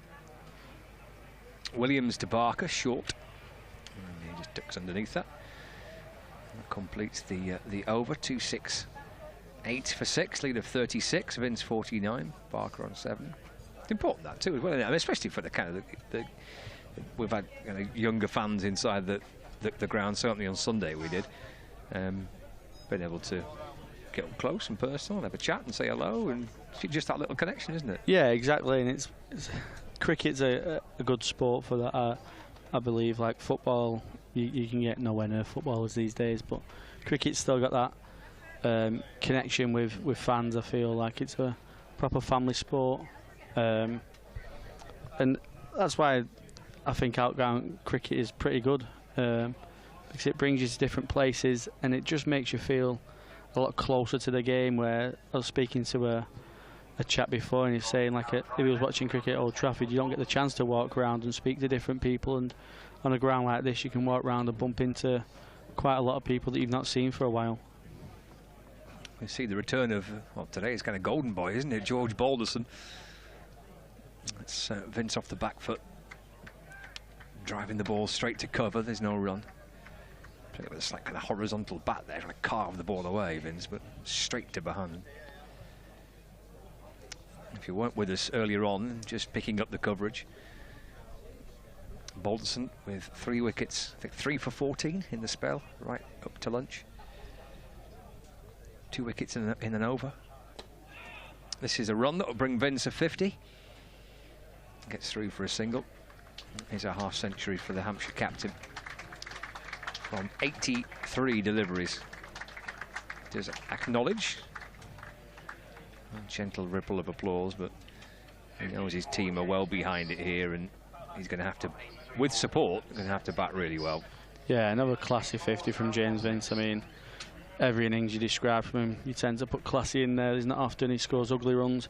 He's a very pleasing on the eye batsman, and like you say, he needs to go again really for Hampshire here, and he'll be hoping that Barker can stick around. Yeah. Just needs a bit of support, doesn't he? Had Dawson for a bit. Kind of went quickly up. Organ went quickly, and it's dabbed away by Barker to Hartley in the gully. There's no run. Just try and find a partnership that will set something that could be tricky to chase, batting last. Trying to win the game, probably have to win the game, probably Lancashire, because they've drawn their first 5, and we kind of highlighted the Kent are well on the way to a victory, yeah. Balderson to Barker. Oh, that's flashed up towards mid-on, where Villas took almost a spectacular catch. Well, he's put it down, Villas, but it was a wonderful effort to try and get to it. It would have been a breathtaking catch. One-handed by the Lancashire captain. Would have been another wicket for Balderson. Heaved it back over the bowler's head. There goes the dive. Oh, he got to it, I think, as well, didn't he? I think he just bounced out of his hands as he hit the ground.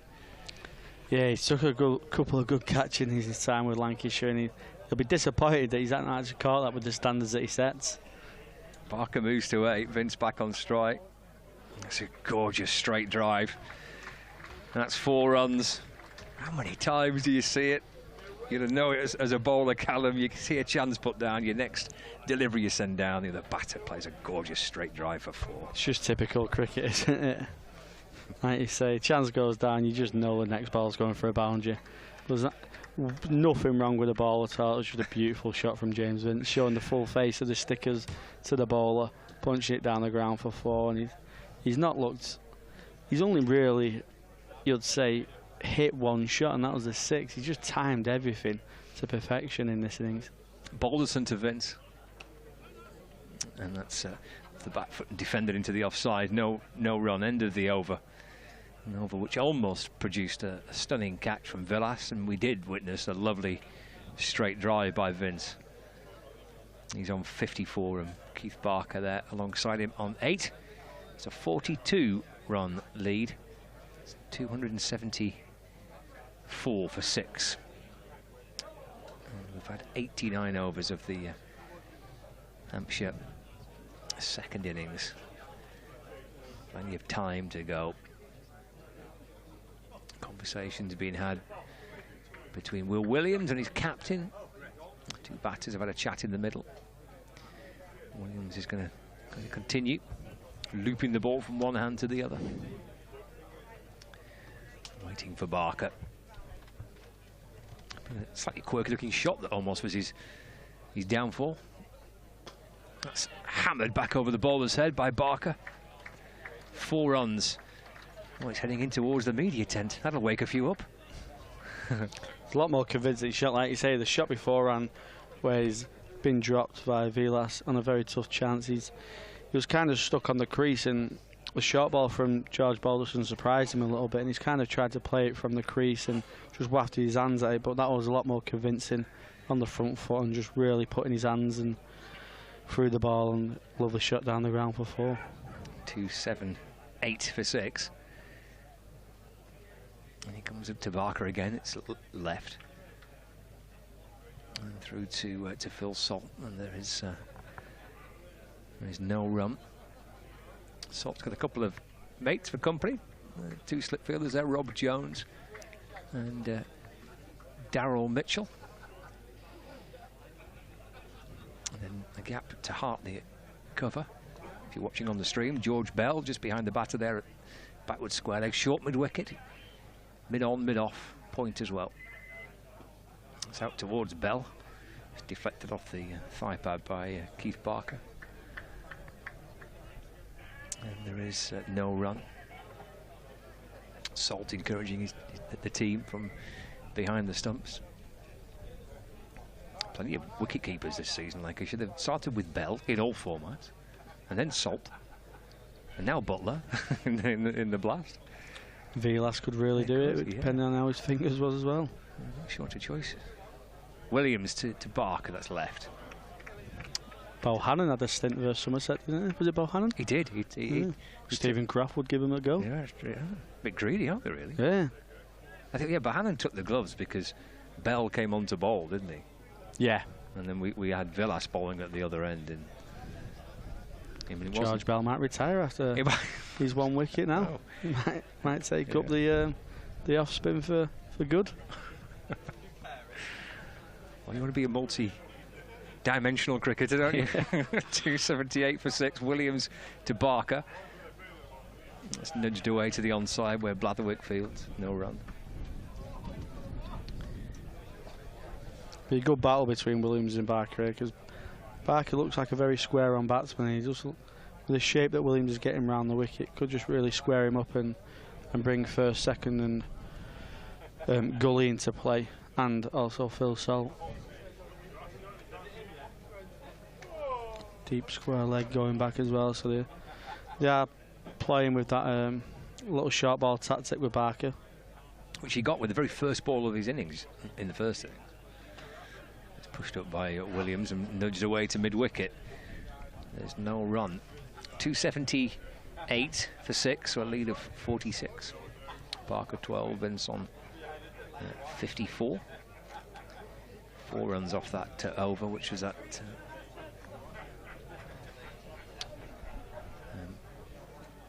which was Barker, of course, taking him into double figures.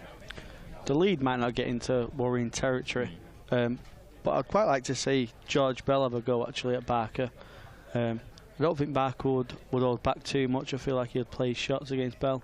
I feel like he'd try and go after him. But I feel like the risk and reward could play into Lancashire's favour, especially spinning away from the batsman with the footholes. Well, he was into the attack pretty early, wasn't he, this morning, George Bell. It's going to be Balderson. 3 for 57 are his figures. Into Vince. Well, Vince has defended it, but the way he played it, he gave the indication he just kept a little bit low on him. Yeah, it looked very similar to the ball that Middleton got, didn't it? Just looked like it's just tried to sneak under James Vince's bat, but he's timing everything so well, so it's going to have to be a pretty special ball again to get him out. Yeah, it took a beauty by Williams in the first innings. flicked away through the leg side. Potentially a second. No, Jack Blatherwick's quick lad, and he's got across the ground away to his left to field, so just a single. Nice work by Blatherwick. He's put a shift in the field, Blatherwick. Yeah. He's been these fast bowlers these days now, they're being made into, well, everyone's got a field, haven't they? But in the past, not many quick bowlers wanted to do it, I don't think. There's not many hiding places now, really, is there? No, 360, full-on 360 batting sport now. 279 for 6. Balderson to Barker. Let's play back down the pitch, and again there's no run.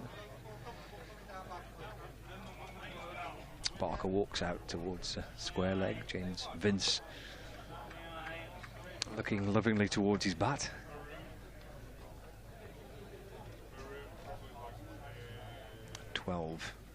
So far for Hampshire left-hander. Flashed out towards square leg, but Hannon fields. No run. Well, just overstepping again. Been 1 or 2 of those actually, haven't they? Through the course of the innings, I think Blatherwick had a couple as well.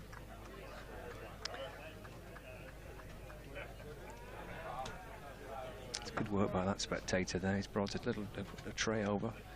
3 beers on that. He's round. Good work. Barker drives to mid-off, and there's no run. Bailey fields. 281 for 6. Lead of 49. 2 balls left of the over for Balderson.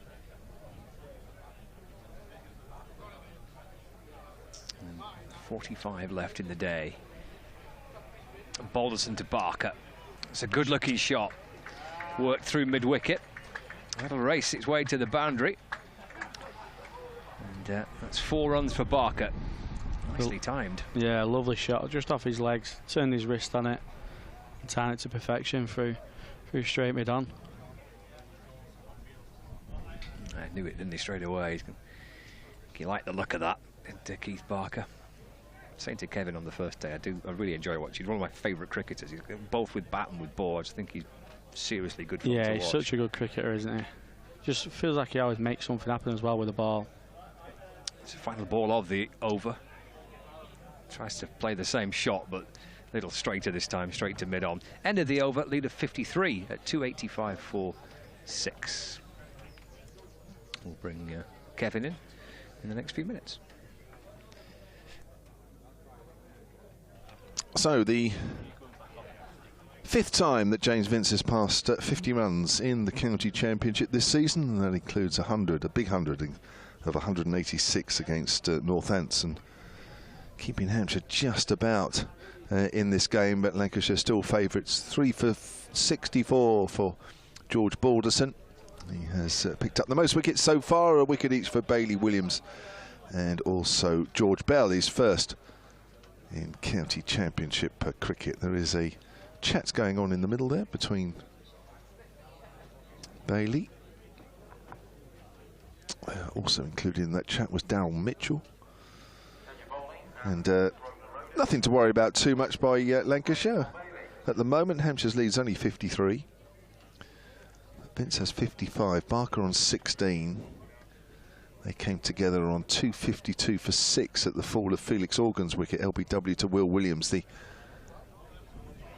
only wicket actually that has been taken with this second new ball. 252 for 5 the score was when the second new ball was taken. It brought immediate reward for Will Williams.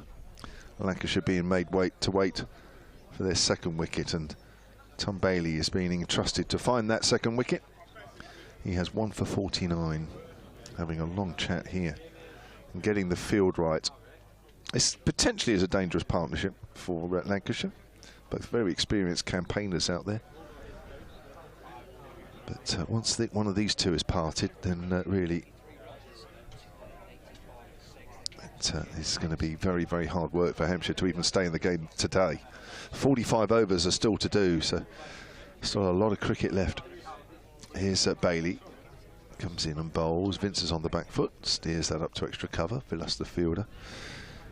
I tell you what's quite pleasant at the moment is I think for the first time in 2.5 days, in the last few minutes, the sun has disappeared behind a cloud.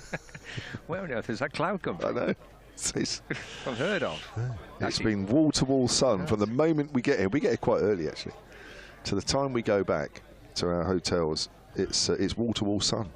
Apart from about the last half an hour last night when the clouds started rolling in, the storm clouds. But other than that, it's been very hot. That's pulled away by Vince down towards deep square leg. And that will be... Stephen Croft. Just to say, yeah, just fell over that one. What's he doing on? I have no idea. What's he doing there? I don't know who he's on for. 286 for 8. The lead is 54. Hampshire bowled out in the first innings for 142.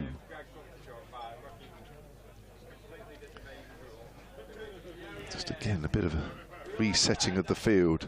Lancashire just want to make sure that, well, they're not just looking to keep runs down, they're looking to take wickets, of course. So it's for that reason there is I think George Bell's gone into gully, or certainly quite a fine gully, as Bailey's coming round the wicket to Barker. Barker gets a length ball, which he pushes to mid-wicket. And there is no run. Nick Jenkins tweets at Solent Sport, I think 150 might be enough, as long as a certain umpires at both ends.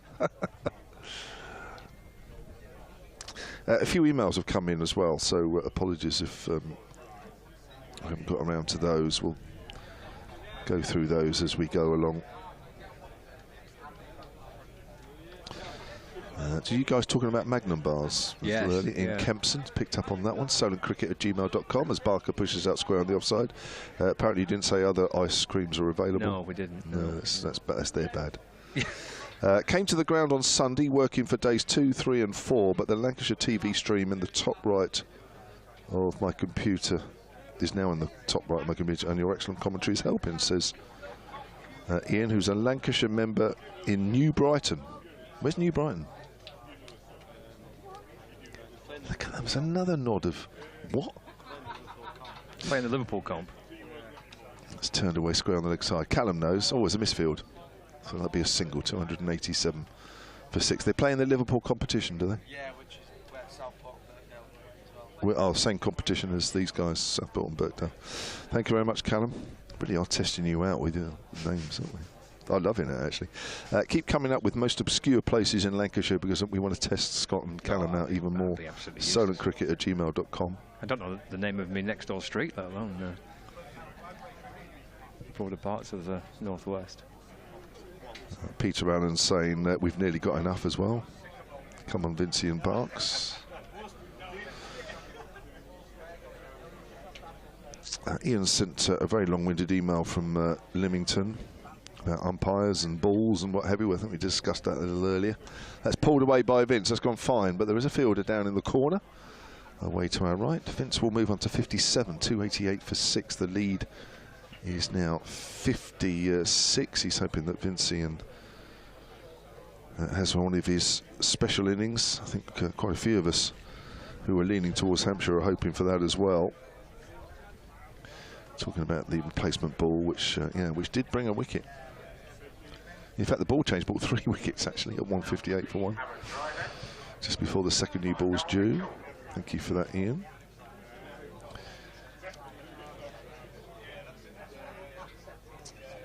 So 288 for 6. Another bowling change here. Yeah, looks like it, doesn't it? Daryl Mitchell coming in to replace George Balderson. Just a couple of overs for Balderson, 2 overs for 13. But Mitchell replacing him. Not seen Mitchell so far in the innings.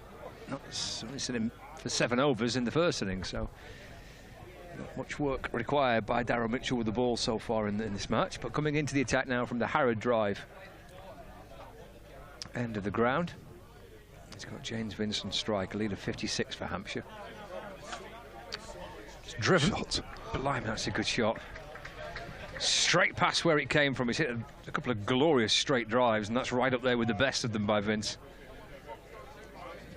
Just a little half a shuffle forward, and absolutely nails it right past the bowler for 4 runs. Gorgeous shot.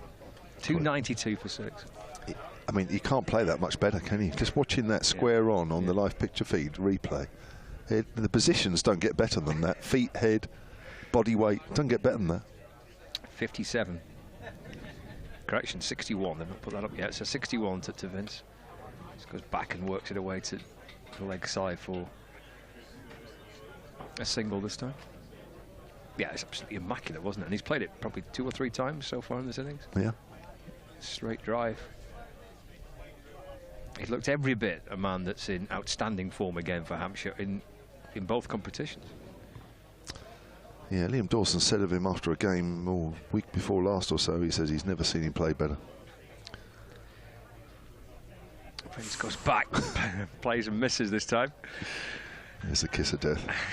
Trying to cut the ball, stands there and rehearses it a couple of times. Bit of extra bounce though. Yes, and again from that Harrow drive end.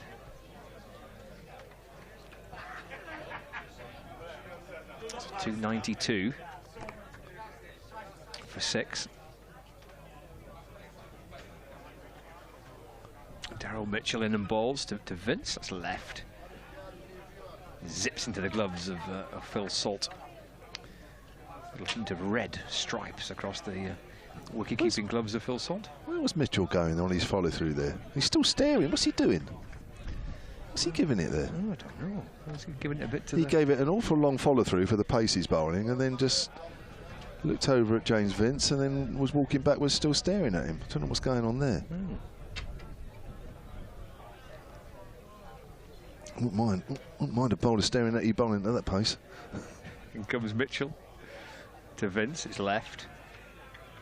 And through to the keeper, no run. 2 yards quicker, I might be worried. I'll say, come on, bring it on. Give me your best. 292 for 6.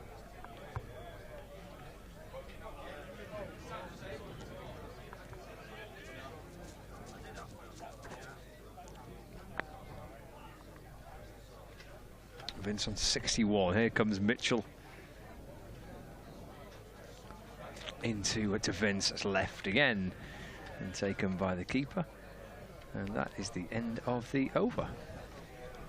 Well, maybe Lancashire just trying to get into Vince's immaculately timed bubble. 292 for 6. There's no penetrating the Vince bubble at the minute, but maybe they're just doing their best to try and distract him a little bit. It's not worked there though. Email here from Innes Nicholson, solentcricket@gmail.com. Says, excellent commentary, thank you very much. Thanks for all the nice comments. That's always very welcome. Watching from home on the south end of the Isle of Skye. Have you been? You haven't been to the Isle of Wight? You been to the Isle of Skye? I haven't. No. No. No. You can't speak anywhere.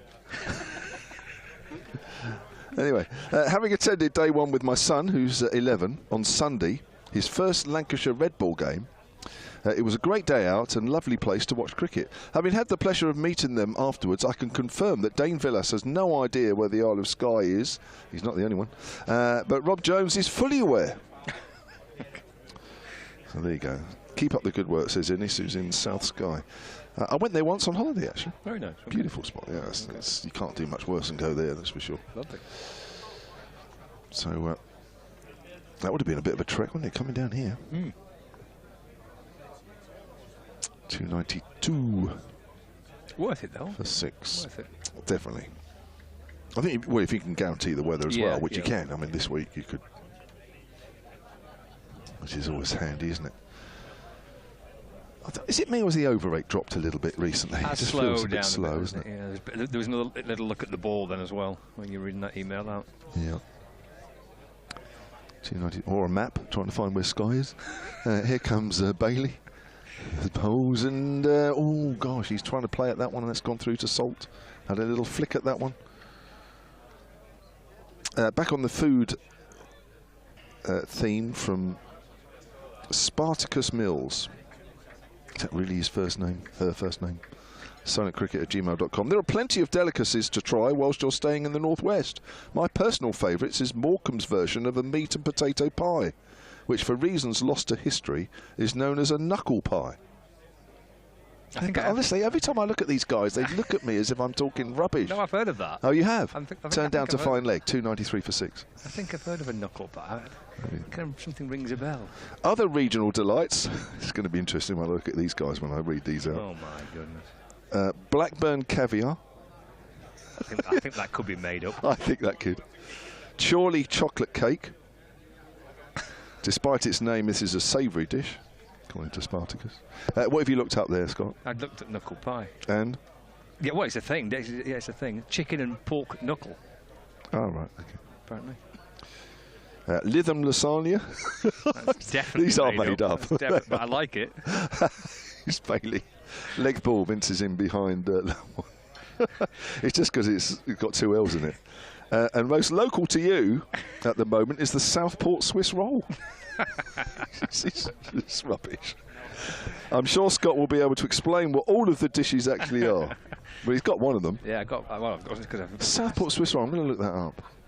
I mean, Lytham's quite posh, so I can imagine them having a nice, their own lasagna. That could be a thing in Lytham. Yeah. Yeah, I can imagine that being a thing. I'm not sure anything's come up actually on that. Vince leaves alone outside of off stump, so I think I think they just made up Spartacus, some of those. I think you've just thought, well, what sort of goes? Anyway, obviously 1 or 2 of them sound nice, even if they're not real. Yeah. Let's go into the nearest Italian restaurant in Lytham and ask for a Lytham lasagna. There you go. You what? A couple of things here, one of them of which we're talking about. Stuart Thompson, silentcricket@gmail.com, who sent a picture as well. He starts off by saying, I'm a Prestonian living in Carlisle. Here comes Bailey. Bit of breeze again as it's played back to the bowler. Enjoying the weather and loving your work down on Merseyside. Indeed, it is a bizarre quirk that sees Southport retaining a PR Preston postcode, which I think we mentioned yesterday, didn't we? I thought he was in Lancashire. Yeah, whilst belonging to Merseyside. Yeah. Further to the butter pie discussion, I would propose that you close your eyes and imagine slices of potato mingling with best butter so that the texture is almost that of mash, seasoned with a good pinch of pepper and encased in golden short-crust pastry. It's lovely.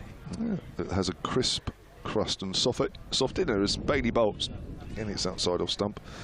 It's not now known as a cheese and onion pie, as this would require a greater proportion of cheese to onion and potato. But if you're going to eat the finest foods, one needs to call into the nearest chip shop and order steak. Or steak and kidney pudding. This is getting a bit of a cookery show, this, isn't it? Chips and gravy, add a liberal dash of malt vinegar and a little salt. Heaven in a polythene tray, apparently. What? Anyway, there was a game going on out there, 293 for 6, and the lead is 61. I know, I'm hungry now. Yeah. You sent me a picture, like that. See, that to me is a northern dish. What? Chips with a pie plonked on top and some gravy? Yeah. Yeah, okay. I don't see a lot of that down south. Well, you don't often venture north of London, as we established on the first day. So. The last thing I'm going to be doing is venturing, unless you've been paid. You're not coming up, are you? No chance. 293 for 6. Barker on 18, so Mitchell to continue. Lead of 61. And Mitchell bowls to Barker. It's left and through to Phil Salt. There's no run. So 42 overs remaining in the day. So 10 overs until tea. Can Vincent Barker get Hampshire to tea? Just 6 down. It's a decent amount, isn't it? 10 overs to face. Yeah. I want to see Mitchell to Vince. That appears to be the. It was just that one ball, wasn't it? Mitchell into to Barker. That's wide of off stump and ignored. To be fair, there wasn't much going on either side of that. I don't know what was going. Just that one ball. Bit odd, really. I thought there may have just been something at the end of the over, a little bit maybe.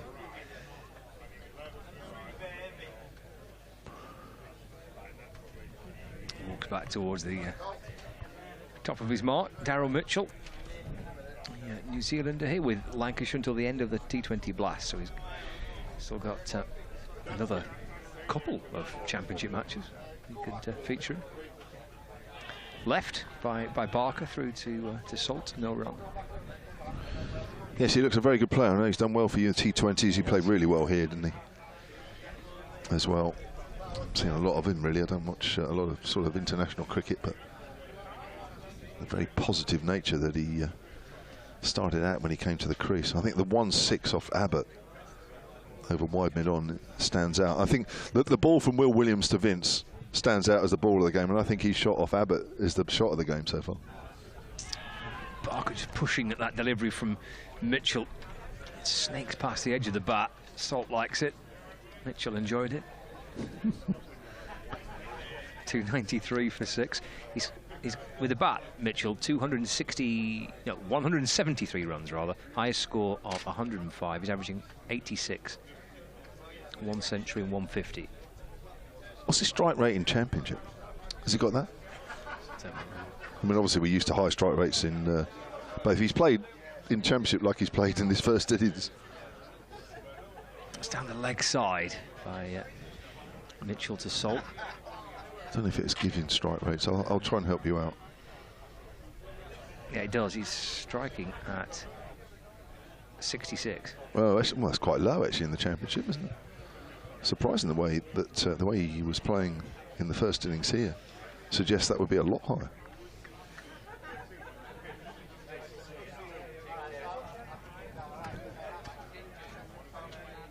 And he comes again. Final ball of the over to Barker, left, and taken by the keeper, and there's no run. It's the end of the over, 293 for 6. Vince has 61, Barker has 18. Actually, he was only striking at 80 in the end, over the whole of his innings. In the first innings of 68, and actually I'm surprised at that because he really did give it a good go early on, didn't he? Obviously calmed down, calmed down a lot further than I thought. I think this is just his second Championship match. Oh, right. He missed Lancashire de Grandon for the first 4 or 5 games of the season. Well, and he's still here with Lancashire now. Yeah. But Mitchell came right at the back end of that opening block of Championship fixtures. He's an exciting player. De Grandon played a bit for us. Yeah. He's when he gets going, he's good. Yeah, he's good, isn't he? Good, is he? 293 for 6. It's Bailey. 1 for 53 to his name. Comes in and bowls to Vince. Vince on the back foot. Goes out to the covers. Clearly the butter pie theme has touched a nerve with a lot of you. Simon Riley, soloncricket@gmail.com. A butter pie does not contain cheese. It's just potato, onion, butter and seasoning. I've had plenty and always stock up when back in Lancashire. Fans and commentators visiting Manchester by train can try them from the Spa near Piccadilly. Other convenience stores available. Enjoying the commentary immensely, says Simon. A couple about the DRS, which we were talking with Callum. That's attempted pull by Vince, just hits him on the body. May just have got into that shot a little too early. Julian Dean, soloncricket@gmail.com. He says, I agree with your sentiments regarding how nice it would be to have DRS for county matches, but I think the economics are impossible, given that you would need a setup for just 8 matches at a time, and the cost of setting them up and operated comes out to £50,000 per day. Well, Julian must work in the industry, isn't he? Or must know quite a bit anyway. Add all that up and it would cost around £20 million just to cover the Red Bull games. Which is probably somewhere near the entire annual revenue of the 18 counties put together. That goes back to the Dawson dismissal earlier. That's flicked away by Vince, down to fine leg. We'll move on to 62, 294 for 6. The lead is 62. Yes, Dawson, one of 2 wickets that have fallen this afternoon. The first of them about 25 minutes or so after lunch, when he was given out reverse sweeping, caught behind by umpire Neil Mallender, which set our discussion off about DRS. But that was, well, I suppose that would be more Snicko than DRS, wasn't it? I guess the general, discussion about LBWs really, which would you would think that would be an easier system to set up. Well, we see replays, don't we? And they're slowed down. But it's the ball prediction, isn't it, that's expensive, I think, course. isn't it? Yeah. Hawkeye. Yeah. Bailey's round the wicket to Barker, edges, and he's caught in the slips. And the wicket goes. Bailey picks up his second. Barker goes for 18. And Darryl Mitchell holds onto one that went very quickly. And Hampshire have lost their 7th wicket. Yeah, second for Bailey in the innings. Challenge to try and see if Barker could support Vince to tea, but goes for 18. Lead at 62. And Lancashire celebrate another wicket, and they've chipped away all day. Lancashire, they had probably a relatively frustrating hour or so this morning, and just stuck in there and were patient. Certainly no visible signs of any frustration, and there's wickets before lunch, and they've chipped away again after lunch. Looking for the drive, Barker. Quickly glanced over his shoulder, concerned that Mitchell would take the catch, and that's exactly what he did.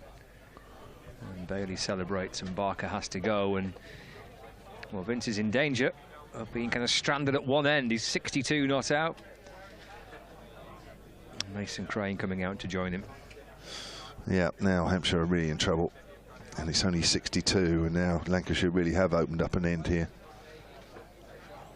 And as we were discussing a little earlier, how much differently will Vince play now?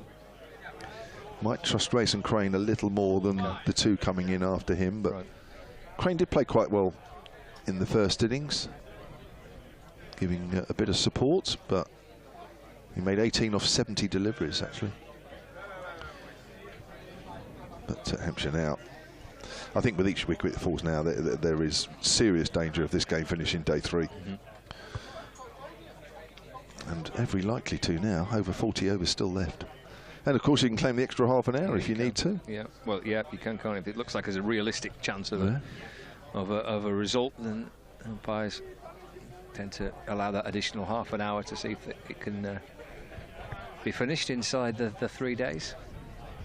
Here's Bailey to Crane. Oh, he was just running in and then just stopped. I don't know if the field was still moving while he was doing so. So there are, what have we got? 1, 2, 3, 4 slips for Mason Crane. As Bailey turns. Somebody's asleep in the crowd there by the looks of it. As I was just a glance at the live picture feed, and that's pushed back up to mid-on, and there is no answer, no ball. Signalled by umpire Neil Mallender. I'm sure he was asleep that night. Well, it's a type of day where it's a little bit warm, isn't it? You may have had just something cool to keep your mouth wet, and you think, oh, actually, I might just close my eyes for half an hour. Yeah. If something happens, I'm sure I'll wake up. Here's Bailey. Well, I hope I'll wake up. To Crane. Crane forward. Plays it back to the bowler. So Vince is 62 here, and well, it's going to be interesting to see what he has in mind for the rest of his innings. How is he going to play it? Assuming, of course, he's not the next man out. It's in danger of it looking like kind of being stranded at one end, isn't it? Yeah. Searching for a partnership. Which has already happened once this season. Here's Bailey again outside the off stump. Cries of ooze, but looked like a good leave from where we are. End of the over. Bailey has 2 for 56. 24 overs I think he's completed in this innings. 296 for 7. The lead is just 64. The partnerships that Vince have had. Well, Brown didn't last long because Ben Brown only batted for 3 balls with Vince. That was naught. Then there was a recovery, and a partnership started between Vince and Dawson. That was worth 57. But again, unable to push that on. Vincent, Felix Organ, 12. Vincent Barker, 42. And now Vincent Crane. So he's had 2 partnerships that have kind of got going, but unable to get one of those onto a half-decent one, push it up to 3 figures, and that puts Hampshire's lead in a much healthier position. Vince plays forward in defence, and there's no run. 62 to Vince, 296 for 7.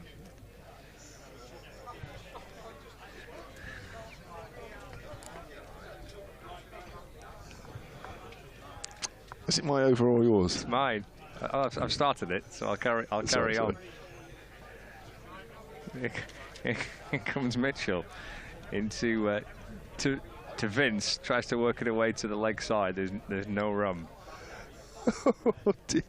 Dave Taylor has emailed sunatcricket@gmail.com. The first line: can I inform the geographical ignoramuses amongst you? Always a good start.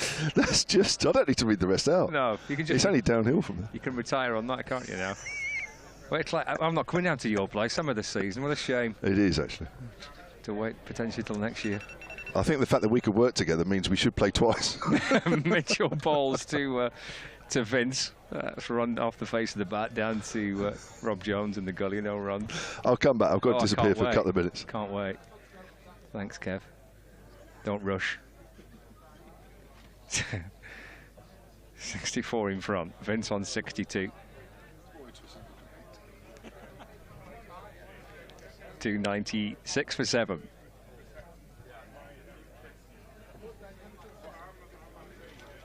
One slip and a gully. Short mid wicket.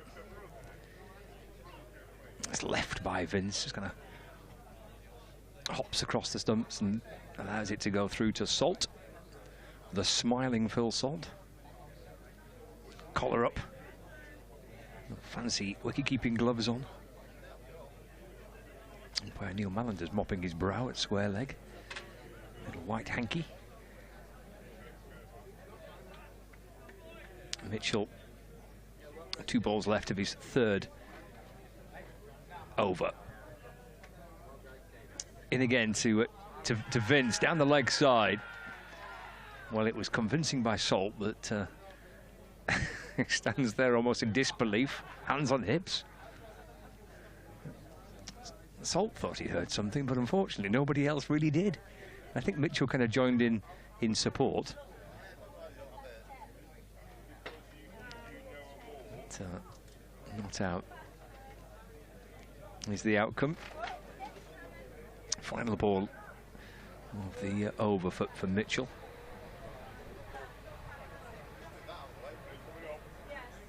Little shuffle at the top of his mark, and here he comes in again. He's leaning slightly forward and straightens now as he bowls to Vince.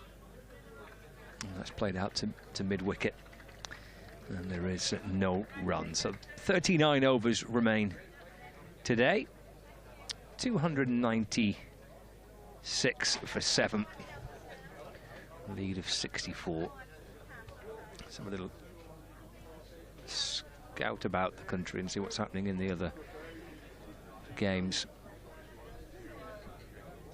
Where Somerset are 42 for 1 in their second innings. They require a further 424 runs to win against Essex, who need 9 more wickets for victory. Surrey are 72 for 1. Dom Sibley 24 not out. Tom Latham 43 not out. So Surrey need 429 more runs to win. Kent searching for 9 more wickets for a victory in Canterbury, and Nottinghamshire are 3 down. And they still trail Warwickshire by 330 runs, 86 for 3. Notts, Slater, Hamid and Montgomery, the 3 out. Hassan Ali with 2 wickets. So Notts second innings, 86 for 3, still trail Warwickshire by 330. As you can see, Will Williams returns. Crane on strike. That's defended to mid-wicket. And there is no run. And in Division 2, Derbyshire's lead over Yorkshire is 197 runs.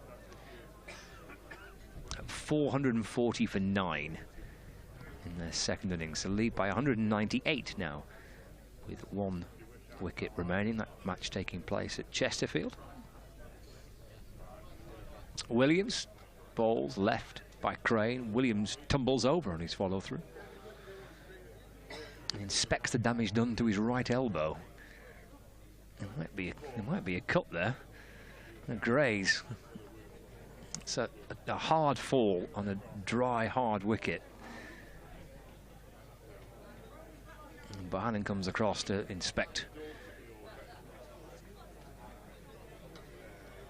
And Williams down on one knee, looking at the footmarks. There may be a bit of running repairs required from the guys in the room behind us here. Dane Villas signalling towards the Lancashire ground staff that are in the tennis pavilion. I think they just need a few running repairs. We'll see. There's Sam Burns coming out. Maybe, speaking of running repairs, maybe Will Williams needs a bit. Actually, maybe Dane Villas was signalling more towards the Lancashire dressing room for Sam to come out and take a look at how Will Williams is. So while that goes on, we'll continue with some of the other scores. Where in Division 2, Glamorgan 22 without loss in their second innings. And they trailed Durham by 218 runs. Big score for Durham, 630 all out in the match at Chester Street. Got runs there for Durham. A couple of Centurions. David Bedingham making 151, Ollie Robinson making 102, and Graham Clark making 80 as well. So Glamorgan trailed Durham by 218 runs, the 22 without loss in their second innings. Leicestershire are 204 for 4. They trailed Gloucestershire by 164 runs. And Sussex are 204 for 5. And they lead Worcestershire by 142. And looks like Will Williams is okay. Tom Bailey pops the bag of tricks for Sam Byrne, the physio, onto his shoulder, and looks like Williams is going to be able to continue. 296 for 7, lead of 64. Go on then, Kevin. Right, going back to Dave Taylor, I won't read the first line because I think once was enough. Was it? I was very surprised you missed out on the chance to read it for a yeah. Well, it doesn't refer to me, obviously. Yeah, that's right. I don't want to gloat. Really? Well, mainly because I haven't been pushed on anything south, which I wouldn't do because I'm up north. You know, it might be different next year when you come to us. And sure, we'll have the tables turned. So Dave Taylor says after that first line that there is no such county as Merseyside or Greater Manchester. Southport is in Lancashire. In comes Williams and bowls left and through to the keeper, no run. As is Liverpool. These modern new dangled names are for administrative use only. Please refer to Friends of Real Lancashire, in brackets, FORL, £10 annual subscription. Oh, God, this is a bit of a sales thing going on. For the real borders of the County Palatine. Yeah, have you heard Palatine? I have, and I get sent this quite a bit. Yes. On Twitter, the map of the real borders. Right. So yeah, I'm aware of their work. There's Williams in and bowls, and that's left alone by Crane through to the keeper, no run. Finally, can you explain why Phil Salt is wearing the cap of a non-cap player? Scott will explain the difference. This is Dave Taylor. I can't tell the difference from here, from what Salt's cap is compared to the other caps. And so, looking back on the stream here, maybe Salt not been capped? I have no idea if he has or not. Williams in, and that's defended by Crane, and there is no run.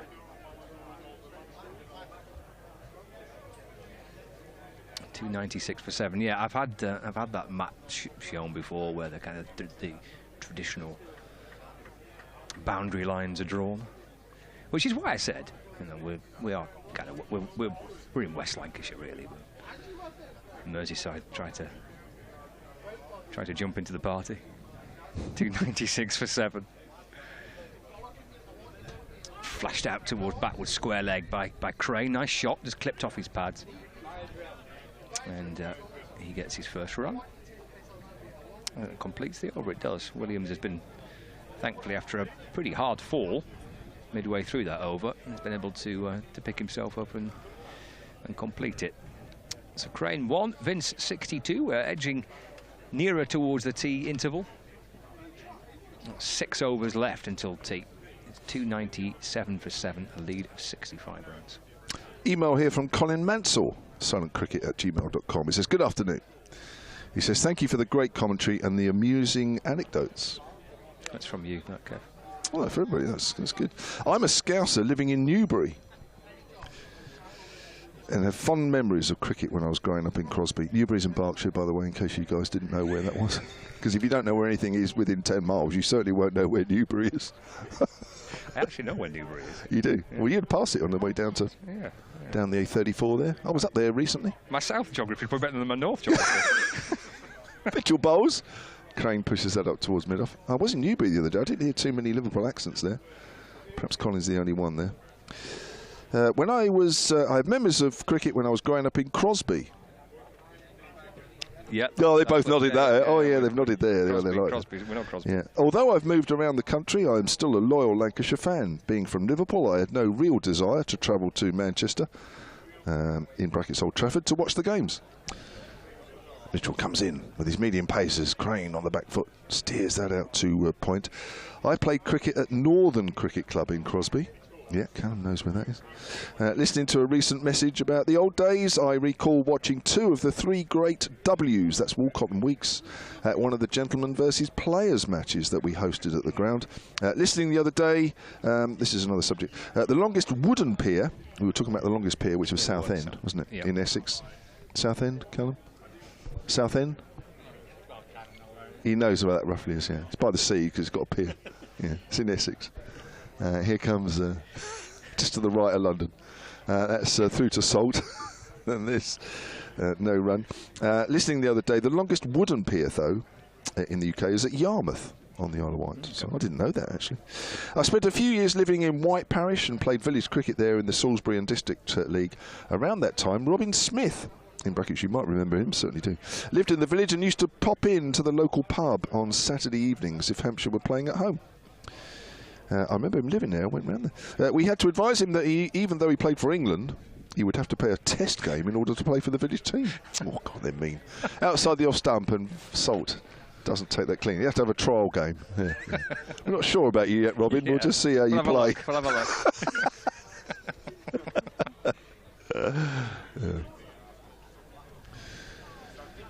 look. Stephen Scott, silentcricket@gmail.com, says, many thanks for the commentary. Great to hear the extremely knowledgeable Callum Flynn in the hot seat once again. There you go, that's very nice. That's Steve Scott. It's all right, as long as you don't ask him about his place names. Everything else, he's tip-top. 297 for 7 here. So again, the sun just disappears behind a cloud. It's the second time today. Here's Mitchell.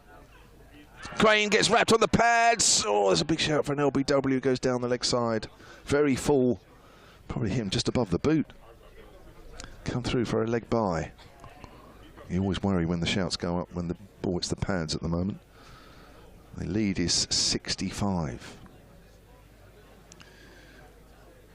That brings James Vince back on strike. He's 62. And Mitchell, who's into, well, he's got one more ball left of his 4th over. Steady spell, none for 4. There's another chance to have a go at Vince here. As he comes in and bowls, and Vince pulls that, tries to pull it, it goes through to the keeper. Tempted bouncer. And that's the end of the over. 298 for 7, lead of 66. Nice big shout, wasn't it, for LBW? Everybody was up. Umpire, to Crane's relief, gave it not out. 5 overs left of the afternoon session on the 3rd day. Will Williams is going to continue from the Grosvenor Road end of the ground. A lead of 66 for Hampshire. Mason Crane on strike, so 2 slips and a gully.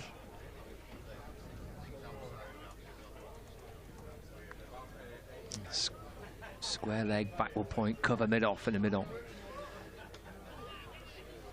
Dabs the ball away, Liam Hurst on the 12th man comes up to complete the fielding. Again, there's no run. these two can put together a little partnership. I don't mean little, but substantial little, you know, if that's a word and a phrase. You know, and get it over 100 and maybe eke out a few more. I mean, they might just be or eke out a 150-run lead, and I suppose you'd never know. Well, it doesn't even that doesn't look anywhere near enough. The wicket's not breaking up. Doesn't seem to be. No, it doesn't. It could still be quite awkward, that, couldn't it? Shot away by Crane. Yeah, should get full value for that. He does. And over the rope towards extra cover for 4 runs. Crack that away firmly for 4. That is a very, very good looking shot from Mason Crane. Full of confidence in that shot. Brings up the 300, that, for Hampshire. 302 for 7, lead by 70.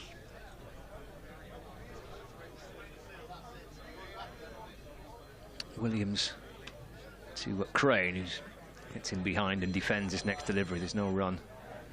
I was just looking at the partnerships, Kevin. I think you may have been doing your update.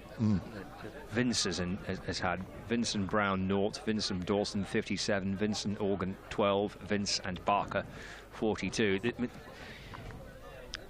One of those two, the Dawson Vince or the Barker Vince partnership, and there could be one here, but able to just to build on one of those two, and they were both set. It's left by Crane through to the keeper, no run. Yeah, that could have been something that, and it could still happen, but that could have been something that puts Lancashire under a bit of pressure batting last. Yeah, I mean, it's always ifs and buts and what have you, but yeah, just a few runs, even just a few runs on each of those, and then, you know, I think Mason Crane's batted pretty well in this game. I mean, he started well here, he batted well in the first innings, and then you think, well, okay, they might put on a few more, and obviously the key to this is Vince. Yeah, but I mean, 70's nothing at the moment, is it? Williams to Crane. Lovely shot, clipped off the pads in front of square on the leg side this time, and out towards the boundary for 4 runs. Well, he's hammered one away through extra cover, and he's eased one off the pads through square leg. Moves to 9, 306 for 7.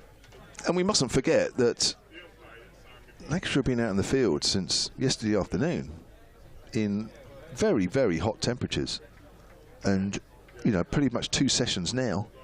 You know, it's not easy in this heat. Lead of 74 now.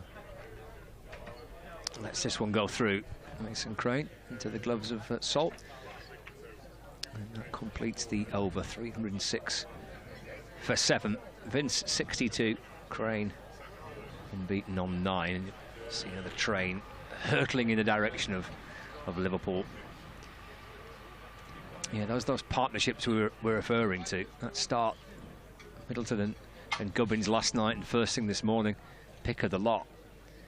And Hampshire might just think that the other two there, Vince Dawson, Vince Barker,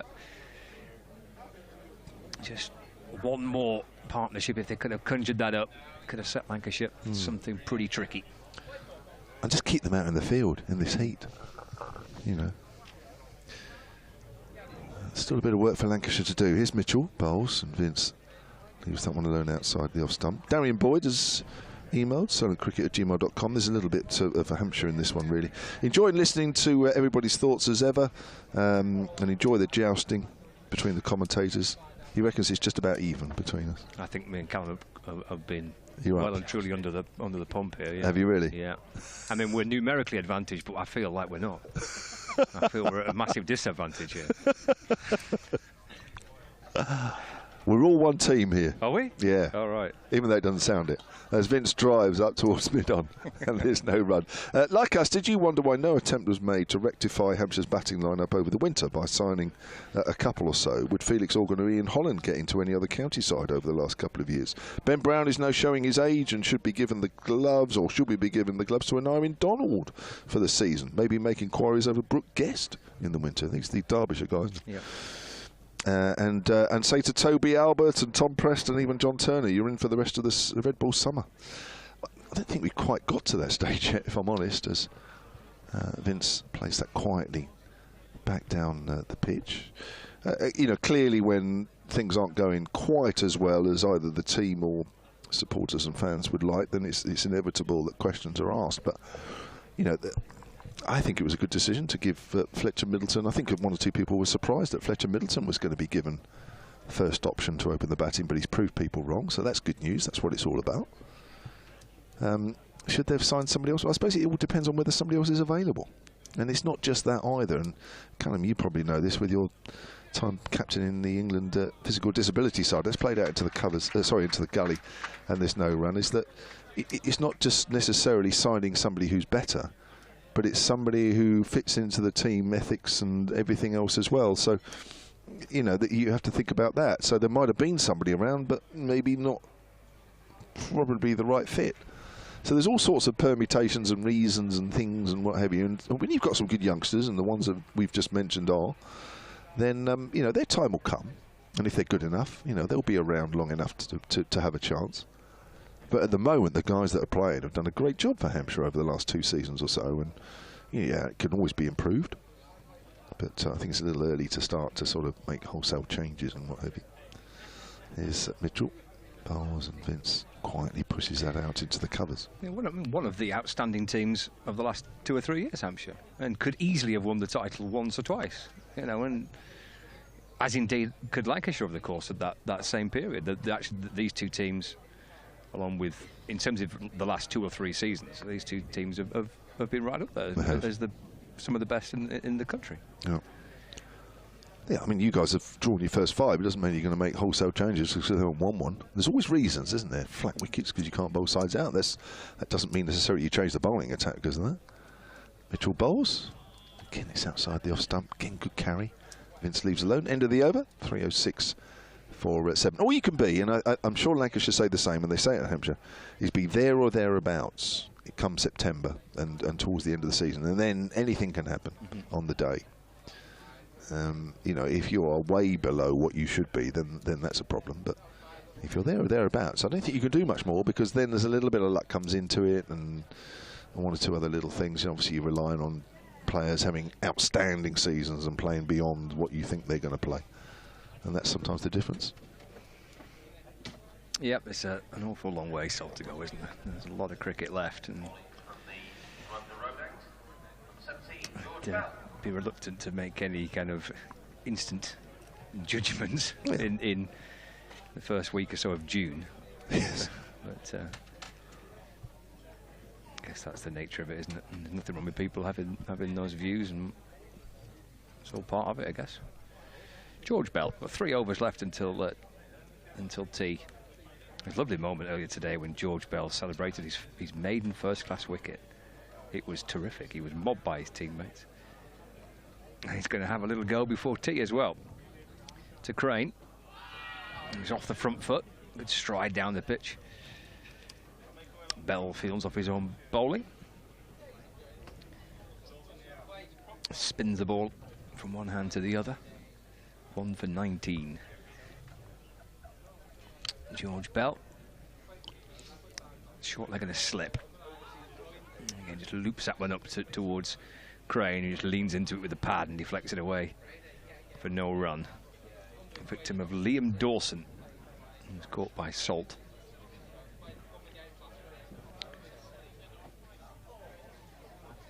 Bell took to Crane, shuffling down the pitch. Back just in front of the pad. Looks like might be a bit of turn there. Don't know if that's Barker's rough or the wicket finally starting to show signs. We've seen a few turn out of the rough, haven't we? Yeah. But, much happening off the central part of the pitch. Ooh. That is tossed wide by Bell. A bit of a low arm as well, that one, wouldn't it? 306 for 7, lead of 74. Crane on 9. Bell to Crane. Hops right back and punches it back down the pitch. Straight to Bell. And again, there's no run. Bell to complete the over. It's Crane off the back foot, and the ball disappearing down towards the fine leg boundary, flicked away by Rob Jones. Oh, and it just then ricochets back onto the rope. And it's gone for 4 runs. Jones got to it, flicked it back, but then just rolled back over the rope. Nice shot by Crane, just eased away off the pads down to fine leg. Got there, did Rob Jones, and then bang, the ball spins back onto the rope. Need the grounds people to put that rope back in place, don't they? Pretty quickly. Jamie Rowe has emailed silentcricket@gmail.com. He says, having missed all 5 wickets up until Barker's due to various work commitments, I was beginning to think I was cursed. Can I interest you in the Yorkshire culinary delight of a samosa butty with a drop of yoghurt and a mint raita sauce? R-A-I-T-A. Raita sauce on top. Delicious. Jamie in Withington. So Mitchell starting a new over. Goes out towards mid-wicket. Withington, guys? Is that somewhere in Yorkshire, is it?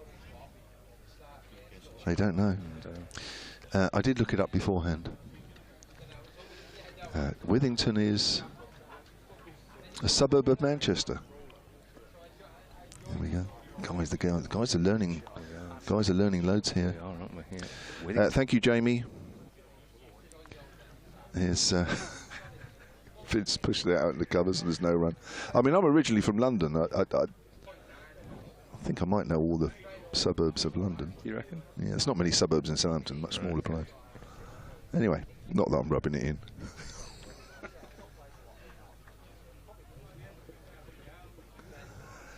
Anthony Michael says, all this chat about food, Lancashire food, is making my mouth water.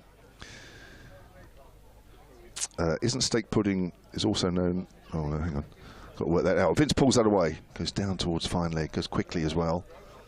And Vince moves on to 63, 311 for 7. Blackburn Caviar. He reckons it's just a bowl of mushy peas. Is that right? Sounds about right. About right, yeah, sounds about right, yeah. Anthony was in Brussels. That's keeping the culinary theme up. He might not be in Brussels. He's probably just put that as a bit of a laugh, really. Northwest Food. Oh, what's this one? Manchester Tart. Not heard that. 311 for 7. I suppose lots of people just give their local something, don't they, really? New Brighton apparently is on the Wirral. I think you said that, didn't you? Yeah. I think you knew that. By the banks of the Mersey. Yeah, you knew that one. Damn, I've picked out one where they knew. That was a bit unlucky, wasn't it? That's from Keith Wooderson. Here's Mitchell. Crane gets one down the leg side. I think he aimed for a shortish ball there. Yeah, it's got a little bit ill-directed. Keith Wooderson, he said he lived there and he's a Hampshire supporter, but he's born and raised in Portsmouth. Thank you very much. Close to tea. 33.2 overs, so 1.2 overs to go until the break.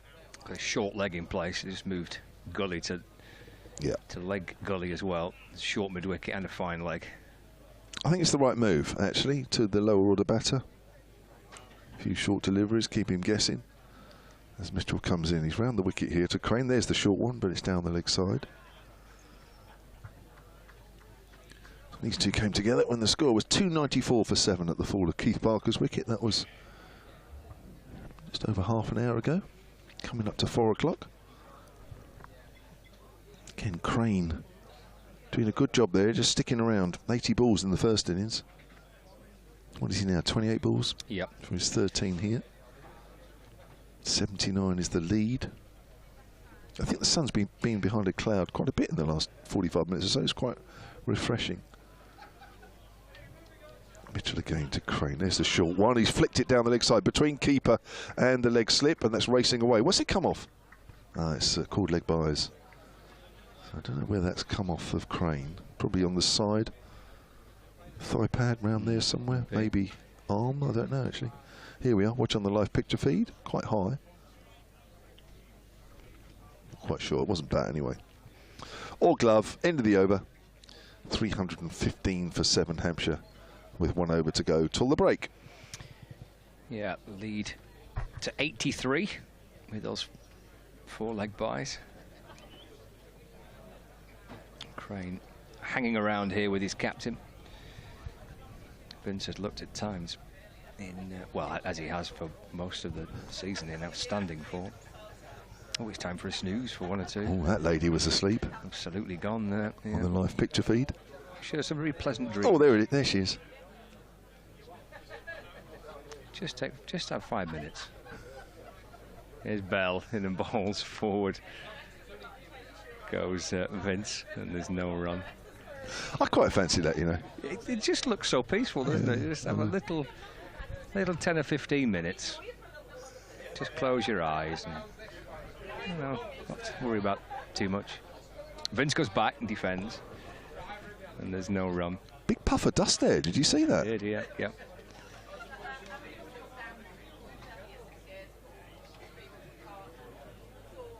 Four balls until tee. Bell to Vince, and he's bottom edged it onto his pad, trying to wallop it away through mid wicket. He's got away with that, Bell. That was a horrible delivery. Yeah. Behind him chuckling away under the helmet. Probably saying the same. Got away with that, didn't he? Into Vince, full of ball, which is brought Vince driving through the offside for 4. Lovely shot. Down on one knee and hammered away to push Vince onto 67 not out. It's a good shot. It is. Tossed up a little bit too much, wasn't it? Too full. 2 balls left, lead of 87 now.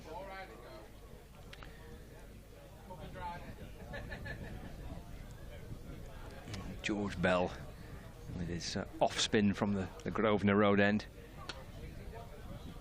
Vince just sits back and works the ball through mid-on for a single, and he'll get to tee 68 not out, because there's 1 ball left which Mason Crane's going to face.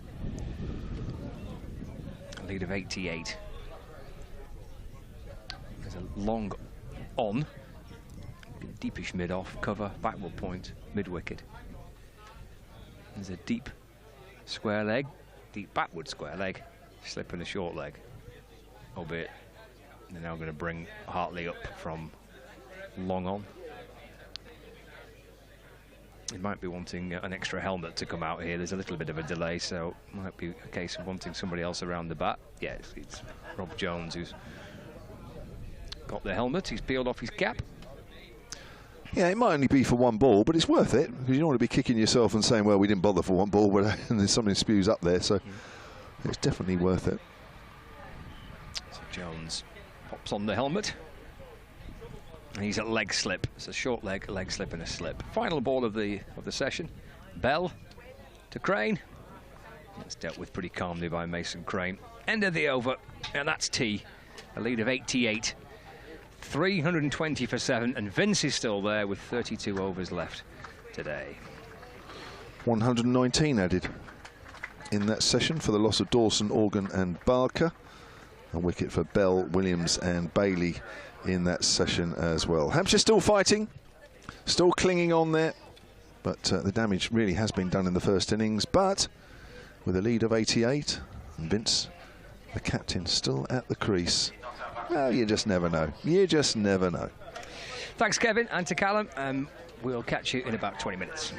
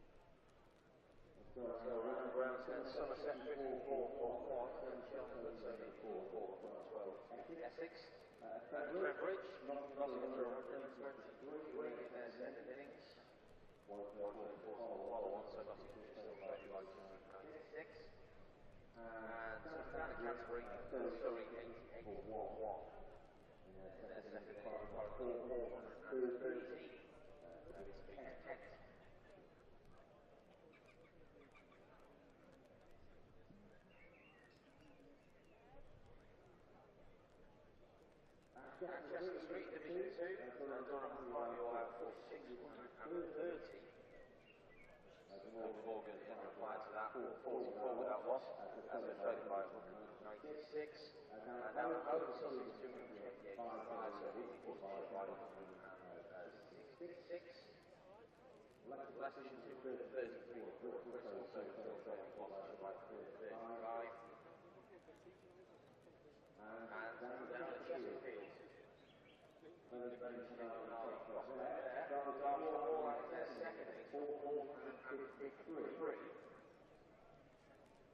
Giving Yorkshire something that takes 212. Not that much.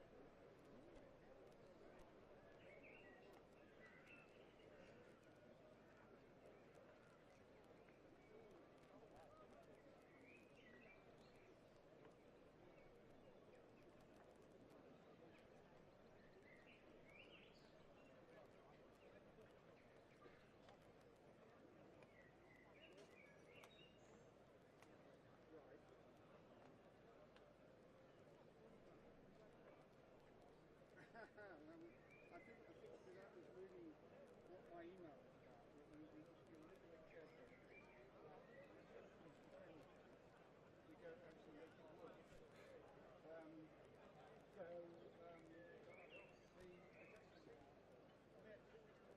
I agree with you and everyone else, but there probably isn't really a place to listen. What's aiming at Tim is aiming at the stumps, and Tim happens to get in the way. It's probably what happened. I'm not sure.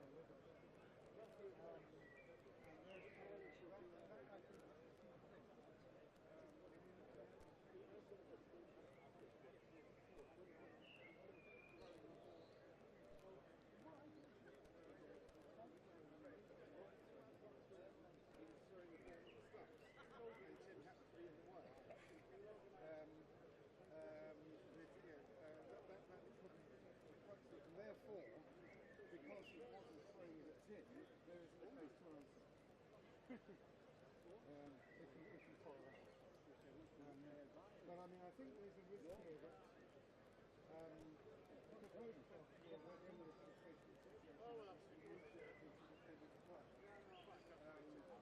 there's a risk that we can see doing that rather than understanding that more.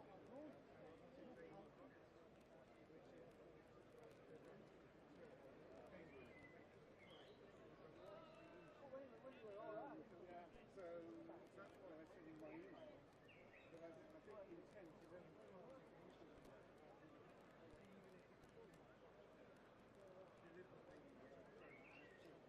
they made their argument that it was still reckless and dangerous, and that's why it was reported. So I think that's the thing.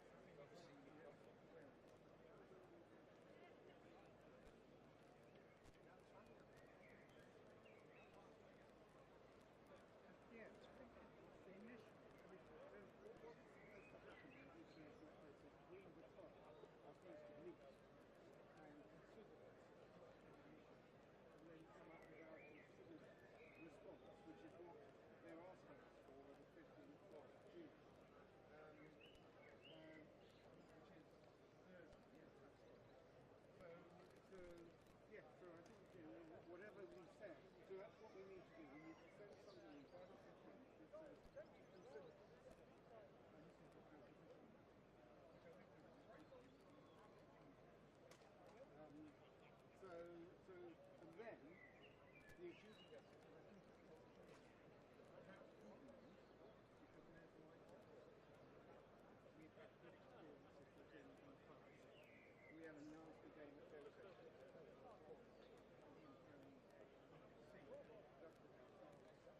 Very well. So he will come to neutral, but I think he's quite well disposed to us. I mean, probably there's some drinking that stuff like Chelsea. So I think that's a good thing. So anyway, so I think we want to get back to the take our considered position. He will then make a decision which will either be in line with what Alan said or what the net is. And then he goes to the which is very much a compromise between a standard penalty and what you can play. There's a case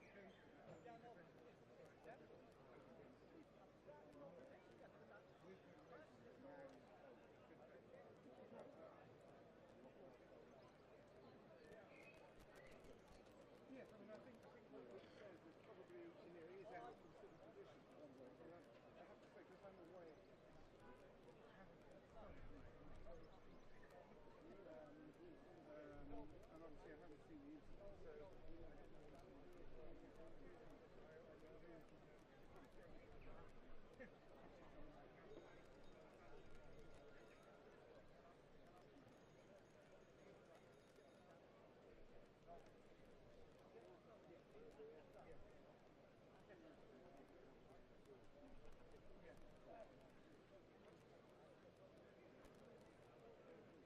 pathetic.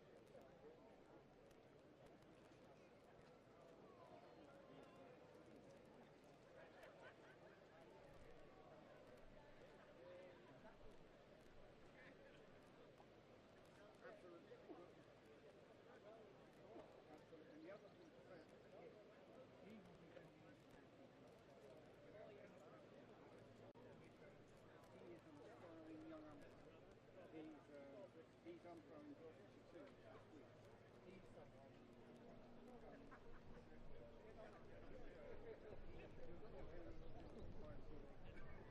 Because that's what the ECB requires.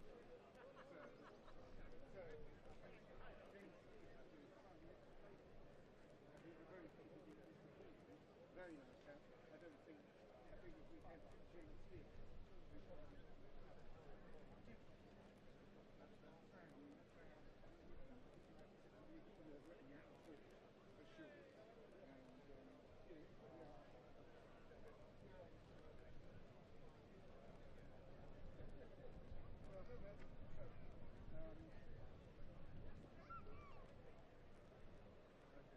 If we do, as I said in my email, if we do get to the team stage, we need to make sure that we work four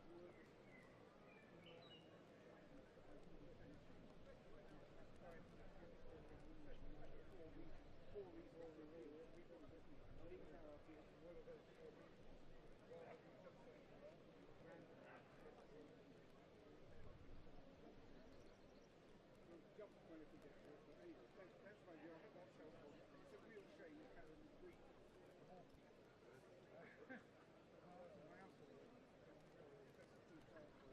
But also, you know, he's good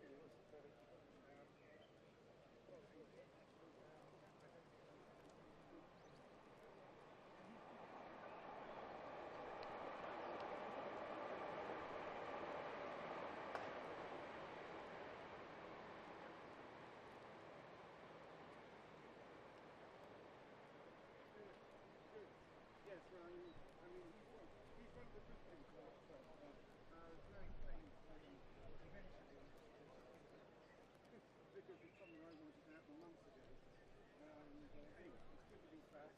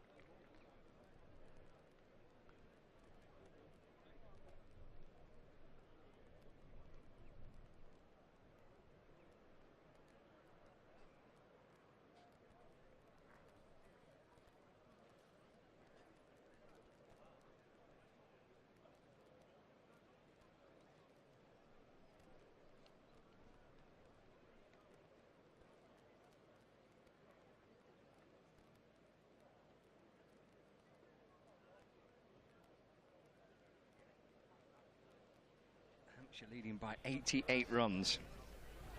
And James Vince, their captain, 68 not out.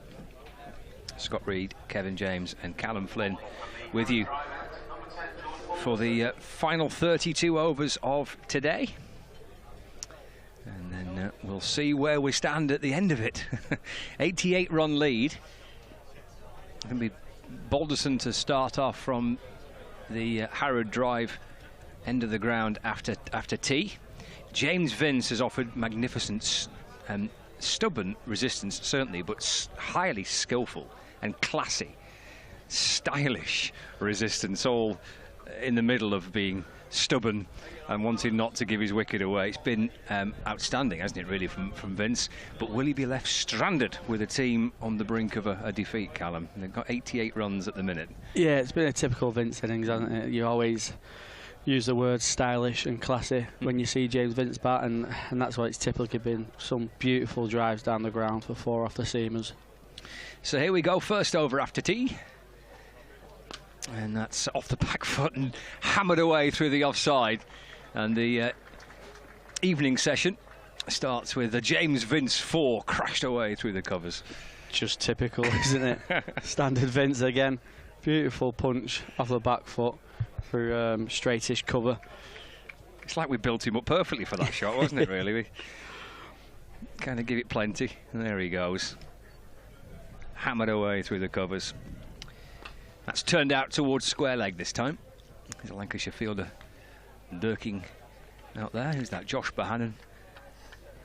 And Vince moves on to 73. The lead of 93. 325 for 7.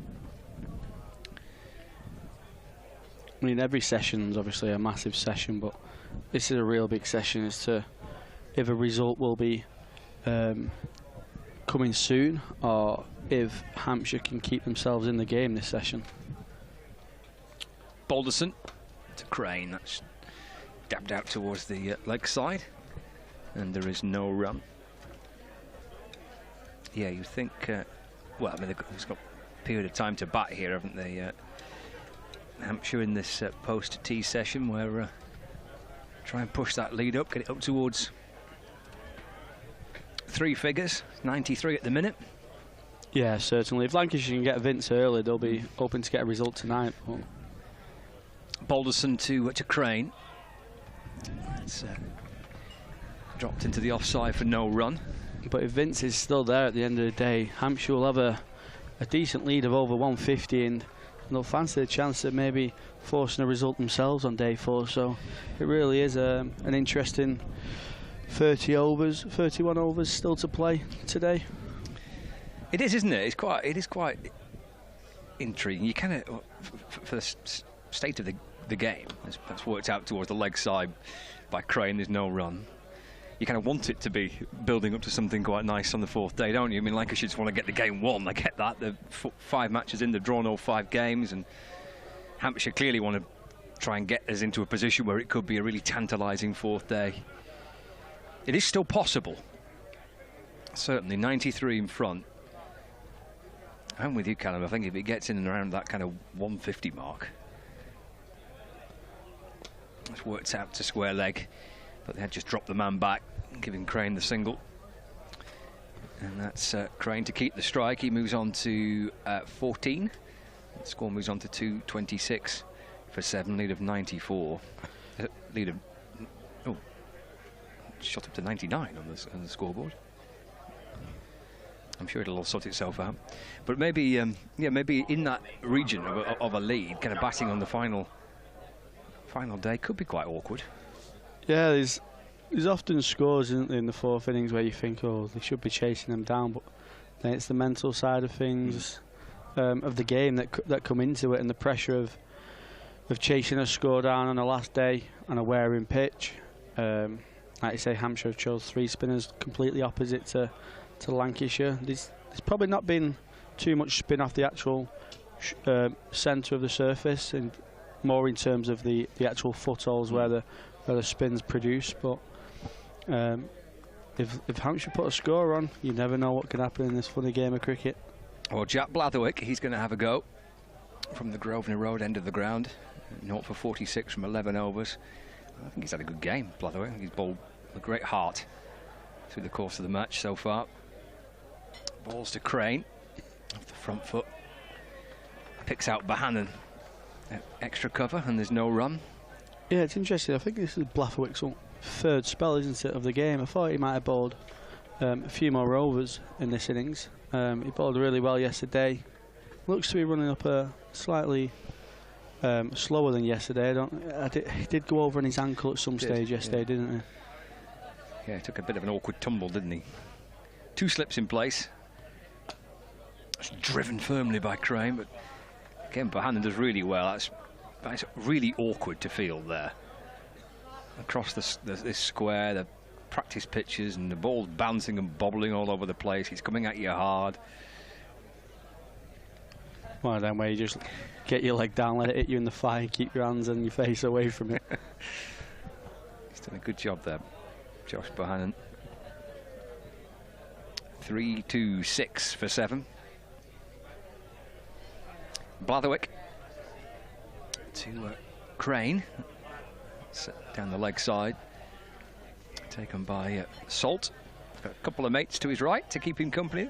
2 slip fielders again. They've been there for most of the day, Mitchell and Jones. 3:26 for 7. So we're into that post-tea session where we wonder whether or not just how loud our friends are going to be in the corporate tent. Got a bit lively yesterday at times. All good-natured, of course. So Crane goes back and across, and it's right on top of the bounce and defends away into the offside. No run. I feel like the audience in there has been a lot more tamer today, a lot more well-mannered. Yeah.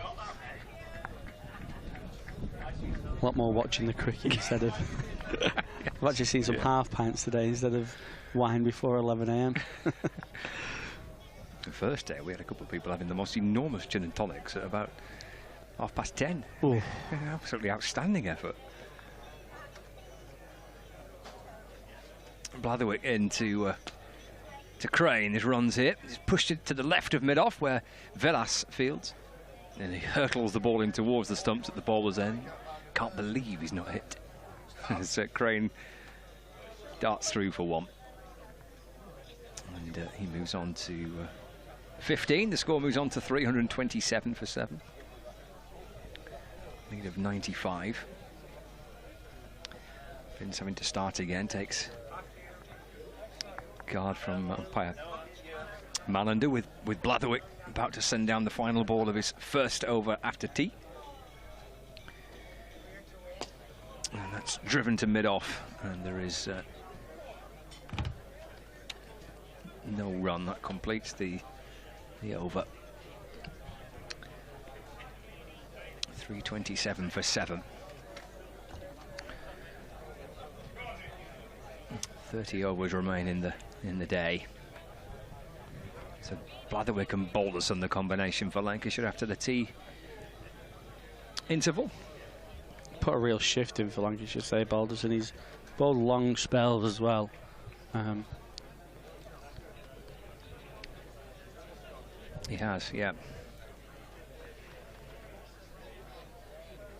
95 runs in front. Hampshire 327 for 7 as Balderson sends out another delivery to Mason Crane, which is defended, and there is no run. So still work to do for Lancashire. 3 more wickets to pick up today. They've enjoyed a pretty good day though. George Balderson in particular just before lunch picking up 2 wickets in and over. Little 3-wicket spell just heading into the lunch break to swing the game back, kept firmly in Lancashire's control. But the Hampshire captain's offering some good resistance. 73 not out, James Vince. 327 for 7.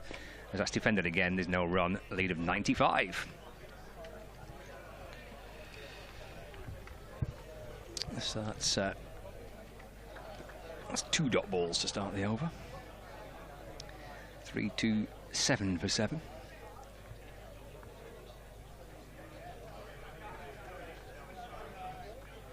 Balderson comes charging back in again.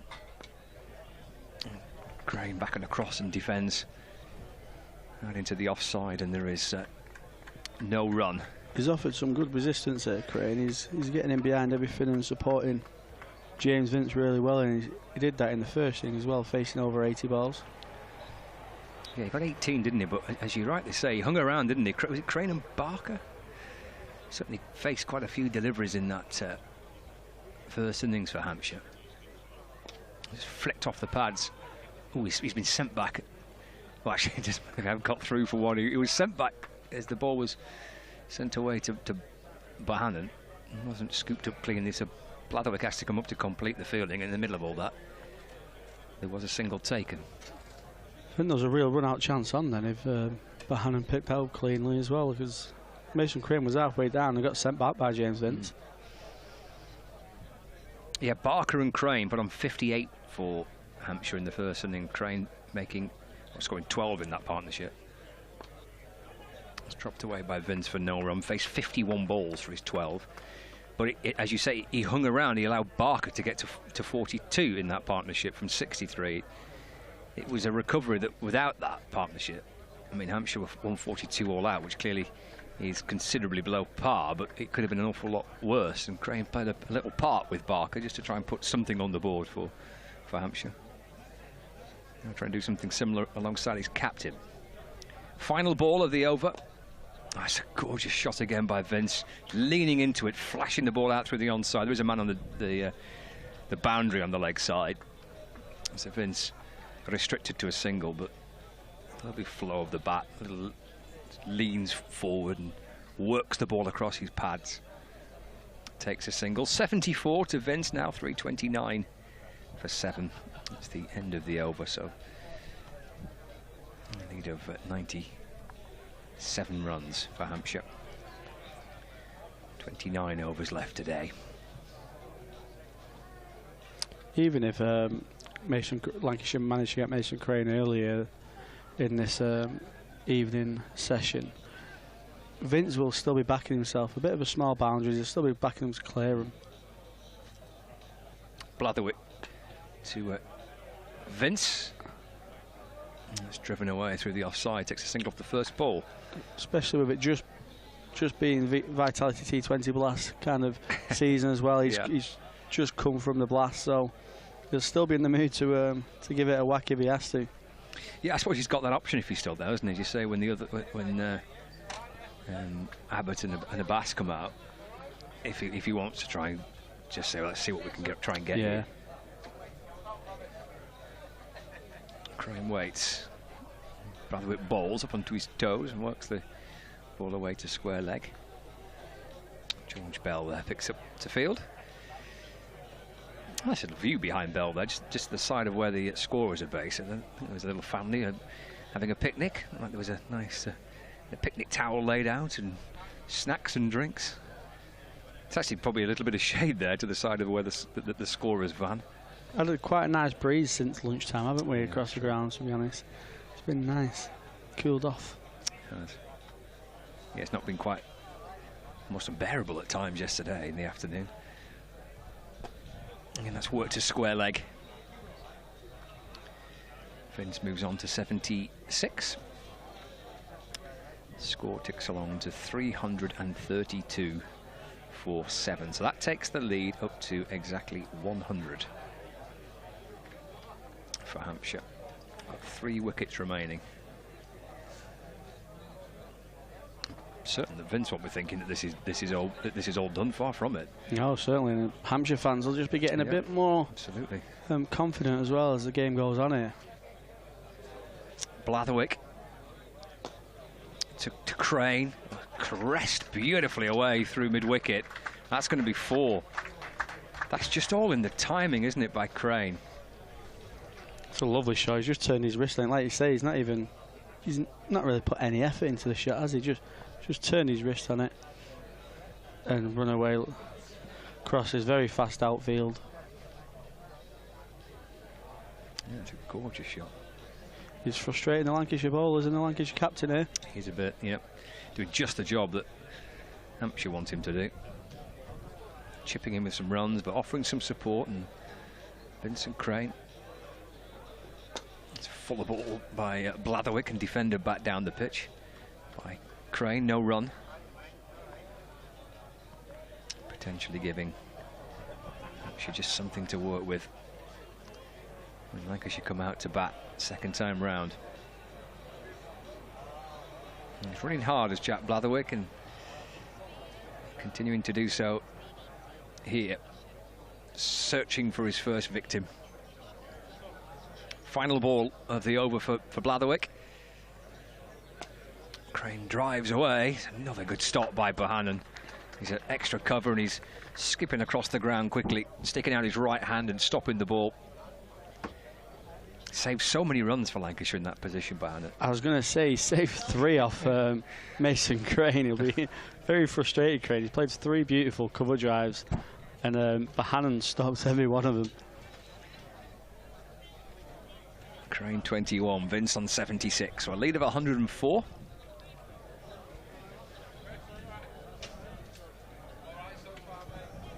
Vince, the key man. He's at stylish best at times today.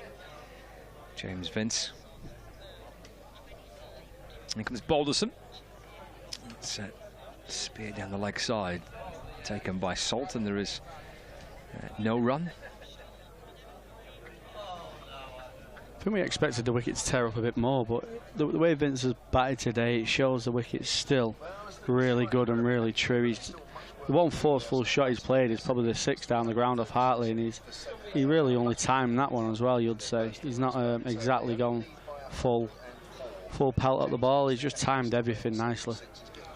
Balderson to Vince. A leg glance down towards the boundary, and Blatherwick can't cut it off, so 4 more. Vince moves up to 80. The last couple of deliveries have just strayed onto Vince's leg stump, and that time he does get the ball away. 180 in front, Vince to 80 now, 340 for 7. Well, the game here last year against Somerset, pitch was pretty good throughout the 4 days. Well, that's edged over the top of Hartley at slip. It's flashed at that pretty hard as Vince. It's gone for 4, so Vince moves to 84. I think he's got an hand on that. Well, he's gone at it hard, hasn't it? He's gone to him and past him quickly. Tom Hartley at first slip. Oh, he has got a hand on it. Salt's just moved to his right a little bit, hasn't he? And I think Tom Hartley's expecting Salt really to fully go for that, but it's one of them awkward ones where you've both kind of got to go. Balderson to Vince, and he drives to mid-off for no run. It's an absolute stunner, isn't it? If Hartley keeps it, gets, takes that catch. But even though he's not had to leap or dive necessarily, which sometimes adds to the kind of the drama and of the whole thing, and the theatre of taking spectacular catches, that would have been top draw had that stuck. Yeah, like we were saying a minute ago about the full-blooded shots, that was probably the biggest slash that Vince has played all innings. Like you say, it flew off the edge. And there's where the Lancashire players ask for the ball to go through the device again, see if it fits. Yep. Brought the luck last time. It did, didn't it? It worked in the morning. There we go. Kevin was very disgruntled next to us then. He was, wasn't he? Oh, here come the magic bracelets. Let's see whether it fits through these little contraption. Oh, no, I don't think it does. It looks like it's being changed. Yeah, I think it will be. So the ball gets changed. The issue they've got with this is, while there's a device there to test against, bowlers are still going to try it on, aren't they? Where before they had these, it was a case of if the umpire thought the ball was still in good standard, or if the umpire didn't think it was in good standard. It was off the umpire's discretion. But now, if it doesn't fit through that device, I believe they have to change it. Yeah. And that's why the bowlers try the look so much. So maybe in previous occasions when the ball may well have gone a little bit out of shape, when an umpire kind of looks at it, or both umpires look at it and think, well, it's okay, it's fine. Yeah, they've probably just thrown it back, haven't they? Yeah. Now, with the regulations being that is the gauge that you use, I mean, there's an argument to say that that takes it away from being subjective. That means that it's a clear rule. If it fits, it's in shape. If it goes through, it's in shape. If it's out of shape, it doesn't. Yeah. Does that not make it clearer? Yeah, yeah. Rather than an interpretation or review. But I get what you're saying. You're going to lob it to the umpire. Yeah, exactly. And say, you're going to try your luck, aren't you? Yeah. Certainly. Well, they've fished out a replacement. Dane Bella's happy with it. Oh, that'll do. And now lobs it back to George Balderson. Oh, Will Williams is smiling. I think he looks quite happy. So seems to be a popular selection. 344. Oh, maybe not. Oh no, maybe not. He wants this one changed as well before we bowl the ball with it. Oh dear, he's not happy with that one. Bring him out again. No, crack on. The umpire said, get going. A hit of 112. It has certainly not been to the extent as it was last year, where it was happening kind of it was happening comfortably 2 or 3 times a session. Balderson to Vince. And Vince flicks the ball away to backward square and is through for a single. The lead ticks up to 113. It's 345 for 7. It is a total different challenge as well, though, because James Vince will just be so comfortable there. He might, if it is swinging out there, he'll be used to it. But then when you get a new ball, you have to completely reset. Balderson to Crane. That's left. And taken by Salt. End of the over. Crane 21. Vince on 85. 345 for 7. Must go through some cricket balls through the course of a championship game, through the course of a season. Yeah, I'd love to know how what they do with the replacement balls and how they get them so many overs old, whether they just pass them to teams and then say give it us back after you've bowled 30, 40, 50 overs. Seen them. One of the many mysteries, Callum, of this wonderful game. Blatherwick to Vince. And that's left. Through to Salt. James Vince has just indicated there to Crane, and that swung away a little bit, so maybe this new old ball, the second time, might cause a few more problems. It is an additional challenge, isn't it, for batters? Yeah, certainly, because Vince will have been comfortable with the conditions at the time.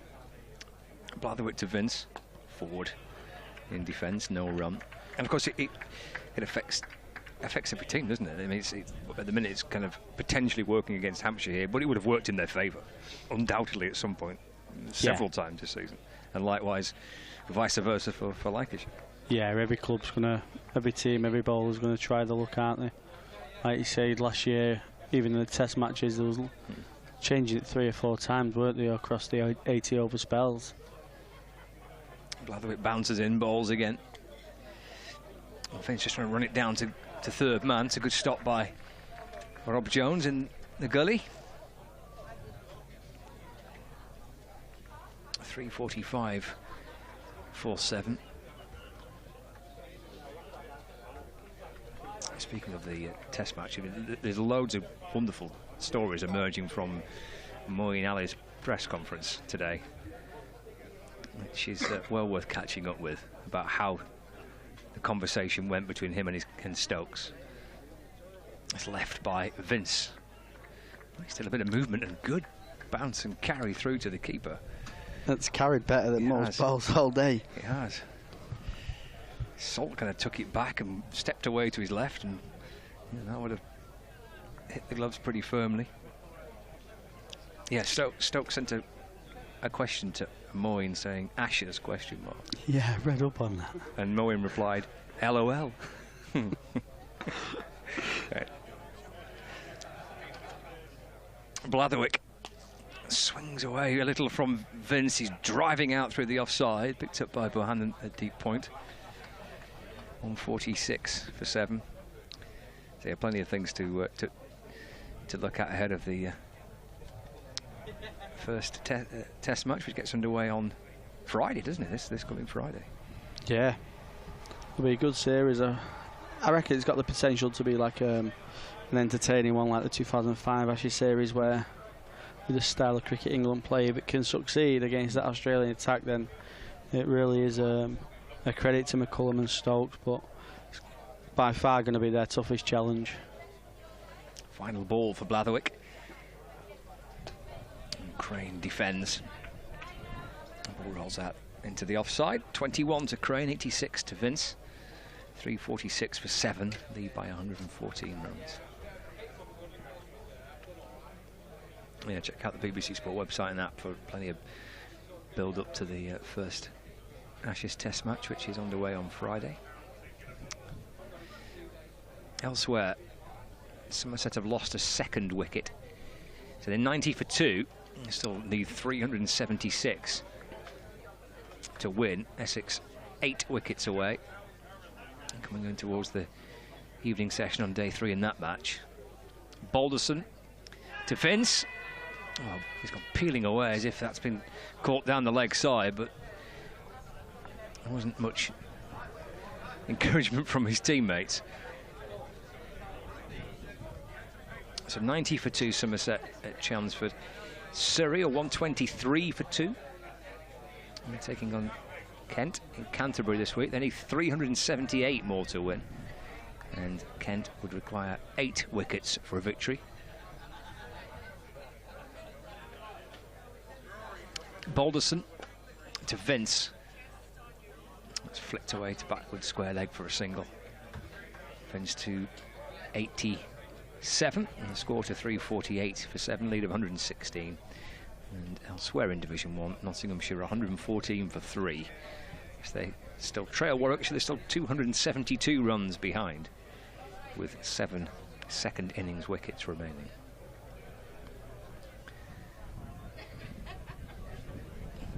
Four matches this week, in this round of fixtures in Division 1, likewise in Division 2.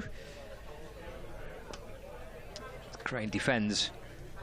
Ball back of a length from Balderson, and there's no run. Yorkshire are 33 without loss. They're taking on Derbyshire this week. So a run chase for Yorkshire. They need another 179 runs to beat Derbyshire. 33 without loss, 179 more required to win. Glamorgan 84 for 1 in their second innings. Balderson to Crane. It's eased away through the offside, just a backward point, and there's no run. Glamorgan 84 for 1, trailed Durham by 156. Leicestershire 258 for 4, and they're 110 runs behind Gloucestershire. And Sussex lead Worcestershire by 194 runs at 256 for 5 in their second innings. George Balderson to Mason Crane. Just eases that away to the leg side, but Bohannon fields again, no run. 347 for 7. I think the Southport chairman will be happy, because I think any signs of a result today might just be fading away for Lancashire. Well, with Phil Salt opening the batting, you never know. Yeah, he was a bit concerned about the beer sales, wasn't he? Final ball of the over. Crane just take a single, the push square leg back, and he gets right on top of the bounce and shovels the ball up behind square on the leg side for 1 run. Keeps the strike. 22 to Mason Crane. 348 for 7. A lead of 116 runs. I don't think, I'm pretty sure there isn't a corporate day tomorrow. I don't think they do anything for the final day, just in case it doesn't get that way. So it will be a little quieter to our right if we are back tomorrow. But the gates will be open and you can buy a ticket on the door if set for something intriguing on the final day, which at the minute is edging in towards that territory. Yeah, could be a cracking final day. 54 partnership there now for Crane and Vince together. Blatherwick to Crane. That's guided out to mid-wicket where Williams fields. And there is no run. So the 3rd highest of the innings. Vincent Barker 42, Vincent Dawson 57, and Middleton and Gubbins 134. The Hampshire partnerships. Blatherwick to Crane, right in behind it and defends. To Tom Bailey at mid-on when there's no run.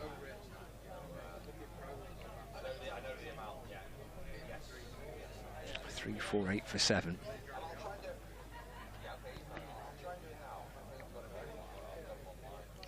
Lancashire just need to create a little something here now. Try and get Mohammed Abbas and Abbott in here. Crane's looked comfortable so far as he, from the top of the tiptoes and top of the bounce from Blatherwick's generated and guides the ball into the offside. It's not too dissimilar to the way it felt this morning, actually. The first hour or so, Lancashire were just sitting in there, being patient. And when one breakthrough came, 2 or 3 followed pretty quickly afterwards. Blatherwick in again. Oh, that's Crane pushing. Just turned around a little there. It's really good ball, and a couple of sharp balls just pushed him back, and just Crane getting caught on the crease and just pushing out at the ball that he probably wouldn't have played at before. He's been really well composed, really compact, and he's offered a great hand to James Vince here so far.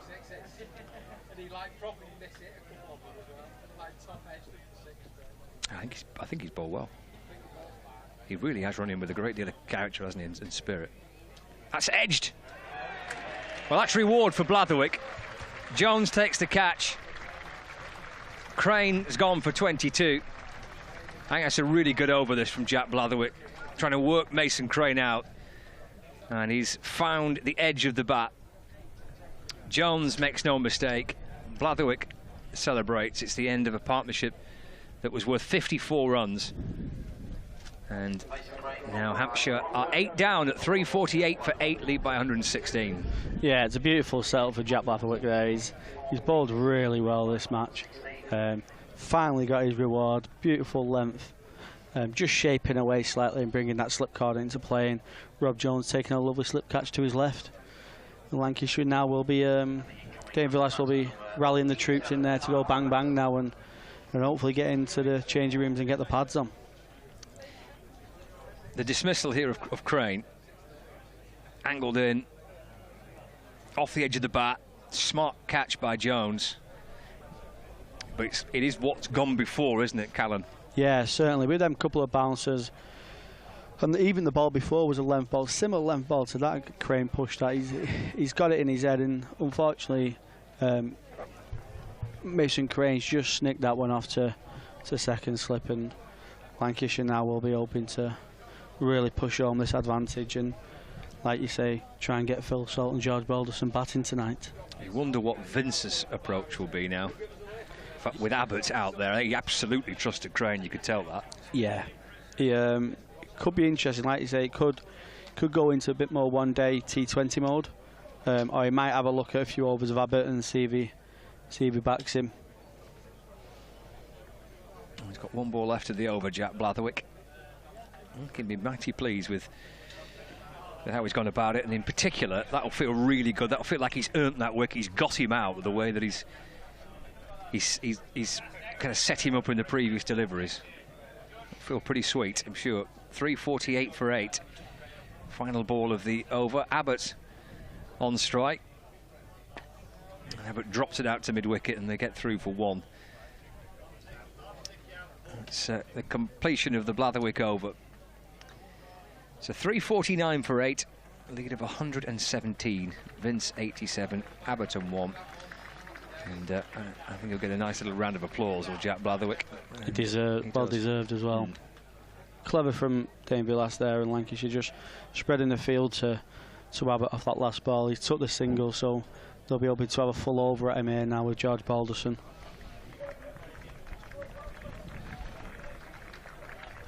$3.49 for 8.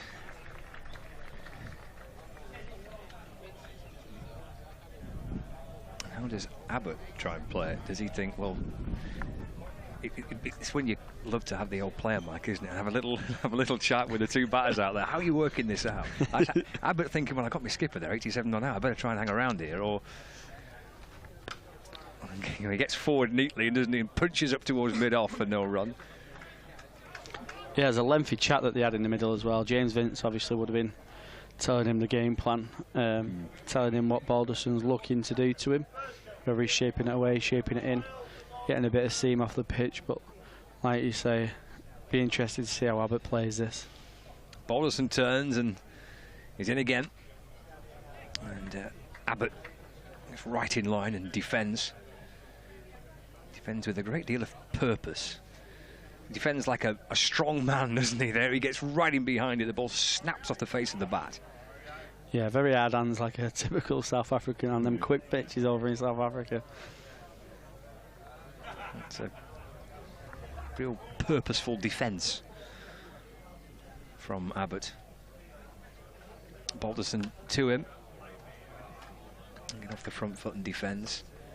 A wonderful kind of flash of orange about Kyle Abbott as well, and his bat and his bat handle, the toe end of the bat, and I think his gloves as well. I was going to say, he's got a bit on the glove fingers, hasn't he? There they are, look at that. Yeah, that's a little bit very fancy, flamboyant.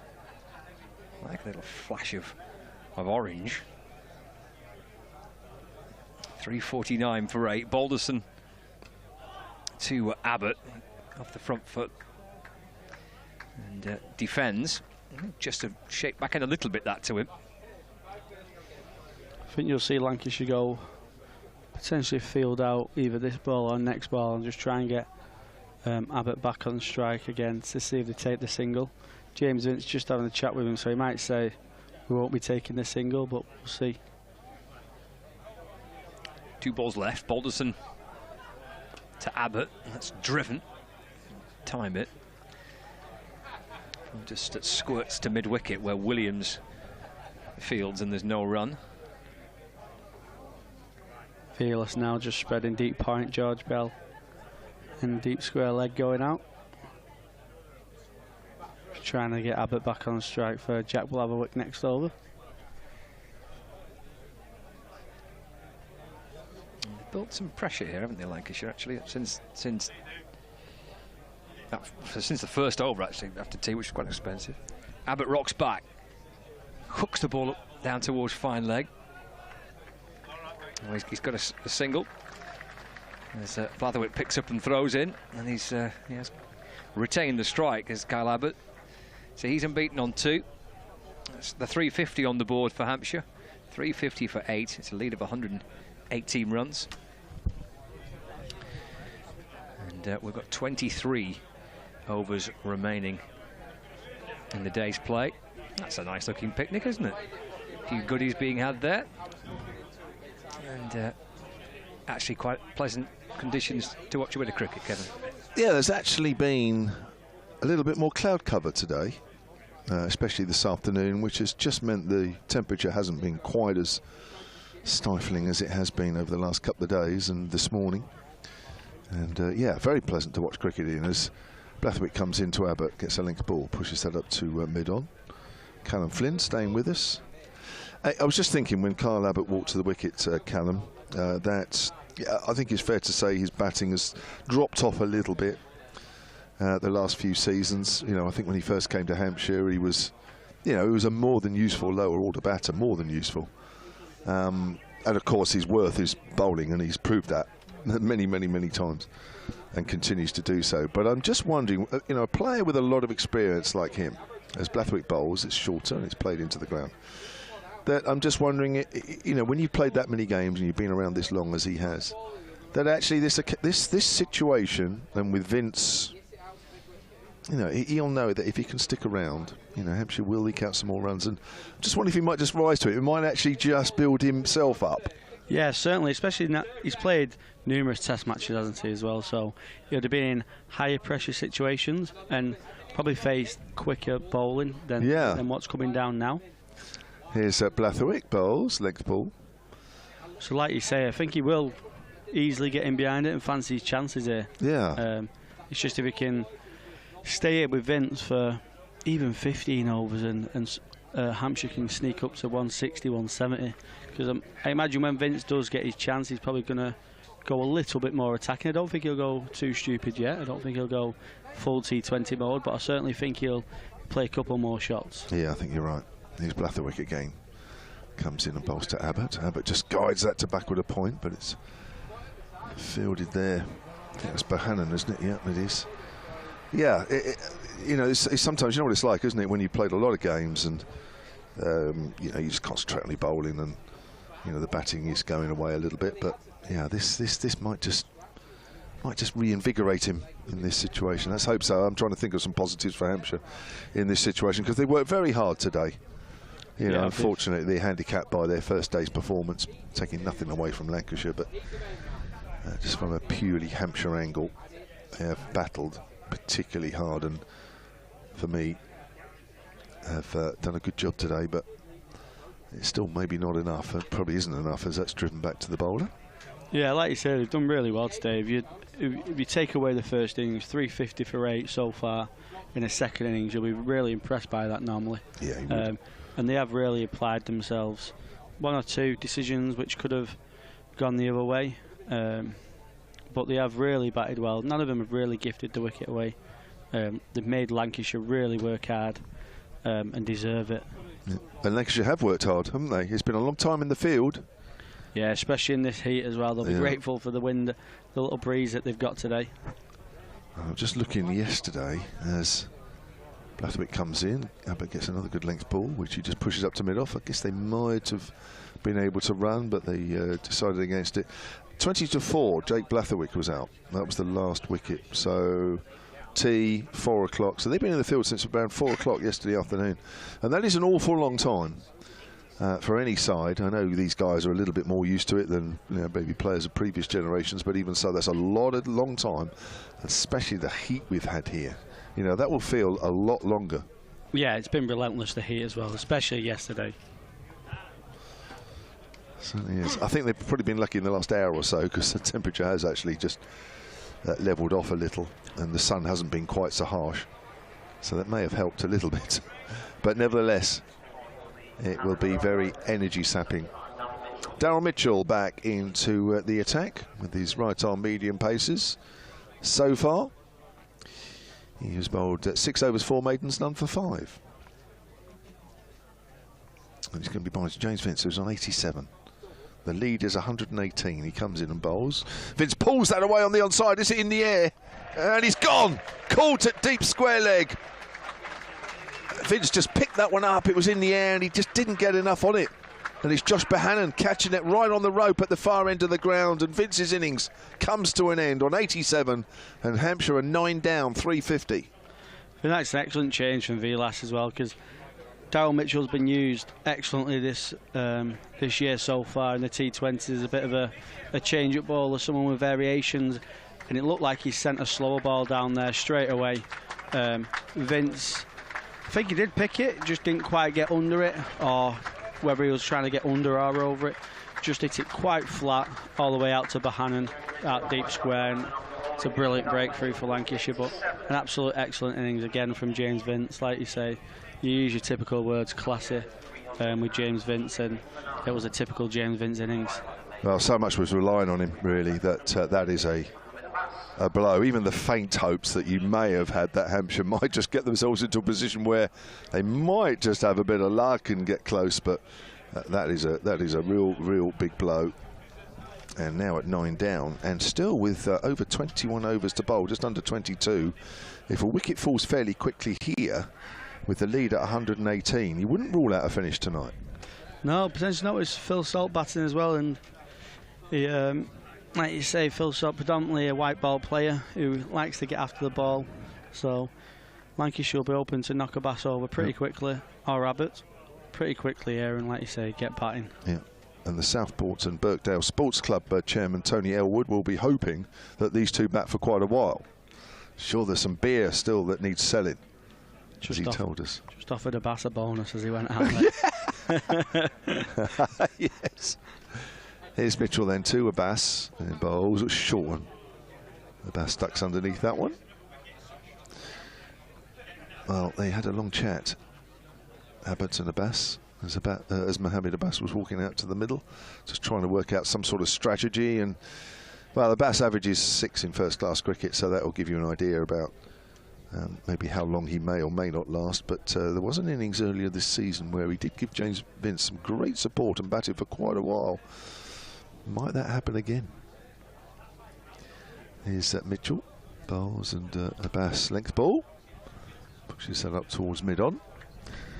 Lancashire now will be sensing victory, not just in the game, but tonight. Cricketers love a day off. Yeah.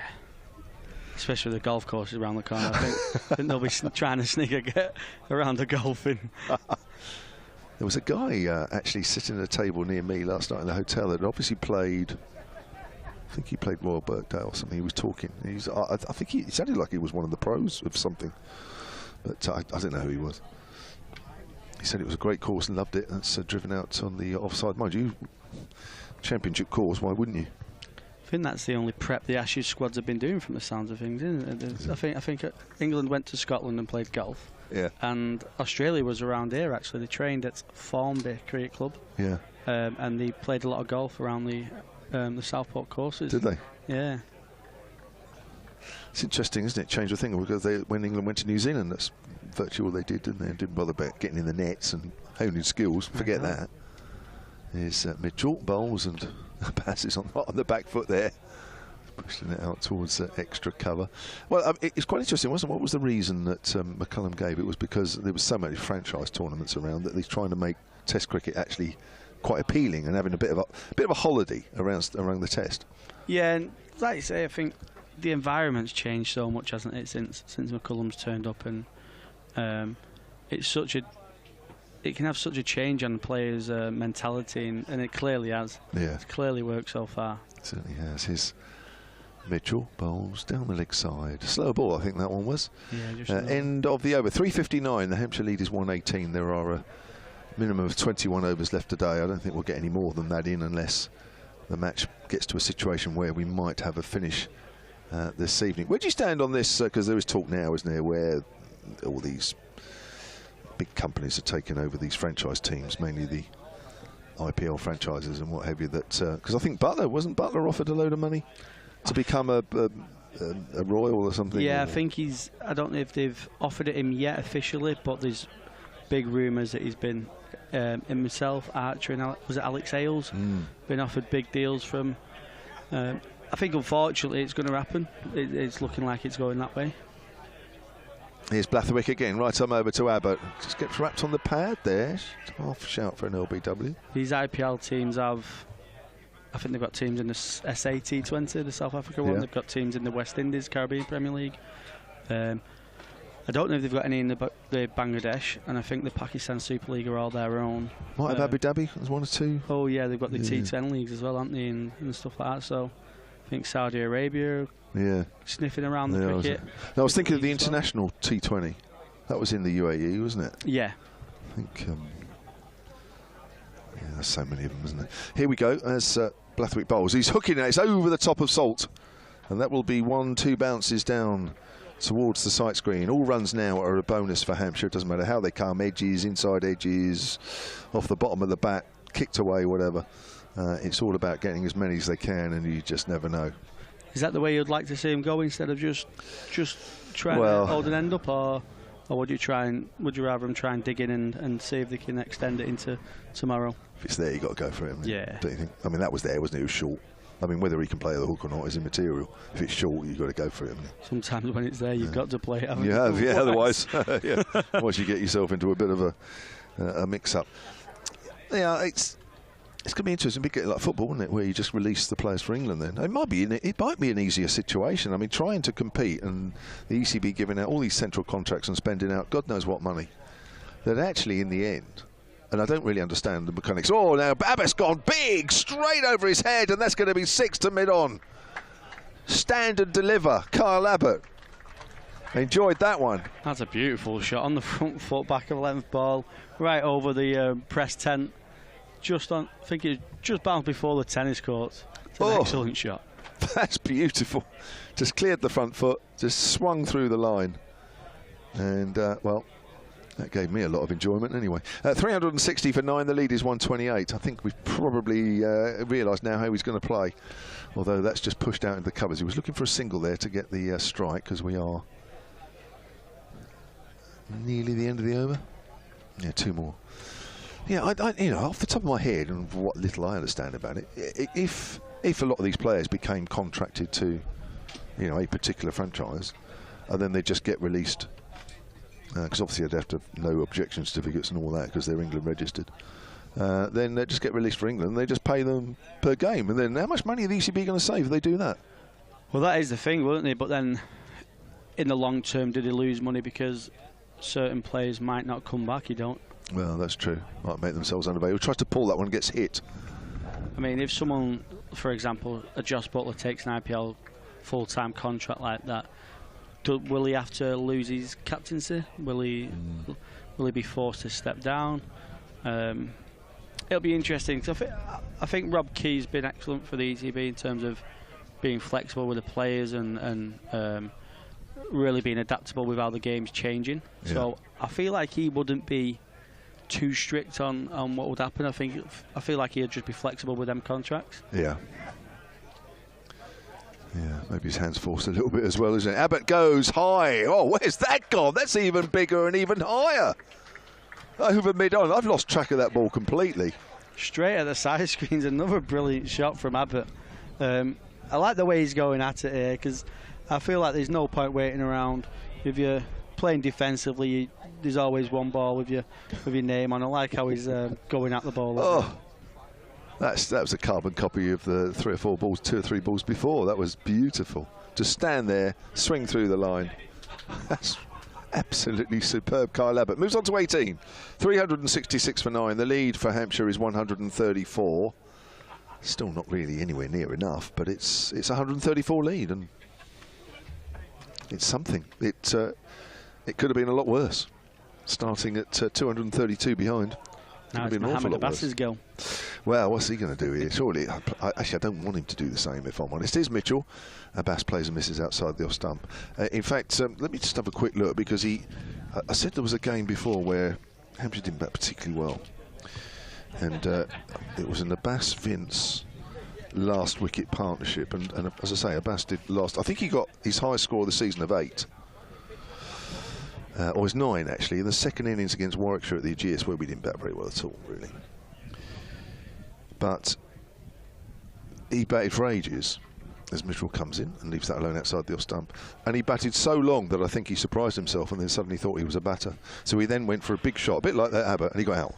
So I kind of, you know, I suppose if he bats that long to actually think like that, then that might not be a bad thing. But yeah, when he starts trying to go big, it won't last long. No, that's when the troubles come. It does make you laugh, doesn't it, when the lower order batters, should we call them, just slightly get a bit overconfident after spending a certain amount of time in the middle and start thinking the Josh Butlers. And Mitchell bowls. That's a nice forward prod back to the bowler.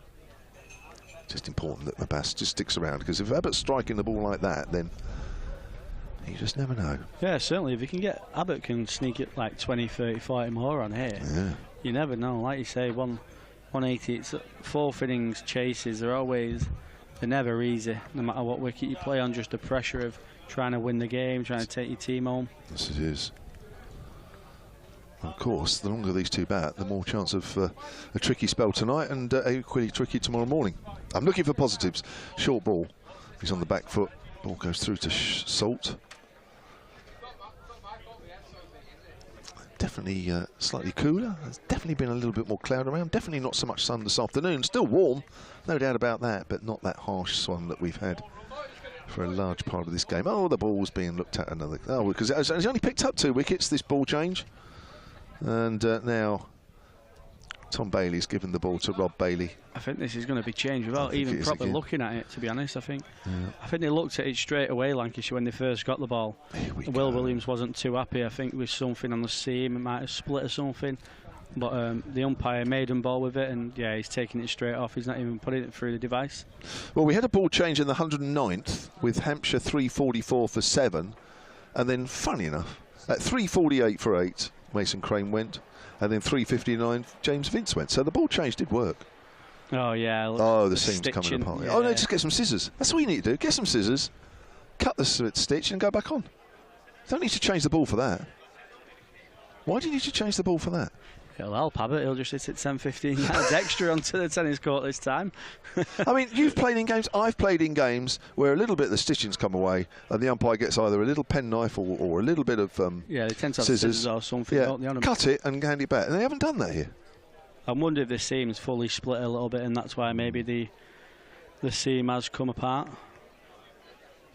Another ball change. There was a ball change this morning at 158 for 1. In the 58th, and lo and behold, Nick Gubbins was out at 158. And a couple more fell just after, didn't they, with George Balderson, that spell that he bowled? That's right, 183, 2 wickets, Middleton and Brown. So, is the ball change here going to make a difference? As down the leg side, they're appealing for a caught behind. Not out, says Rob Bailey. 366 for 9, the lead is 134. Rob Jones was halfway off the pitch then. Mitchell's give it the full Stuart Broad celeb appeal, celebrating without looking back. Yeah, because actually I don't think he really believed it was out. No. Just looking at his body language as he was doing it. They are sensing an end to the innings here, and why not? That 9 down. Comes in and bowls, and a short. Mo gets low on that one.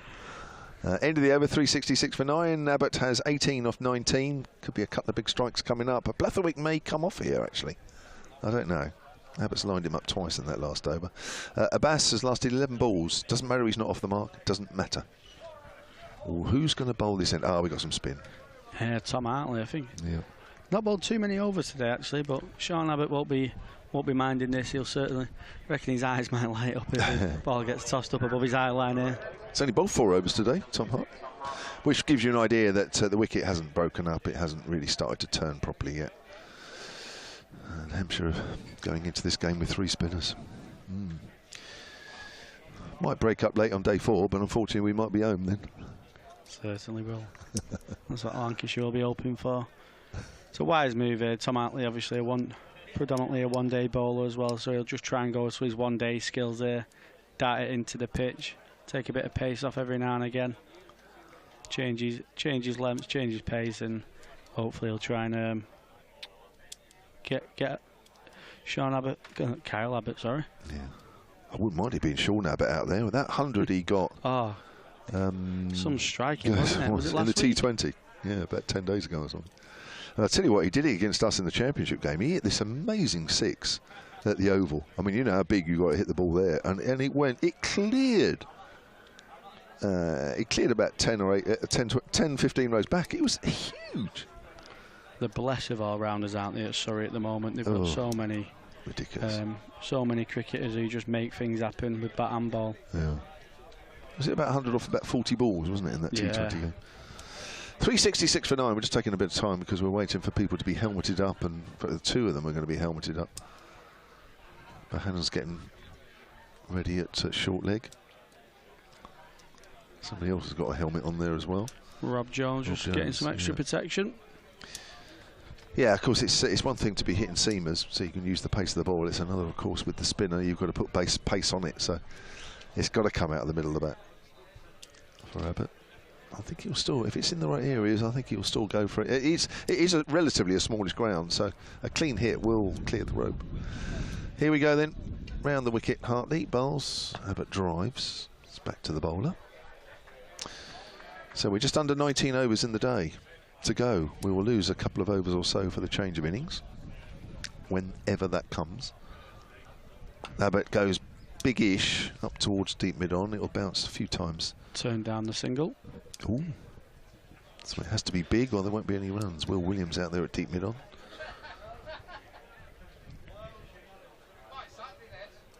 Deep mid-on, deep mid-off, deep cover.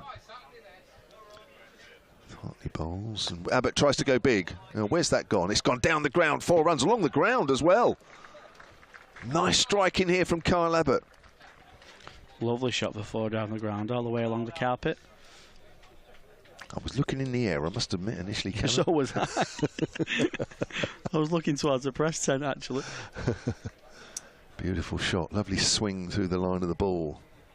We've already seen that from Kyle Abbott. He moves on to 22. It's 370 for 9 as Hartley comes in on the back foot. There, cuts that away. There is a deep point. Don't take the single. Now, how many balls have we had here? That's 4. That's 4 balls. I think they'll be looking for a single here. Abbott 22 off 23. I feel like Lancashire could just bring everyone in here. I mean, they could probably risk another boundary. I mean, it shouldn't be match defining. Just to try and keep Mohamed Abbas on strike. I agree. 138 shouldn't be a problem for them, should it? He's going over the wicket here to Abbott. Now he's driven that, and I'm not sure if that was a catch. Might have been. A difficult one there for Hartley. I think it was a low full toss in the end. Just diving a bit to his right. They didn't take the single, so they're probably going to have to take the single here if they can, although all the fielders are back again. Hartley bowls to Abbott, who drives, and that'll be a single for Abbott. The field changed. The field was exactly the same there. I'm surprised. I don't know about you, Callum. Yeah, I feel like it's just too easy. That I feel like you say, even if you hit a 4 there, you 1-4-2. Lancashire should be backing themselves to chase that down. I think they can afford to concede a couple more boundaries just to try and run the risk of getting Mohamed Abbas on strike and taking his wicket. He looks more like the one that you're going to get early. Yeah. Well, I was surprised. Not even one fielder came in. The field just stayed exactly the way it was. I mean, you know, Abbott was always going to get a single in that situation. So it's going to be Daryl Mitchell continue from the Harrod drive end. I'm sure he'll bowl a short one at Abbott at some point. I'm sure Abbott will have a go at it. That'll be an interesting situation. But of course, there's 5 other balls in the over. He may bowl a couple of short balls. We'll have to wait and see. I mean, now we've said that, I won't be surprised if he gets out first bowler and makes us look silly. The lead is 139. And I think when Hampshire started their second innings, I don't think there would have been too many people that would have thought they would have got that far ahead. As Mitchell comes in again and bowls to Abbott. Short, and he cuts away. It's in the air. There is one at third. And Williams has taken it. What a catch that is. It looked like he wasn't going to get there. He looked like he was too fine. And somehow, yeah, it's Williams, yeah. Somehow, he's got a few yards and he's dived full length and taken it about 6 inches off the ground. And Abbott goes, and Hampshire have been bowled out for 371. Brilliant catch from Will Williams there.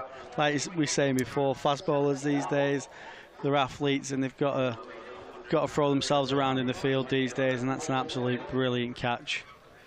Lancashire will be happy to tie the innings up after a brilliant innings from Hampshire, actually. Not too many wickets gifted away there. They've really made Lancashire work hard for that, and I think George Balderson deserves the plaudits for that innings. He took a 3 for... He got 3 for 84 in the end, but the spell this morning was 3 for 13. Yeah, 3 for 14. He turned the innings a little bit on its head and really swayed it back into Lancashire's favour. So So 118.1 overs, Lancashire in the field for there. Hampshire bowled out for 371. Daryl Mitchell picked up the last 2 wickets of the innings to finish with 2 for 5 from 8.1 overs. You look at those figures and you think, why didn't he bowl a bit more? But Balderson in the end, 22 overs, 3 for 84, a wicket for Blatherwick and for Will Williams. Tom Bailey finished with 2 wickets, 2 for 56. And for Hampshire, Kyle Abbott, the last man to go, 23 off 26 deliveries, 2 4s and 2 6s for him. But yet again, the top score in the Hampshire innings goes to the captain, James Vince, who made 87 off 144 balls, 62 for Nick Gubbins, 77 Fletcher Middleton nearer the top of the innings. They put on 134 for the second wicket, but they fell in fairly quick succession. Part of those 3 wickets that George Balderson claimed before lunch, and Lancashire claiming steady wickets after that. And Lancashire will need to win this game, and I've just lost the calculation. It will be 140. Thank you very much. We'll be back with you shortly.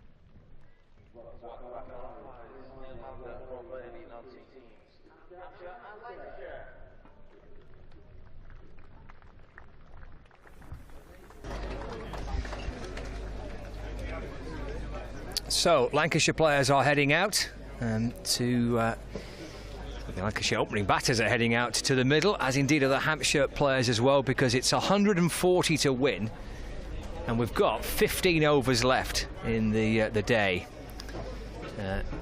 with the potential to add on a little bit if it's looking like a possibility that a result could be secured at some point yeah, and we're today. Just about to get the Lancashire second innings underway, and they need 140 to win this game. Now we've got 15 overs minimum tonight. So it's Phil Salt and George Balderson I guess if Lancashire get away to a fast will open the batting. And try and finish this tonight, but of course we don't hope that is the case. So 140 the target. Bowled out for 371 in their second innings. It's an outstanding catch by Will Williams to wrap up the innings. Kyle Abbott, look, cameo from him at the end. 23 off 26 balls with 2 4s and 2 6s.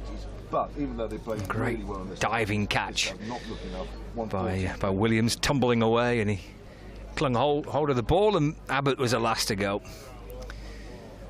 So it'd be Keith Barker to open up the bowling, and it's Salt off the back foot, able to guide the ball away through the offside for a run, and Lancashire's run chase is underway thanks to Phil Salt. Liam Dawson has taken to the field for Hampshire. Obviously he batted as well, so good to see that he's fully fit. Kevin's back alongside us. I guess he's not in the slips. Where is he? No, he's not in the slips. He's not. It's Vince. He's definitely not in the... Oh, there he's in front of us, yeah. So here we go. Here's Barker to George Balderson, the left-hander. Comes in and bowls, and outside of the off stump. So I guess if Lancashire do get away to a fast start tonight, then well, the umpires might just decide that there may just about be enough time left, but I think otherwise We'll be back here tomorrow, and of course anything can happen. Of course everything can happen, but you'd have to say that a Lancashire win is very much on the cards, probably sometime tomorrow morning, maybe late morning. There's Barker bowls. Balderson drives, misses. Oh, it won't be that easy. Any more shots like that. Obviously not holding back here, George Balderson. So 371 all out, Hampshire. Into the captain, James Vince, once more. The top scorer in the Hampshire innings. Sunshine back out. But there is a decent breeze blowing around. Probably first time we've had breeze with the sun out in the game outside the off stump. That's a good carry through to Ben Brown of a length. Just about all the crowd have stayed. Where are we now? We're 25 to 6. There's a few gaps in the crowd. Obviously several have gone. But on the whole, most have stayed. They might see a conclusion tonight. As I say, Lancashire would have to get away to a fast start, I think, for us to... I don't think 15 overs won't cut it. No, they'd need that extra kind of half an hour, wouldn't they, if it gets to that stage. I think Hampshire would have to bowl pretty poorly as much as Lancashire would have batted well. Let's push forward. I think we're very much coming back to tomorrow. It's just whether it's before lunch or after lunch, I think. Lancashire have outplayed Hampshire, even though Hampshire had batted well second innings. The damage was really done before that. Division 1 cricket, you can't afford to have bad sessions, and so it's proving. It's such a good point, isn't it, that in Division 1, kind of one bad session and it can cost you the match. Agreed. That's why we love it so much. Let's play back to the bowler by Balderson. End of the first over, so one of the 140 is knocked off. 10 wickets in hand, of course, is the problem for Hampshire, and whilst they have that many wickets and probably a few more, even if they lose one or two, Lancashire are always favourites. If they're going to lose the match, Hampshire, I mean, that every team, I'm sure you've been in plenty, Kevin, will try and take positives, don't they, from adversity. The fact that they have fought back into it, and they've set Lancashire something that could potentially, if they get off to a good start, be challenging. But the manner of their fight back in the second innings, I'm sure they'll be pretty pleased with. Well, they will be, but equally, they'll be disappointed, probably more so, with the first innings effort. I know they've, at the end of the, there are several sides that when they talk about winning the championship, actually seriously mean it. And you guys would have been one at the start of the season. Surrey, obviously us, and maybe Warwickshire, the way they're playing this season. And the way you look at it, it would be can't afford to lose too many. Now Hampshire already lost 2, and they already think that's maybe too many. If they lose this one, that's 3. You can almost count them out. Abbas to open up from the Grosvenor Road end. Nice. Deflected out towards backward square leg. Salt trying to roll the wrists on it. He's going to come hurtling back for 2s. Well run by Salt. And it's 3 without loss. Yeah, that's the problem. And yeah, of course they could win a few in a row, but that's where it puts the pressure on you to actually win quite a few games in a row from now on. So. Yeah, that would be the biggest blow, the fact that they've lost 3 now. Abbas into to Salt. It's pushed into the offside for no run. But I mean, to be fair, you guys are due a win. You're too good a side to go 6 games without a win. I mean, it's unfortunate it's come against Hampshire, assuming it does come. But you guys are too good a side to go this length of time without a win. Yeah, 5 successive draws. I mean, they've actually, in those games, probably apart from the first match against Surrey, where they were behind, and they kind of fought back well with the bat to make sure they didn't lose the game. There's Abbas. He's into Salt's left and through to the keeper. And there's no run. The others, they've played pretty well, and there've been periods where they've maybe slightly more. Sporting pitch, would have helped, bit of weather around, that type of thing that can happen, can't it, against sides. But they've been largely the better team in the majority of the games since that Surrey match. They went to Essex and Nottinghamshire, Somerset. They were in charge of those games. They're probably the better team, but just couldn't find a way to force a win. Abbas to Salt. Oh, that squared him up. That's a really good catch by Vince. That's a terrific catch, and Abbas strikes early for Hampshire. And James Vince takes an excellent catch at first slip. Salt departs for 3. Early breakthrough, that's what Hampshire need. They need a few more of them to try and put a few jitters into that Lancashire dressing room. but they've got one early. Salt caught by Vince, and Abbas celebrates, and Lancashire are 3 for 1. Great catch at first slip, isn't it? When you're actually diving towards the keeper, they are good first slip catches. And let's be honest, Abbas was a little bit unlucky in the first innings. A lot of played and misses. I'm not going to get too excited, but there he's caught the edge. It's gone to the slips. Might this just be a little bit of a turning point for Mohamed Abbas? I mean, in the game against Kent at Canterbury, he beat the edge a lot, and it wasn't happening for him. And this is what we were saying earlier, that even if it's a smallish score, did play across that a fraction as well, though. But it did straighten on him. He probably feels he didn't do a lot wrong, but that is a very good ball, and equally a very good catch. I think the Hampshire opening bowlers here will think that if there is a bit of good luck to be had, they might be due a little bit, to be fair. I mean, I'm often saying that about opening batters in the county championship, especially through the first month or so of the season. But there was so many that beat the edge in Lancashire innings, first innings. Play and misses, and Barker, and these two in particular, Barker and Abbas. Well, that's the start that Hampshire won. They won a couple more to make it nervy and make it uncomfortable, but it could turn into that. Yeah. Well, if it's a nervy, end to the day today, I think we're all looking forward to coming back, where maybe any results possible. It's still Lancashire away in front, of course they are. So Abbas balls to Josh Bohannon, who plays forward and defence, and Felix Organ, the star of the first innings with the ball for Hampshire. He got a real chance, didn't he, because of that injury to Liam Dawson. He extended run with the ball, and blimey, didn't he cash in? Picked up 6 for. He did, yeah. 6 for 67, 14 overs bowled. Take your opportunities. Yes. Yeah. Final ball for Abbas in this over, into Bohannon. Gets right onto the front foot and defends solidly away into the offside. And there is no runs. That's the end of the over. A wicket taking one for Mo Abbas, 3 for 1. Lancashire 2 overs have gone into this run chase. 140 is their target. Well, that's a good tone set by Mohamed Abbas there. Often when sides get away to a little flyer, the opening batters, that kind of sets the tone as well. But, already with that wicket, can feel the nervousness around a fraction. For me, it needs to be ramped up a bit more, and that will only come about with 2 or 3 more wickets, but it's a start.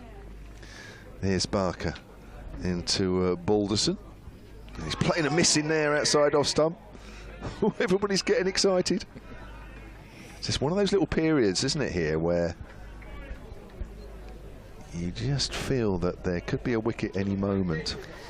It's a bit, it's a nice little chunk, isn't it, 15 overs. It's not like having to come out and you've got not much to gain if you're facing 5 or 6 overs. It's a nice little spell, 15 overs, but also conversely, it could work against you, couldn't you? You're not going to win the match tonight in 15 overs. You might put yourself in bother. Barker bowls, Bohannon plays that out square on the offside. So, yeah, I'm enjoying this a little bit here. It's been a good game, hasn't it? Yeah, well, it's a good fight back from Hampshire. It is. They were out of it, weren't they? The first day and a half, they were gone. And they have worked very, very hard. But also Lancashire have worked very hard to get themselves into this position. They would take this position. 100% would take this position. 137 more needed. As Barker comes into Bohannon. Drives through the covers on the up, but just stroked it rather than hit it hard. So that'll be 2. Total moves on to 5 for 1. And I think if Hampshire keep bowling like this, even if they don't take any more wickets or take 1 or whatever, I can't see it's finishing tonight now. I just don't see where the batters are going to be scoring quickly. Not in this situation. This is quite a tight situation now, isn't it? Yeah. Curated by that wicket. In particular, Salt. Bohannon is a free scoring kind of batter, but Salt's the real aggressor, isn't he, at the top? Yeah, he's the one that can change tempos, doesn't he? Balderson pushes that up to mid-on. Fielded by Joe Weatherly. Not cleanly, but fielded. He said it kind of worked out perfectly for him when he came out to bat in the first innings, because the Hampshire first innings total was so low. It kind of gave him a bit of a free rein. Yes. First four-day game back for a year. He's not opened the batting for Lancashire in four-day cricket before, and it worked out pretty well. He's like a bit of a free license at the top. So, if you're watching on the live picture feed just then with Weatherly with the ball in hand, it's outside the off-stump. What a carry that is through to Ben Brown. You'll just have noticed a bandage on his left hand. Joe Weatherly. Sorry, it's his right hand, isn't it?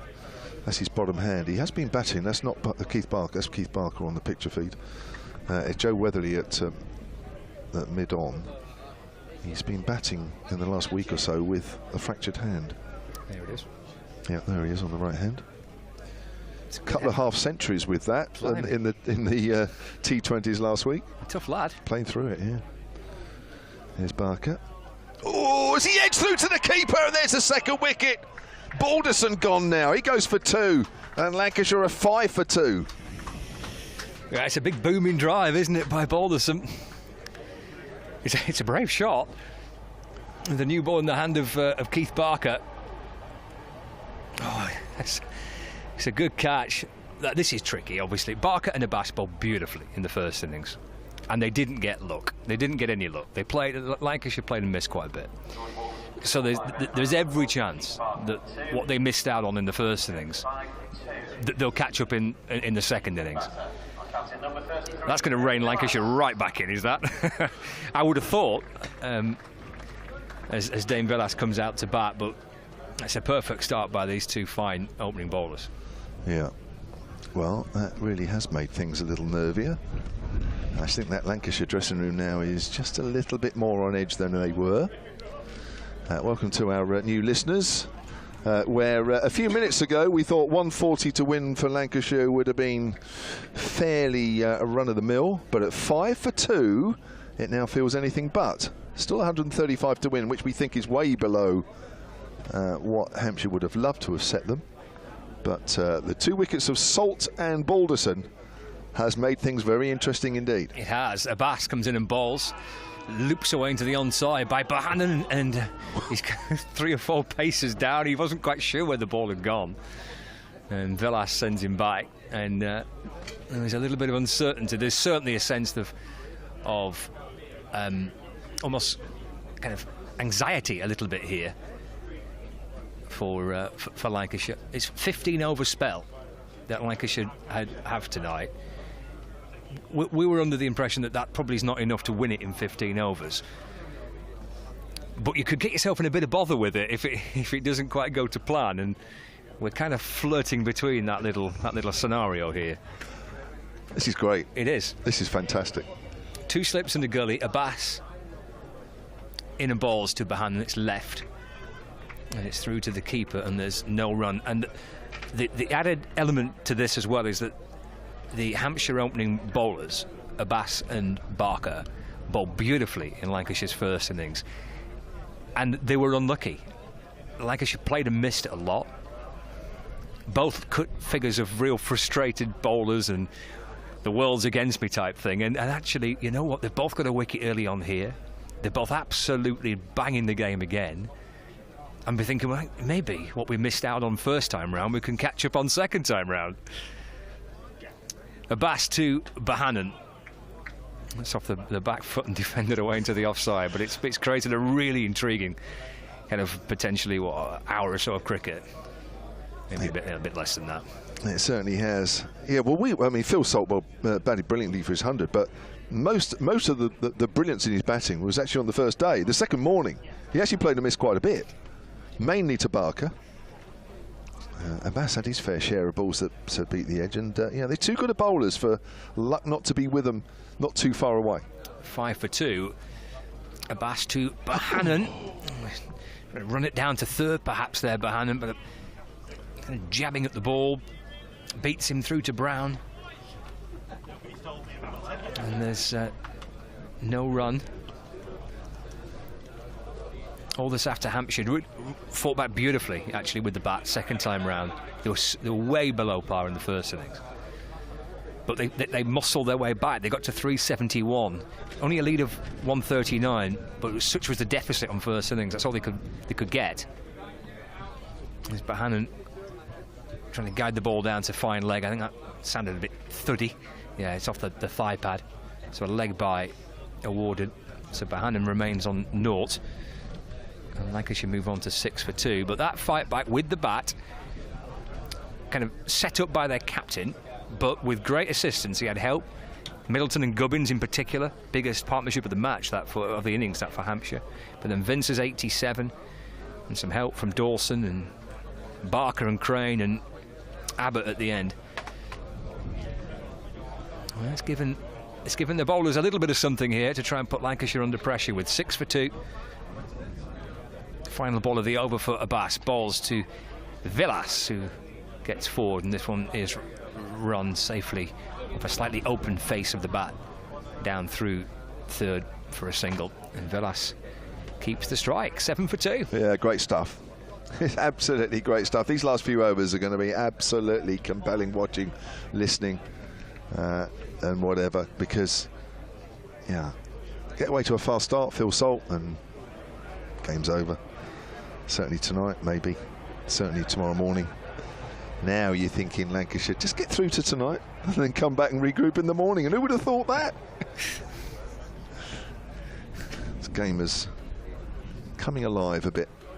Lancashire dominating it the first day and a half. Totally dominating. Just goes to show, doesn't it, really? Need to play well every session, need to keep... They haven't played badly, Lancashire. It's just Hampshire have got better. Villas is forward, and that's just bounced a fraction. Barker's coming round the wicket to Villas. Villas has not had a great season. Just thought I'd throw that out there. Well, it's a perfectly justifiable observation to throw out. He's not had a great season. No, you can throw it out and you can back it up with the stats. Yeah. But the thing is with Dane Villas that he's the sort of player that it would come good in the right situations, and this probably is the situation that maybe changes his season. Barker around the wicket again to Villas, who's leaving that one alone. Through to Ben Brown, who only lasted 3 balls today. He was one of 3 wickets that fell just before lunch to George Balderson. Great spell from him, 3 for 13, which, as Gubbins and Middleton batted so well this morning, carrying on from their partnership of last night, actually did really rock Hampshire's innings somewhat, as they were starting to think about, well, a bigger recovery than they actually made. Those 3 wickets just knocking them back somewhat. Villas gets wrapped on the pad, he's well forward, not out, says umpire Rob Bailey. And he is quite well forward. But even at deep backward point that we are, it was worth a shout. Certainly looked closer than the Gubbins one in the first innings. I hate to keep mentioning that. Have you mentioned that? No, not for at least 10 minutes. Yes, Liam Dawson wasn't particularly happy with his today. Reverse sweep in George Bell. The judge caught behind. I wouldn't say he showed dissent, he just didn't look particularly pleased with it. Here's Barker bowls, that's full, and Villas drives out into the covers where Felix Organ fields. George Bell taking his first wicket today for Lancashire, the off spinner. So 7 for 2, 133 needed. Villas has 1. Bohannon yet to get off the mark. Salt for 3, Balderson for 2, the 2 gone. As Barker comes in, as that's left alone, it goes through to wicket keeper Ben Brown. Nice cooling breeze here at Southport. I have to say this afternoon has not quite seen the harsh conditions that we've had in the first 2.5 days. Sweltering sun, muggy temperatures, really, really hot. This afternoon there's been a few more clouds around. The temperature has still stayed high, but the sun hasn't always been out. Actually isn't at the moment, as Villas just pushes that up towards mid-off. I think he was trying to work that more towards mid-on, slight leading edge there. End of the over from Barker. 7 for 2 then. Lancashire in their second innings, starting out needing 140 to win. It's quite pleasant actually now, I have to say, for watching cricket now. This is probably about as good of conditions that we've had. Yes, everybody wants sun, everybody wants the hot temperature, but if I'm honest, both were a little over the top. This is now warm with the sun behind the cloud. A few fluffy clouds around, but that's about it. And it's beautiful. Hope it stays like this tonight. But more sun forecast here tomorrow. As Abbas comes in and bowls, and that bounces a bit on Bohannon, but he works that away on the onside. He's off the mark. And Lancashire move on to 7 for 2. We were into the 6th over of 15 tonight. And Barker's just taking a drink in front of us. He's done a great job so far. 3 overs, 1 for 3. Abbas before this over, 2 overs, 1 for 3. Comes in again and bowls to Dane Villas. Bowls, Villas sort of walking into that, just lets that one go. Through to Ben Brown. 132 runs needed. Nice little cameo from Kyle Abbott towards the end of the innings. 23 off 26 balls, 2 4s and 2 6s. One lovely hit over mid-on. Off Blatherwick, the pace bowler. We love that. Might be a really nice cameo of the way Hampshire are going at the moment. Yeah, it might be. Callum Flynn with us, the captain of the England physical disability side, has been with us the last 2 days. As Abbas bowls, and forward is Villas. Pushes that out towards extra cover. It's been a really good day's cricket, hasn't it? It's actually been so well. The whole game's been so enjoyable. Yeah, it's been excellent. Hampshire have really made Lancashire work hard for the wickets today. Hampshire, you know, batted beautifully for most of the day. They really didn't give any wickets away. And then, like you say, they made Lancashire work hard, and now Lancashire have got to work hard again. Yeah, I think most people will still have Lancashire as favourites. This is just a tricky little period for them. Oh, he's playing a miss in there, Villas. When you see like that, you think, well, no, it's not that obvious. Hampshire will fancy the chance there. Villas is averaging, I think, 12s, 13s, teens in the county championship. Yeah, he's struggling, yeah. Really struggled in the first inning, so if they can get them 3 down for next to nothing here, they'll really fancy the chances with Mitchell coming in early just before the going home for the 3rd day as well. Yeah. Duncan Holding has put the mockers on it. He's emailed silentcricket@gmail.com. Is Abbas. Oh, that's bounced a little bit. Hit high on the bat, but it's worked down to 3rd. There'll be 2 for Villas. He moves on to 3. That'll be 10 for 2. Duncan Holding, who's in Southport, says, good evening, chaps. This run chase is now a carbon copy of the last game last season when Hampshire failed to get the 139 in that epic game at Edgbaston. Thank you, Duncan. I don't know if he's talking... Oh, yeah, in Southport, so I suppose he's talking about from a... trying to compare. Even from as a professional athlete, I'm sure it's so hard to chase a low total because you kind of... You know, you're only human. You do feel like the game is more or less won. So let's hope Lancashire. Abbas bowls. He's well forward there. Maybe inside edge onto the pad. Ball ballooned up for a moment. End of the over. Enough happening for the bowlers. Yeah, certainly. You might have Lancashire might have gone into that innings at the start here just thinking the game's more or less already over. But with the quality seam attack that Hampshire possess with Barker, Abbas, and Abbott, it's definitely not going to be easy chasing this score. No, it shouldn't be now, especially when you lose 2 early wickets, doesn't it? That's what everybody's saying. Oh, you know, 140 to win, but you never know if you lose 2 early wickets. Well, that's exactly what's happened. Yeah. John Trainer, silentcricket@gmail.com, says, good evening. Dane Villas has to score runs today and tomorrow, not just for Lancashire, but for his career. Is it really that? Has it really come to that? He's had a fair few solid years for Lancashire, so I feel like he's got a bit of credit in the bank. He's been an excellent cricketer for Lancashire over the past few years, and he's led the team very well. Yeah, he certainly has. Not so long ago, I saw him score a double 100 for Lancashire against Hampshire. Van Hannen's forward, and that's edged down towards 3rd. Start of a new over from Keith Barker. Joe Weatherly comes round from backward a point. 2 more runs. Yeah, anything tonight for Lancashire is a bonus as long as they don't lose another wicket. I think the way it started and the atmosphere now, which has changed, it's a little bit more tense. Yeah, certainly. If they can go into day 4 with only losing 2 wickets, they'll feel a lot more confident turning up tomorrow and just knowing they've got the full day just to bat. Like you say, it's a tricky period coming in to bat for 15 overs just before the end of the day, especially after a long day in the field. That's for sure. Barker's in. Bowls to Bohannon once more. Bohannon leaves that one alone. Peter Chapman, silentcricket@gmail.com, says just a quick thank you to say thanks for the commentary. Very enjoyable. Enjoyed the banter today as well. Yeah, the guys here had a bit of a geography lesson. today. No, not from far-flung lands, but basically Lancashire. They're both from Lancashire and clearly don't know where most of the towns and villages and are. But it's been fun. Off to night school geography. We've had fun with it. Here comes Barker. Bohannon. Again, there's a thick outside edge. Keeps it down well. And again, Weatherly's running round. There'll be a little bit of a closer 2 runs, but it's home as Ben Brown just whips the bails off as the throw comes in. But 2 more off the edge of Bohannon. He moves on to 5, and it's 14 for 2. 126 needed by Lancashire. I think we're definitely coming back tomorrow now. I think we were definitely coming back when those 2 wickets fell. Talk about maybe finishing off tonight with extra time, but certainly not now.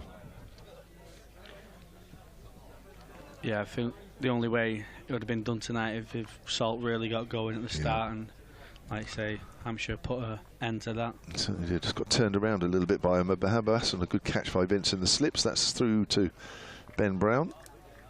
Balderson also caught behind. That was by Ben Brown of Barker. Yeah, you could maybe say Lancashire started with, maybe arrogance isn't the right word, but just a bit of laziness in terms of thinking the game might already be done with, playing a bit loose and just seeing if they can score quickly. Balderson probably fishing at one that he wouldn't have in the first innings. He probably wouldn't have played that shot if it was the start of a game. Yeah. Probably just the low score bringing that shot on. Bohannon pushes forward. He's going to take a quick single on the onside. It's Kyle Abbott there at mid-on. Lancashire move on to 15 for 2, coming towards the end of the 7th over of 15. Bill Seeger saying, oh, for another 50 runs in the Hampshire innings. But it's always never enough, isn't it? It's like whatever you get paid, it's never enough. You always want a bit more, don't you? Same with runs. Oh, that 150 was never enough. If only I'd have got 200. There's Barker again. Round the wicket to Villas. Villas pushes that up wide of... oh, he's done well there, Kyle Abbott. Just diving at mid-on, stopped a couple of more runs. I'm not sure he would have gone all the way to the boundary, but Villas will keep the strike. And that is 7 overs gone. 16 for 2, Lancashire. Bohannon on 6, Villas on 4. Salt for 3, Balderson for 2. The 2 men back in the pavilion. Even though they're still bowling excellently, like you say, the zip of the field and the energy just kind of drained a little bit. Just because, and there's only been a few singles, but that's because the score is so low that they're trying to defend. So Lancashire are playing this well. If they can just keep rotating the strike with Bohannon and Villas, the energy of the fielders will soon go. We'll start to get a little bit desperate. The bowlers will start to search a little bit more, and that's when your bad balls will come. Yeah. And it'll get a little bit easier for the batters to play. That's exactly right. So there's still a lot to play for tonight, really. I mean, another wicket, my word. That really will send shockwaves through the Lancashire dressing room. And if they can get through these next 8 overs, then you just forget it, come back in the morning. Do you think Mitchell will have the pads on, or do you think a night watchman will? Well, it's down to the batters, isn't it? I guess. Well, I guess that's normally the case. It's whether they want them or not. I don't know Daryl Mitchell. I don't know if he's one of those that says, no, I'm going in regardless. Here's Abbas. And Villas just pushes that into the ground. There is a short leg for him now. That's Fletcher Middleton. So it's really down into individual choice, isn't it? I reckon Mitchell's the kind of character that would want to just get out there and be in the game, be in the action, be in the pressure situations. But maybe Chappell might talk him out of that and send someone like a Tom Bailey in if Lancashire lose another wicket here. Yeah. Yes, I suppose that would expose Mitchell in a really tense situation if that's the case. So Villas gets ready to face the next delivery from Mohammed Abbas, bowling left to right as we look. Bowls. Villas pushing that to Barker. They're looking for a single, and it was straight at him. Certainly wasn't one there. Tim Singleton has emailed silentcricket@gmail.com, said, blimey, proper cricket. It's been proper cricket all the way. It's just getting, as you go through the 4-day game, it just gets more tense. Yeah, that's right. Certainly a lot closer than perhaps the game looked after a day and a half. I think this is why the longer format of the game will just never die, in terms of, at one stage today we were saying maybe it's swayed into Hampshire's favour. Actually, there was one down. Yeah, Abbas trying to pull that away on the leg side. Good diving stop from Ben Brown. Yeah, there was one down with only a 70-run deficit, and you thought if they can carry on batting the way they was with Middleton and Gubbins, they could easily put 250 on a lead. And well, if you look at Lancashire 16 for 2, 250 would have been a very long chase. But that's the brilliance of the longer format. It sways into each side's favour so quickly. It does. Yeah, they batted for an hour and a quarter this morning, Gubbins and Middleton, after batting for quite a while last night. So that was the first wicket at just after 12:15 as that's pushed towards extra cover. And they put on 134 for the second wicket. Steady flow of wickets after that, though. Some good contributions from Vince with 87. And Middleton 77, his top scorer of the season. Gubbins made 62. But as one of our messages said earlier, never quite enough. But I think, from the way that Hampshire batted in the first innings, they certainly would have taken 371 in the second. Vilas is forward. Yeah, to mid on. The James Vince will take the plaudits, and rightly so, for that second innings knock. But I thought Middleton set it up excellently for Hampshire. I thought his maturity at such a young age, so much pressure on him. Had a bad day in the field as well. I thought his innings was excellent, and the way he went about it was really mature. Yeah, you liked him, didn't you? Yeah, I did. I thought his technique was excellent. Proper old school, you know, nice and... There's Vass. Let's fix that away down to fine leg. Looks like Joe Weatherly's moved over to that position down there at the top end. Oh, they're running two. Oh, that's good running. Throw comes in at the bowler's end. It hits the stumps just as well. There was nobody backing up. And Ben Brown saying, where were you? That throw from Ben Brown had to hit the stumps at the bowler's end, otherwise there would have been overthrows. And should have only really been one. They ran two. Could have been more. Could well have been 6 if he didn't hit the stumps there. So just going back to Middleton, I think he's just his technique. He's, you know, really high elbow, really compact. Doesn't really play outside of his body. I think he did once, and that's when he got into a little bit of trouble. But other than that, he was really technically sound, and it'd be one for the Hampshire fans to look out for in the future. Yeah, 21 years of age.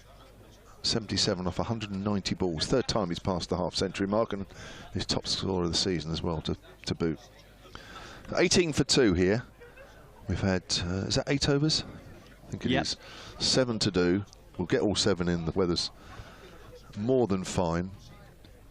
Welcome to BBC Radio Lancashire listeners here to Southport and Birkdale Cricket Club as Barker comes in, and that's left alone again. That's great carry from short of a length to Josh Bohannon. Well, it's been a really interesting last 20 minutes or so when Lancashire started their innings needing 140 to win. It looked as though it would be a relative stroll in the park. But first of all, Phil Salt went with the score at 3 for 1. Well, he just got opened up a bit by Mo Abbas and well caught by James Vince at first slip. He went for 3, and then George Balderson followed quick soon after, caught behind by Ben Brown off the man bowling now. Keith Barker bowls to Bohannon. And that's outside off stump. He went for 2. 5 for 2 then, and everybody's now turning around saying, ooh, perhaps 140 isn't a bad score after all. So these two, Dane Vilas and Josh Bohannon, charged with getting Lancashire through unscathed for the next few overs, and then coming back tomorrow morning and making sure that they secure their first win of the season.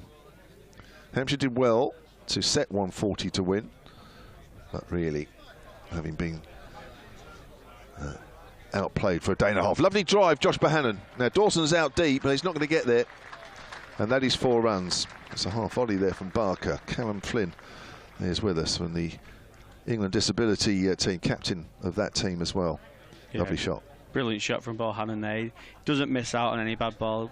Bohannon is very much a batsman who wants to fill bat and ball. He doesn't really let many go through to the keeper. He really likes to keep busy. And he's been an excellent player for Lancashire for some time now. Certainly has. He moves on to 10. 24 for 2. Still nervy moments here as Lancashire avoid losing another one before the close of play tonight. Bohannon. Oh, there's wrapped on the pad. There's a shout for an LBW, or is Ben Brown appealing for a catch behind? Actually, that's probably more what's happening. There's been a few of those today, isn't it, down the leg side, and a few appeals for catches. But Rob Bailey unmoved, the umpire. Been a few feathers, like you say. The carry's still in this pitch at the end of day 3 is still excellent. Yeah. Keith Barker getting it through to Ben Brown at shoulder right, more or less there. Yeah, good carry. The pitch has been sort of accused of being a bit too paced at times. We have seen edges fall short of slips. When you see the ball go through like that, you think, really? But that has happened on occasions as Bohannon in behind that plays that up towards mid-off. So the pitch has been too paced, but generally when the ball's hit just short of a length, it really has gone through nicely to the keeper. Seems like it's from this end, doesn't it, as well? It looks like there's a bit of a slope on the pitch from left to right, so it's like Barker's just hitting that ridge a little bit, and it's just getting some lovely lift. He is. And he's not he's a very big, tall, strapping lad as well, so he hits the pitch hard. He does. Very strong indeed. Comes in. He's bowling around the wicket at the moment. To Bohannon, drives and misses. Barker has his hands on his heads there. That could have gone anywhere. Still work to do for Lancashire here. They're not holding back when the ball's in the right areas, and I suppose that's about the right way to play. But when you see moments like that, you think there may just be another wicket here tonight. No, exactly. It's one of them, cricket's a funny game, isn't it? You're backing Bohannon to hit that 99 times out of 100. But then if he gets out at this stage, most of the fans won't be supporting him too much. But here's Barker. Cuts that away. Dawson's patrolling the boundary at deep backward a point. I think they were going to try and take 2. They run between the wickets. They're going to be very aggressive. There's no doubt about that. The fielders are going to have to pick the ball up cleanly and get it in quick. John Ryan has tweeted at Solent Sport, says, let's hope Mr. Manager's trigger finger is still warm. He owes us a couple, says John Ryan. Well, I suppose if you're from a Hampshire persuasion, you would say that. Lancashire would say, well, you know, it is what it is.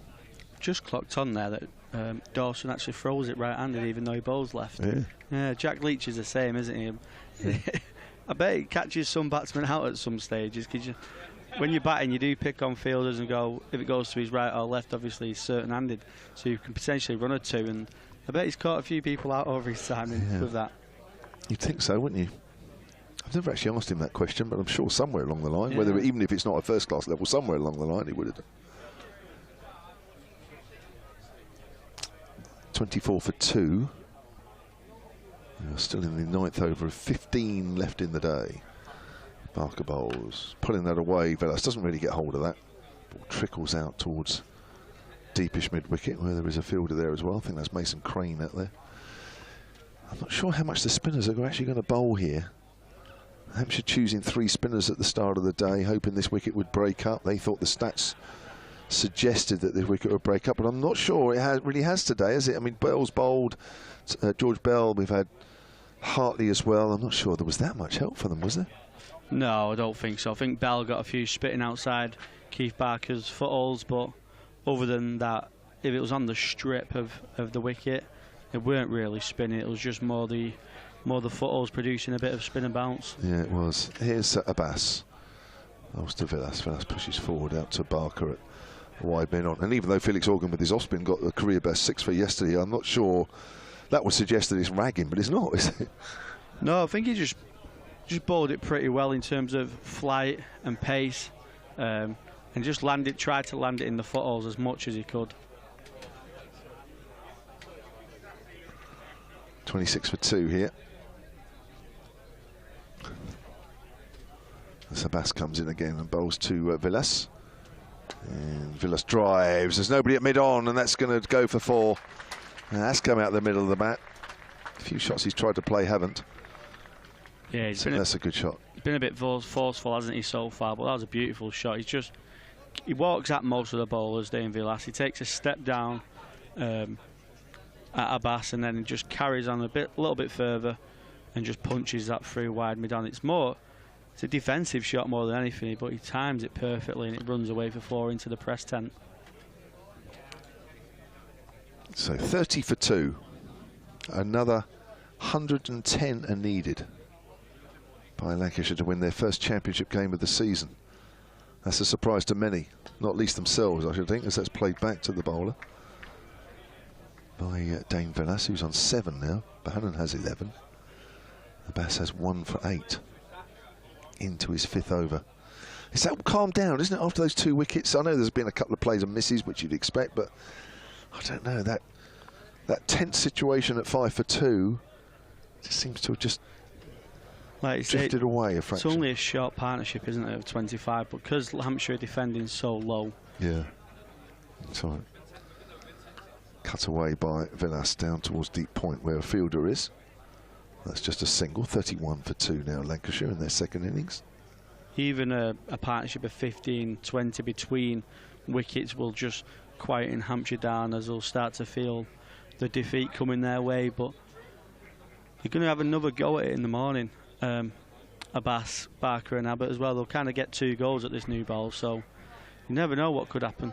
Yeah, that's right. That's a big thing, isn't it? Ball will still be very new in the morning. Sunshine back out. That's Abbas bowls, and that's Bohannon this time cutting it out onto the offside. Again, not really timed, but the fielder at deep is really making sure there's no boundaries at this stage. It's always a single in that area. 31 for 2. I say the sun out. Actually, you know, generally this afternoon it's been behind cloud. It's been, I have to say, over the last 3 days, it's been very welcome. Not least by us, I don't think, but probably around the crowd. There's been some people here that have sat out in it for 3 days, and I mentioned earlier that there is an 80-something-year-old guy that's in the hotel that's coming every day, who sat out. I said to him last night, I said, "Have you sat out in the sun for 2 days like that?" He said, "Yeah." Gosh, he does wear a cap though. But he comes to this fixture. He lives in Blackpool. Comes to this fixture every time. Villas gets wrapped on the pad. They'll come through for a leg bye. What's Neil Mallender going to signal? Signals leg byes. And that's the end of the over. So what do we had? 10 overs here. 5 to do. Lancashire are 32 for 2. Needing another 108. Callum Flynn, thank you very much. He's been with us for 2 days. It's been great fun, actually. Is that your stint over? Is that finished? Have you is he done, Scott? I think so. You're not back tomorrow, are you? No, he's not. It's just 2 days. Great. You know where you're going back to, don't you? Because I worry about your geography. You know where your home is, don't you? It'll be a better drive home tonight than it was last night for him, with the thunderstorm and the lightning. Horrendous. Yeah, shocking, wasn't it? Abbott, the first bowling change, actually, with 5 overs remaining of the day's play. Kyle Abbott coming into the attack, replacing Keith Barker. 33 for 2, with Villas on 12 and Bannon on 12. 2 slips and a gully. Cover, mid-off, mid-on. Deep square leg and fine leg. Forward goes Villas. He's been keen to get onto that front foot, Dame Villas, and again right forward and defends for no run. I mean, I'm trying not to sound too sort of biased here, but would another wicket tonight make this game seriously interesting, or am I being a bit greedy? Or would you be seriously worried from a Lancashire point of view? I don't think you'd be seriously worried, no. It might just make it a little bit more uncomfortable, wouldn't it? But I don't think it would be seriously worried. No. Abbott to Villas. It's pushed away into the offside, no run. It probably needed at 5 for 2 for that to be 12 for 4, doesn't it? And then it's different, isn't it? Then it's a lot different. But it's probably going to be. It's going to be into double digits required runs to win by the close of play. Even with 3 down, I think it'd be and even batting last, and even the pressure of trying to win for the first time this season, it would be a bit of a poor effort, I think, wouldn't it, if they didn't get over the line. Again, Villas working the ball away to backward point for a single. I think it'd be a pretty disappointed Lancashire dressing room if that turned out to be the case. I'm not sure I'd want to be in there. No. There'd be a lot of questions asked. No, I mean, you know, and Lancashire deserve it. However they win, if they win, they have been the better team over most of the game. Yeah, good fight back by Hampshire second time round with the bat, giving themselves a little sniff of putting Lancashire under pressure, but I think that's a pretty reasonable assessment, isn't it? Across the game, Lancashire have been stronger of the 2 teams this week. There's Bohannon. Defends a straight ball from Abbott, and there is no run. And the extra kind of little dimension to this is this possibility of what's happening elsewhere, because I know it's still early on. But Kent, who was second from bottom, are playing Surrey, who were top. And there was a genuine possibility that Kent could win that game. And there still is. As Abbott comes in and balls to Bohannon, that's left. Through to the keeper, there's no run. But Surrey have made an outstanding start to this run chase. They have just lost the third wicket, but they're 230 for 3 and require 271 more runs to win that match. With 7 wickets remaining, it would be a ridiculous victory for Surrey from what they were set. But because Kent is second from bottom and Surrey are top, if you've got ambitions of trying to finish above Surrey, who at the minute are favourites, I would think, to win it, you don't want to miss out on a round where they could lose. As Abbott's into Bohannon. Oh, it's cries of catch. It's up and over cover. Felix Organ leaping both feet off the ground, trying to get something onto that. Bohannon comes back for a second. There's plenty of Hampshire players, the bowler and the captain in particular, with hands on heads. It's the end of the over. So 11 gone in this Lancashire second innings. So 4 remain. 36 for 2, Bohannon 14 and Villas on 13. And of course, conversely, in Lancashire's position currently, we're third from bottom.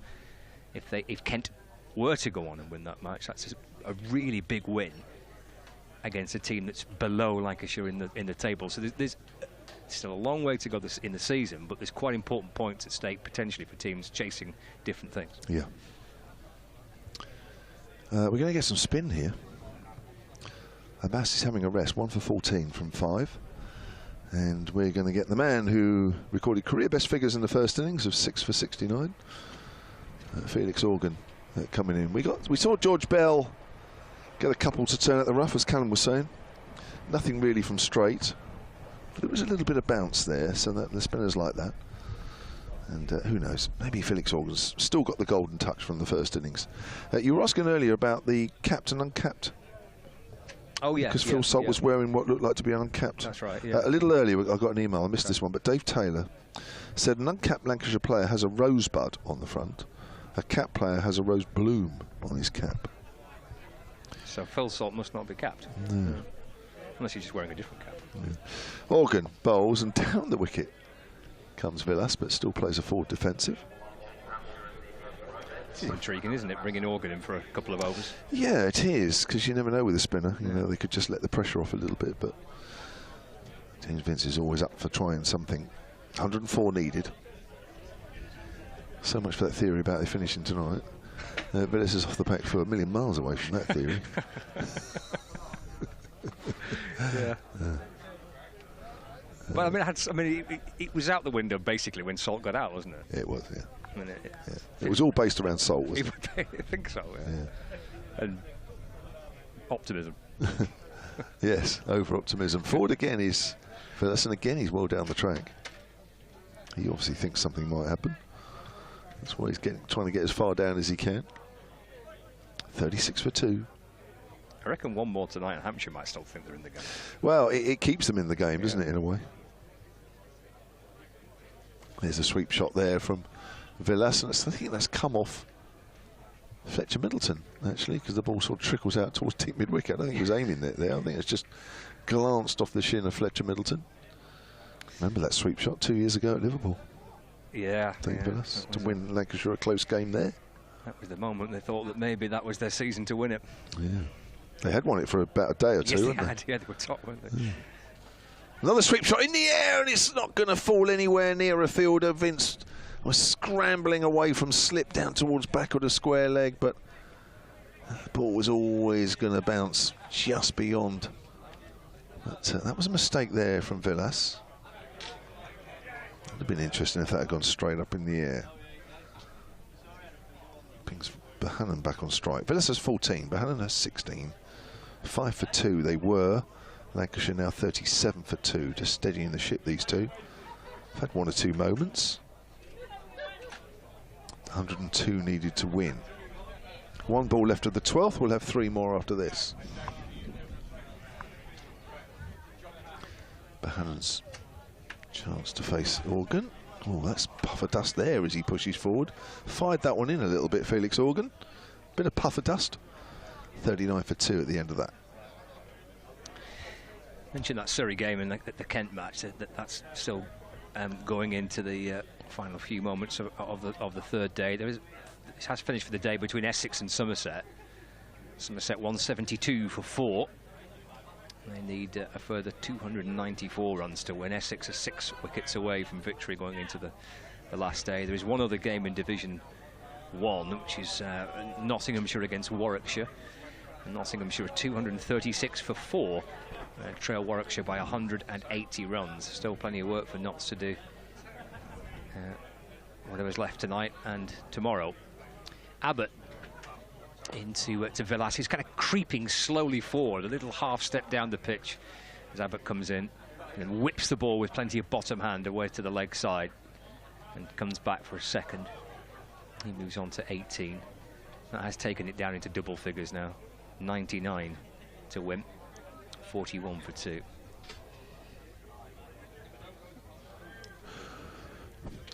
Yeah, it's just gone a bit quiet now, isn't it? Really, exactly what Bohannon and Villas wanted to do, and kind of getting there, really. Can Abbott conjure up, comes bustling in, big strong fast bowler, edged. Dropped! Put down by Vince. Villas survives, gets through for a single. Flash to Vince at first slip. Went for the catch, Vince. Quite a big gap between Vince and the keeper. Oh, and he got both hands on it, diving away to his left, about shoulder height. Oh, dear. What Hampshire would have given to nick out the Lancashire skipper right at the end of the third day. Dropped by Vince. 41 for 2. I think actually that was 42 for 2. And that run is added. Villas put down. He moves on to 19. Abbott to Bohannon, who plays forward. Defends into the offside, no run. Again, that's difficult. Vince took a really good one, didn't he, to his left? Yeah. But that's higher. That one's higher. The Salt one was a little lower. I don't know. For me, there's a debate to be had where the keeper should be moving a bit to his right. Or maybe there's too much of a gap between the two. There is quite a big gap, isn't there? Yeah, there is. That's probably more the issue. Halfway through the over. Abbott to Bohannon. It's nudged away to mid-wicket. And there's no run. For me, that's a massive moment in this innings. Yeah. Massive. If you're watching on Lancs TV, you'll see as Abbott's coming in to bowl, that gap between the keeper and Vince, which is wider than you would normally expect from a keeper to a first slip position. But I don't think there was any hesitation there. I think Vince didn't. I don't think there's a moment that Vince thought the keeper should come across to take it. It felt like Vince was early into that. Yeah. That's mine. In comes Abbott, balls again to Bohannon down the leg side and taken by Ben Brown. There's no run. Yeah, I mean, for me, a first slip shouldn't really be moving to his left. I just don't think that's great.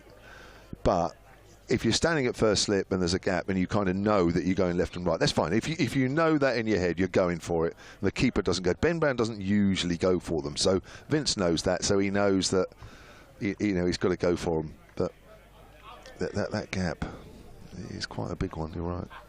Final ball of the look at it on the screen of the over. Abbott to Bohannon off the back foot, and cuts that out through the offside for a single. Moves on to 15. It's the end of the over. Live from Southport and Birkdale Cricket Club. If you're watching via Lancs TV, you're listening via BBC Radio Lancashire, the BBC Sport website and app, and 5 Sports Extra. To the final few overs of the day. In fact, just 2 left. Hampshire desperately trying to prize another one out. Yeah. Yeah, I mean, on our angle, it's difficult to tell the gap between keeper and first slip on the picture feed. It's noticeable. Oh, all ifs and buts again. 42 for 2, 2 overs left.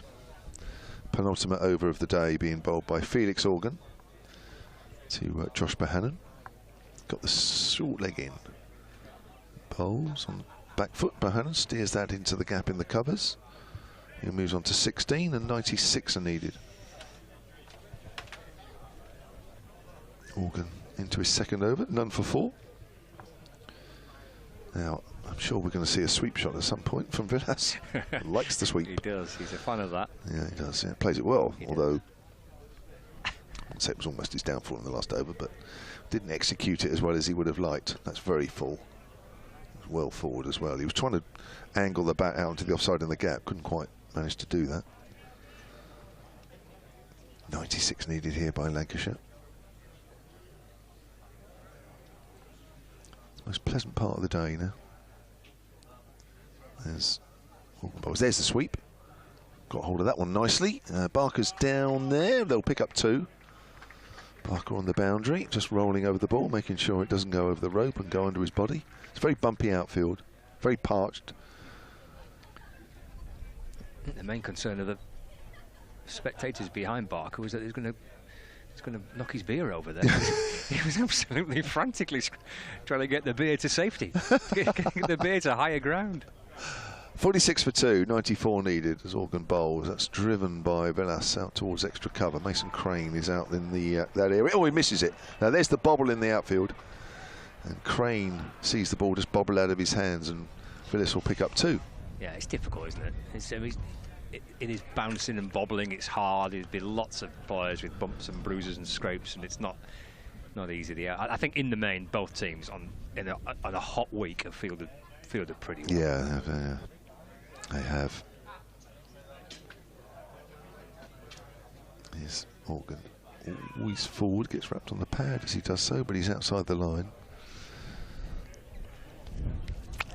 Yeah, it's probably been the hardest conditions of the season, I think, for these two teams in terms of the weather and the harshness of the sun and the temperatures. Consistently, I think even when we've had a half-decent day, later on in the evening session it turns very cold. We haven't had that here at all. Well forward is Villas again. That's the end of the penultimate over then. 48 for 2, having been 5 for 2. So Villas and Bohannon doing a good job here for the home side, steering them to victory. 92 needed. Yeah, final over of the day. So we're going to be back tomorrow with Lancashire firmly favourites to go on and win the match. But as Callum mentioned before, there will be a chance for Abbas and Barker, still with the ball relatively new, to have another go first thing in the morning. Abbott created one chance in his previous over. Can he find another one? In to start the last over of the day, Bohannon gets right in behind it, defends, the ball bounces out to Felix Organ at cover. And there's no run. The sunshine re-emerges for these final 6 deliveries. It has been, as Kev mentioned, quite a hazy kind of back end of the afternoon, but a welcome one. And a nice gentle breeze. A little bit of early evening sunshine. Abbott turns and bustles his way back in again. Bohannon waiting, steps back, pushes into the offside, a little uppishly off the top half of the bat, perhaps. Upper half of the bat, loops away into the offside, no run. There's just that little spot, isn't there? Yeah. From the bowling from the Harrod drive end. You see both batters come down, do a little bit of gardening. Just a little bit of a ridge from time to time there.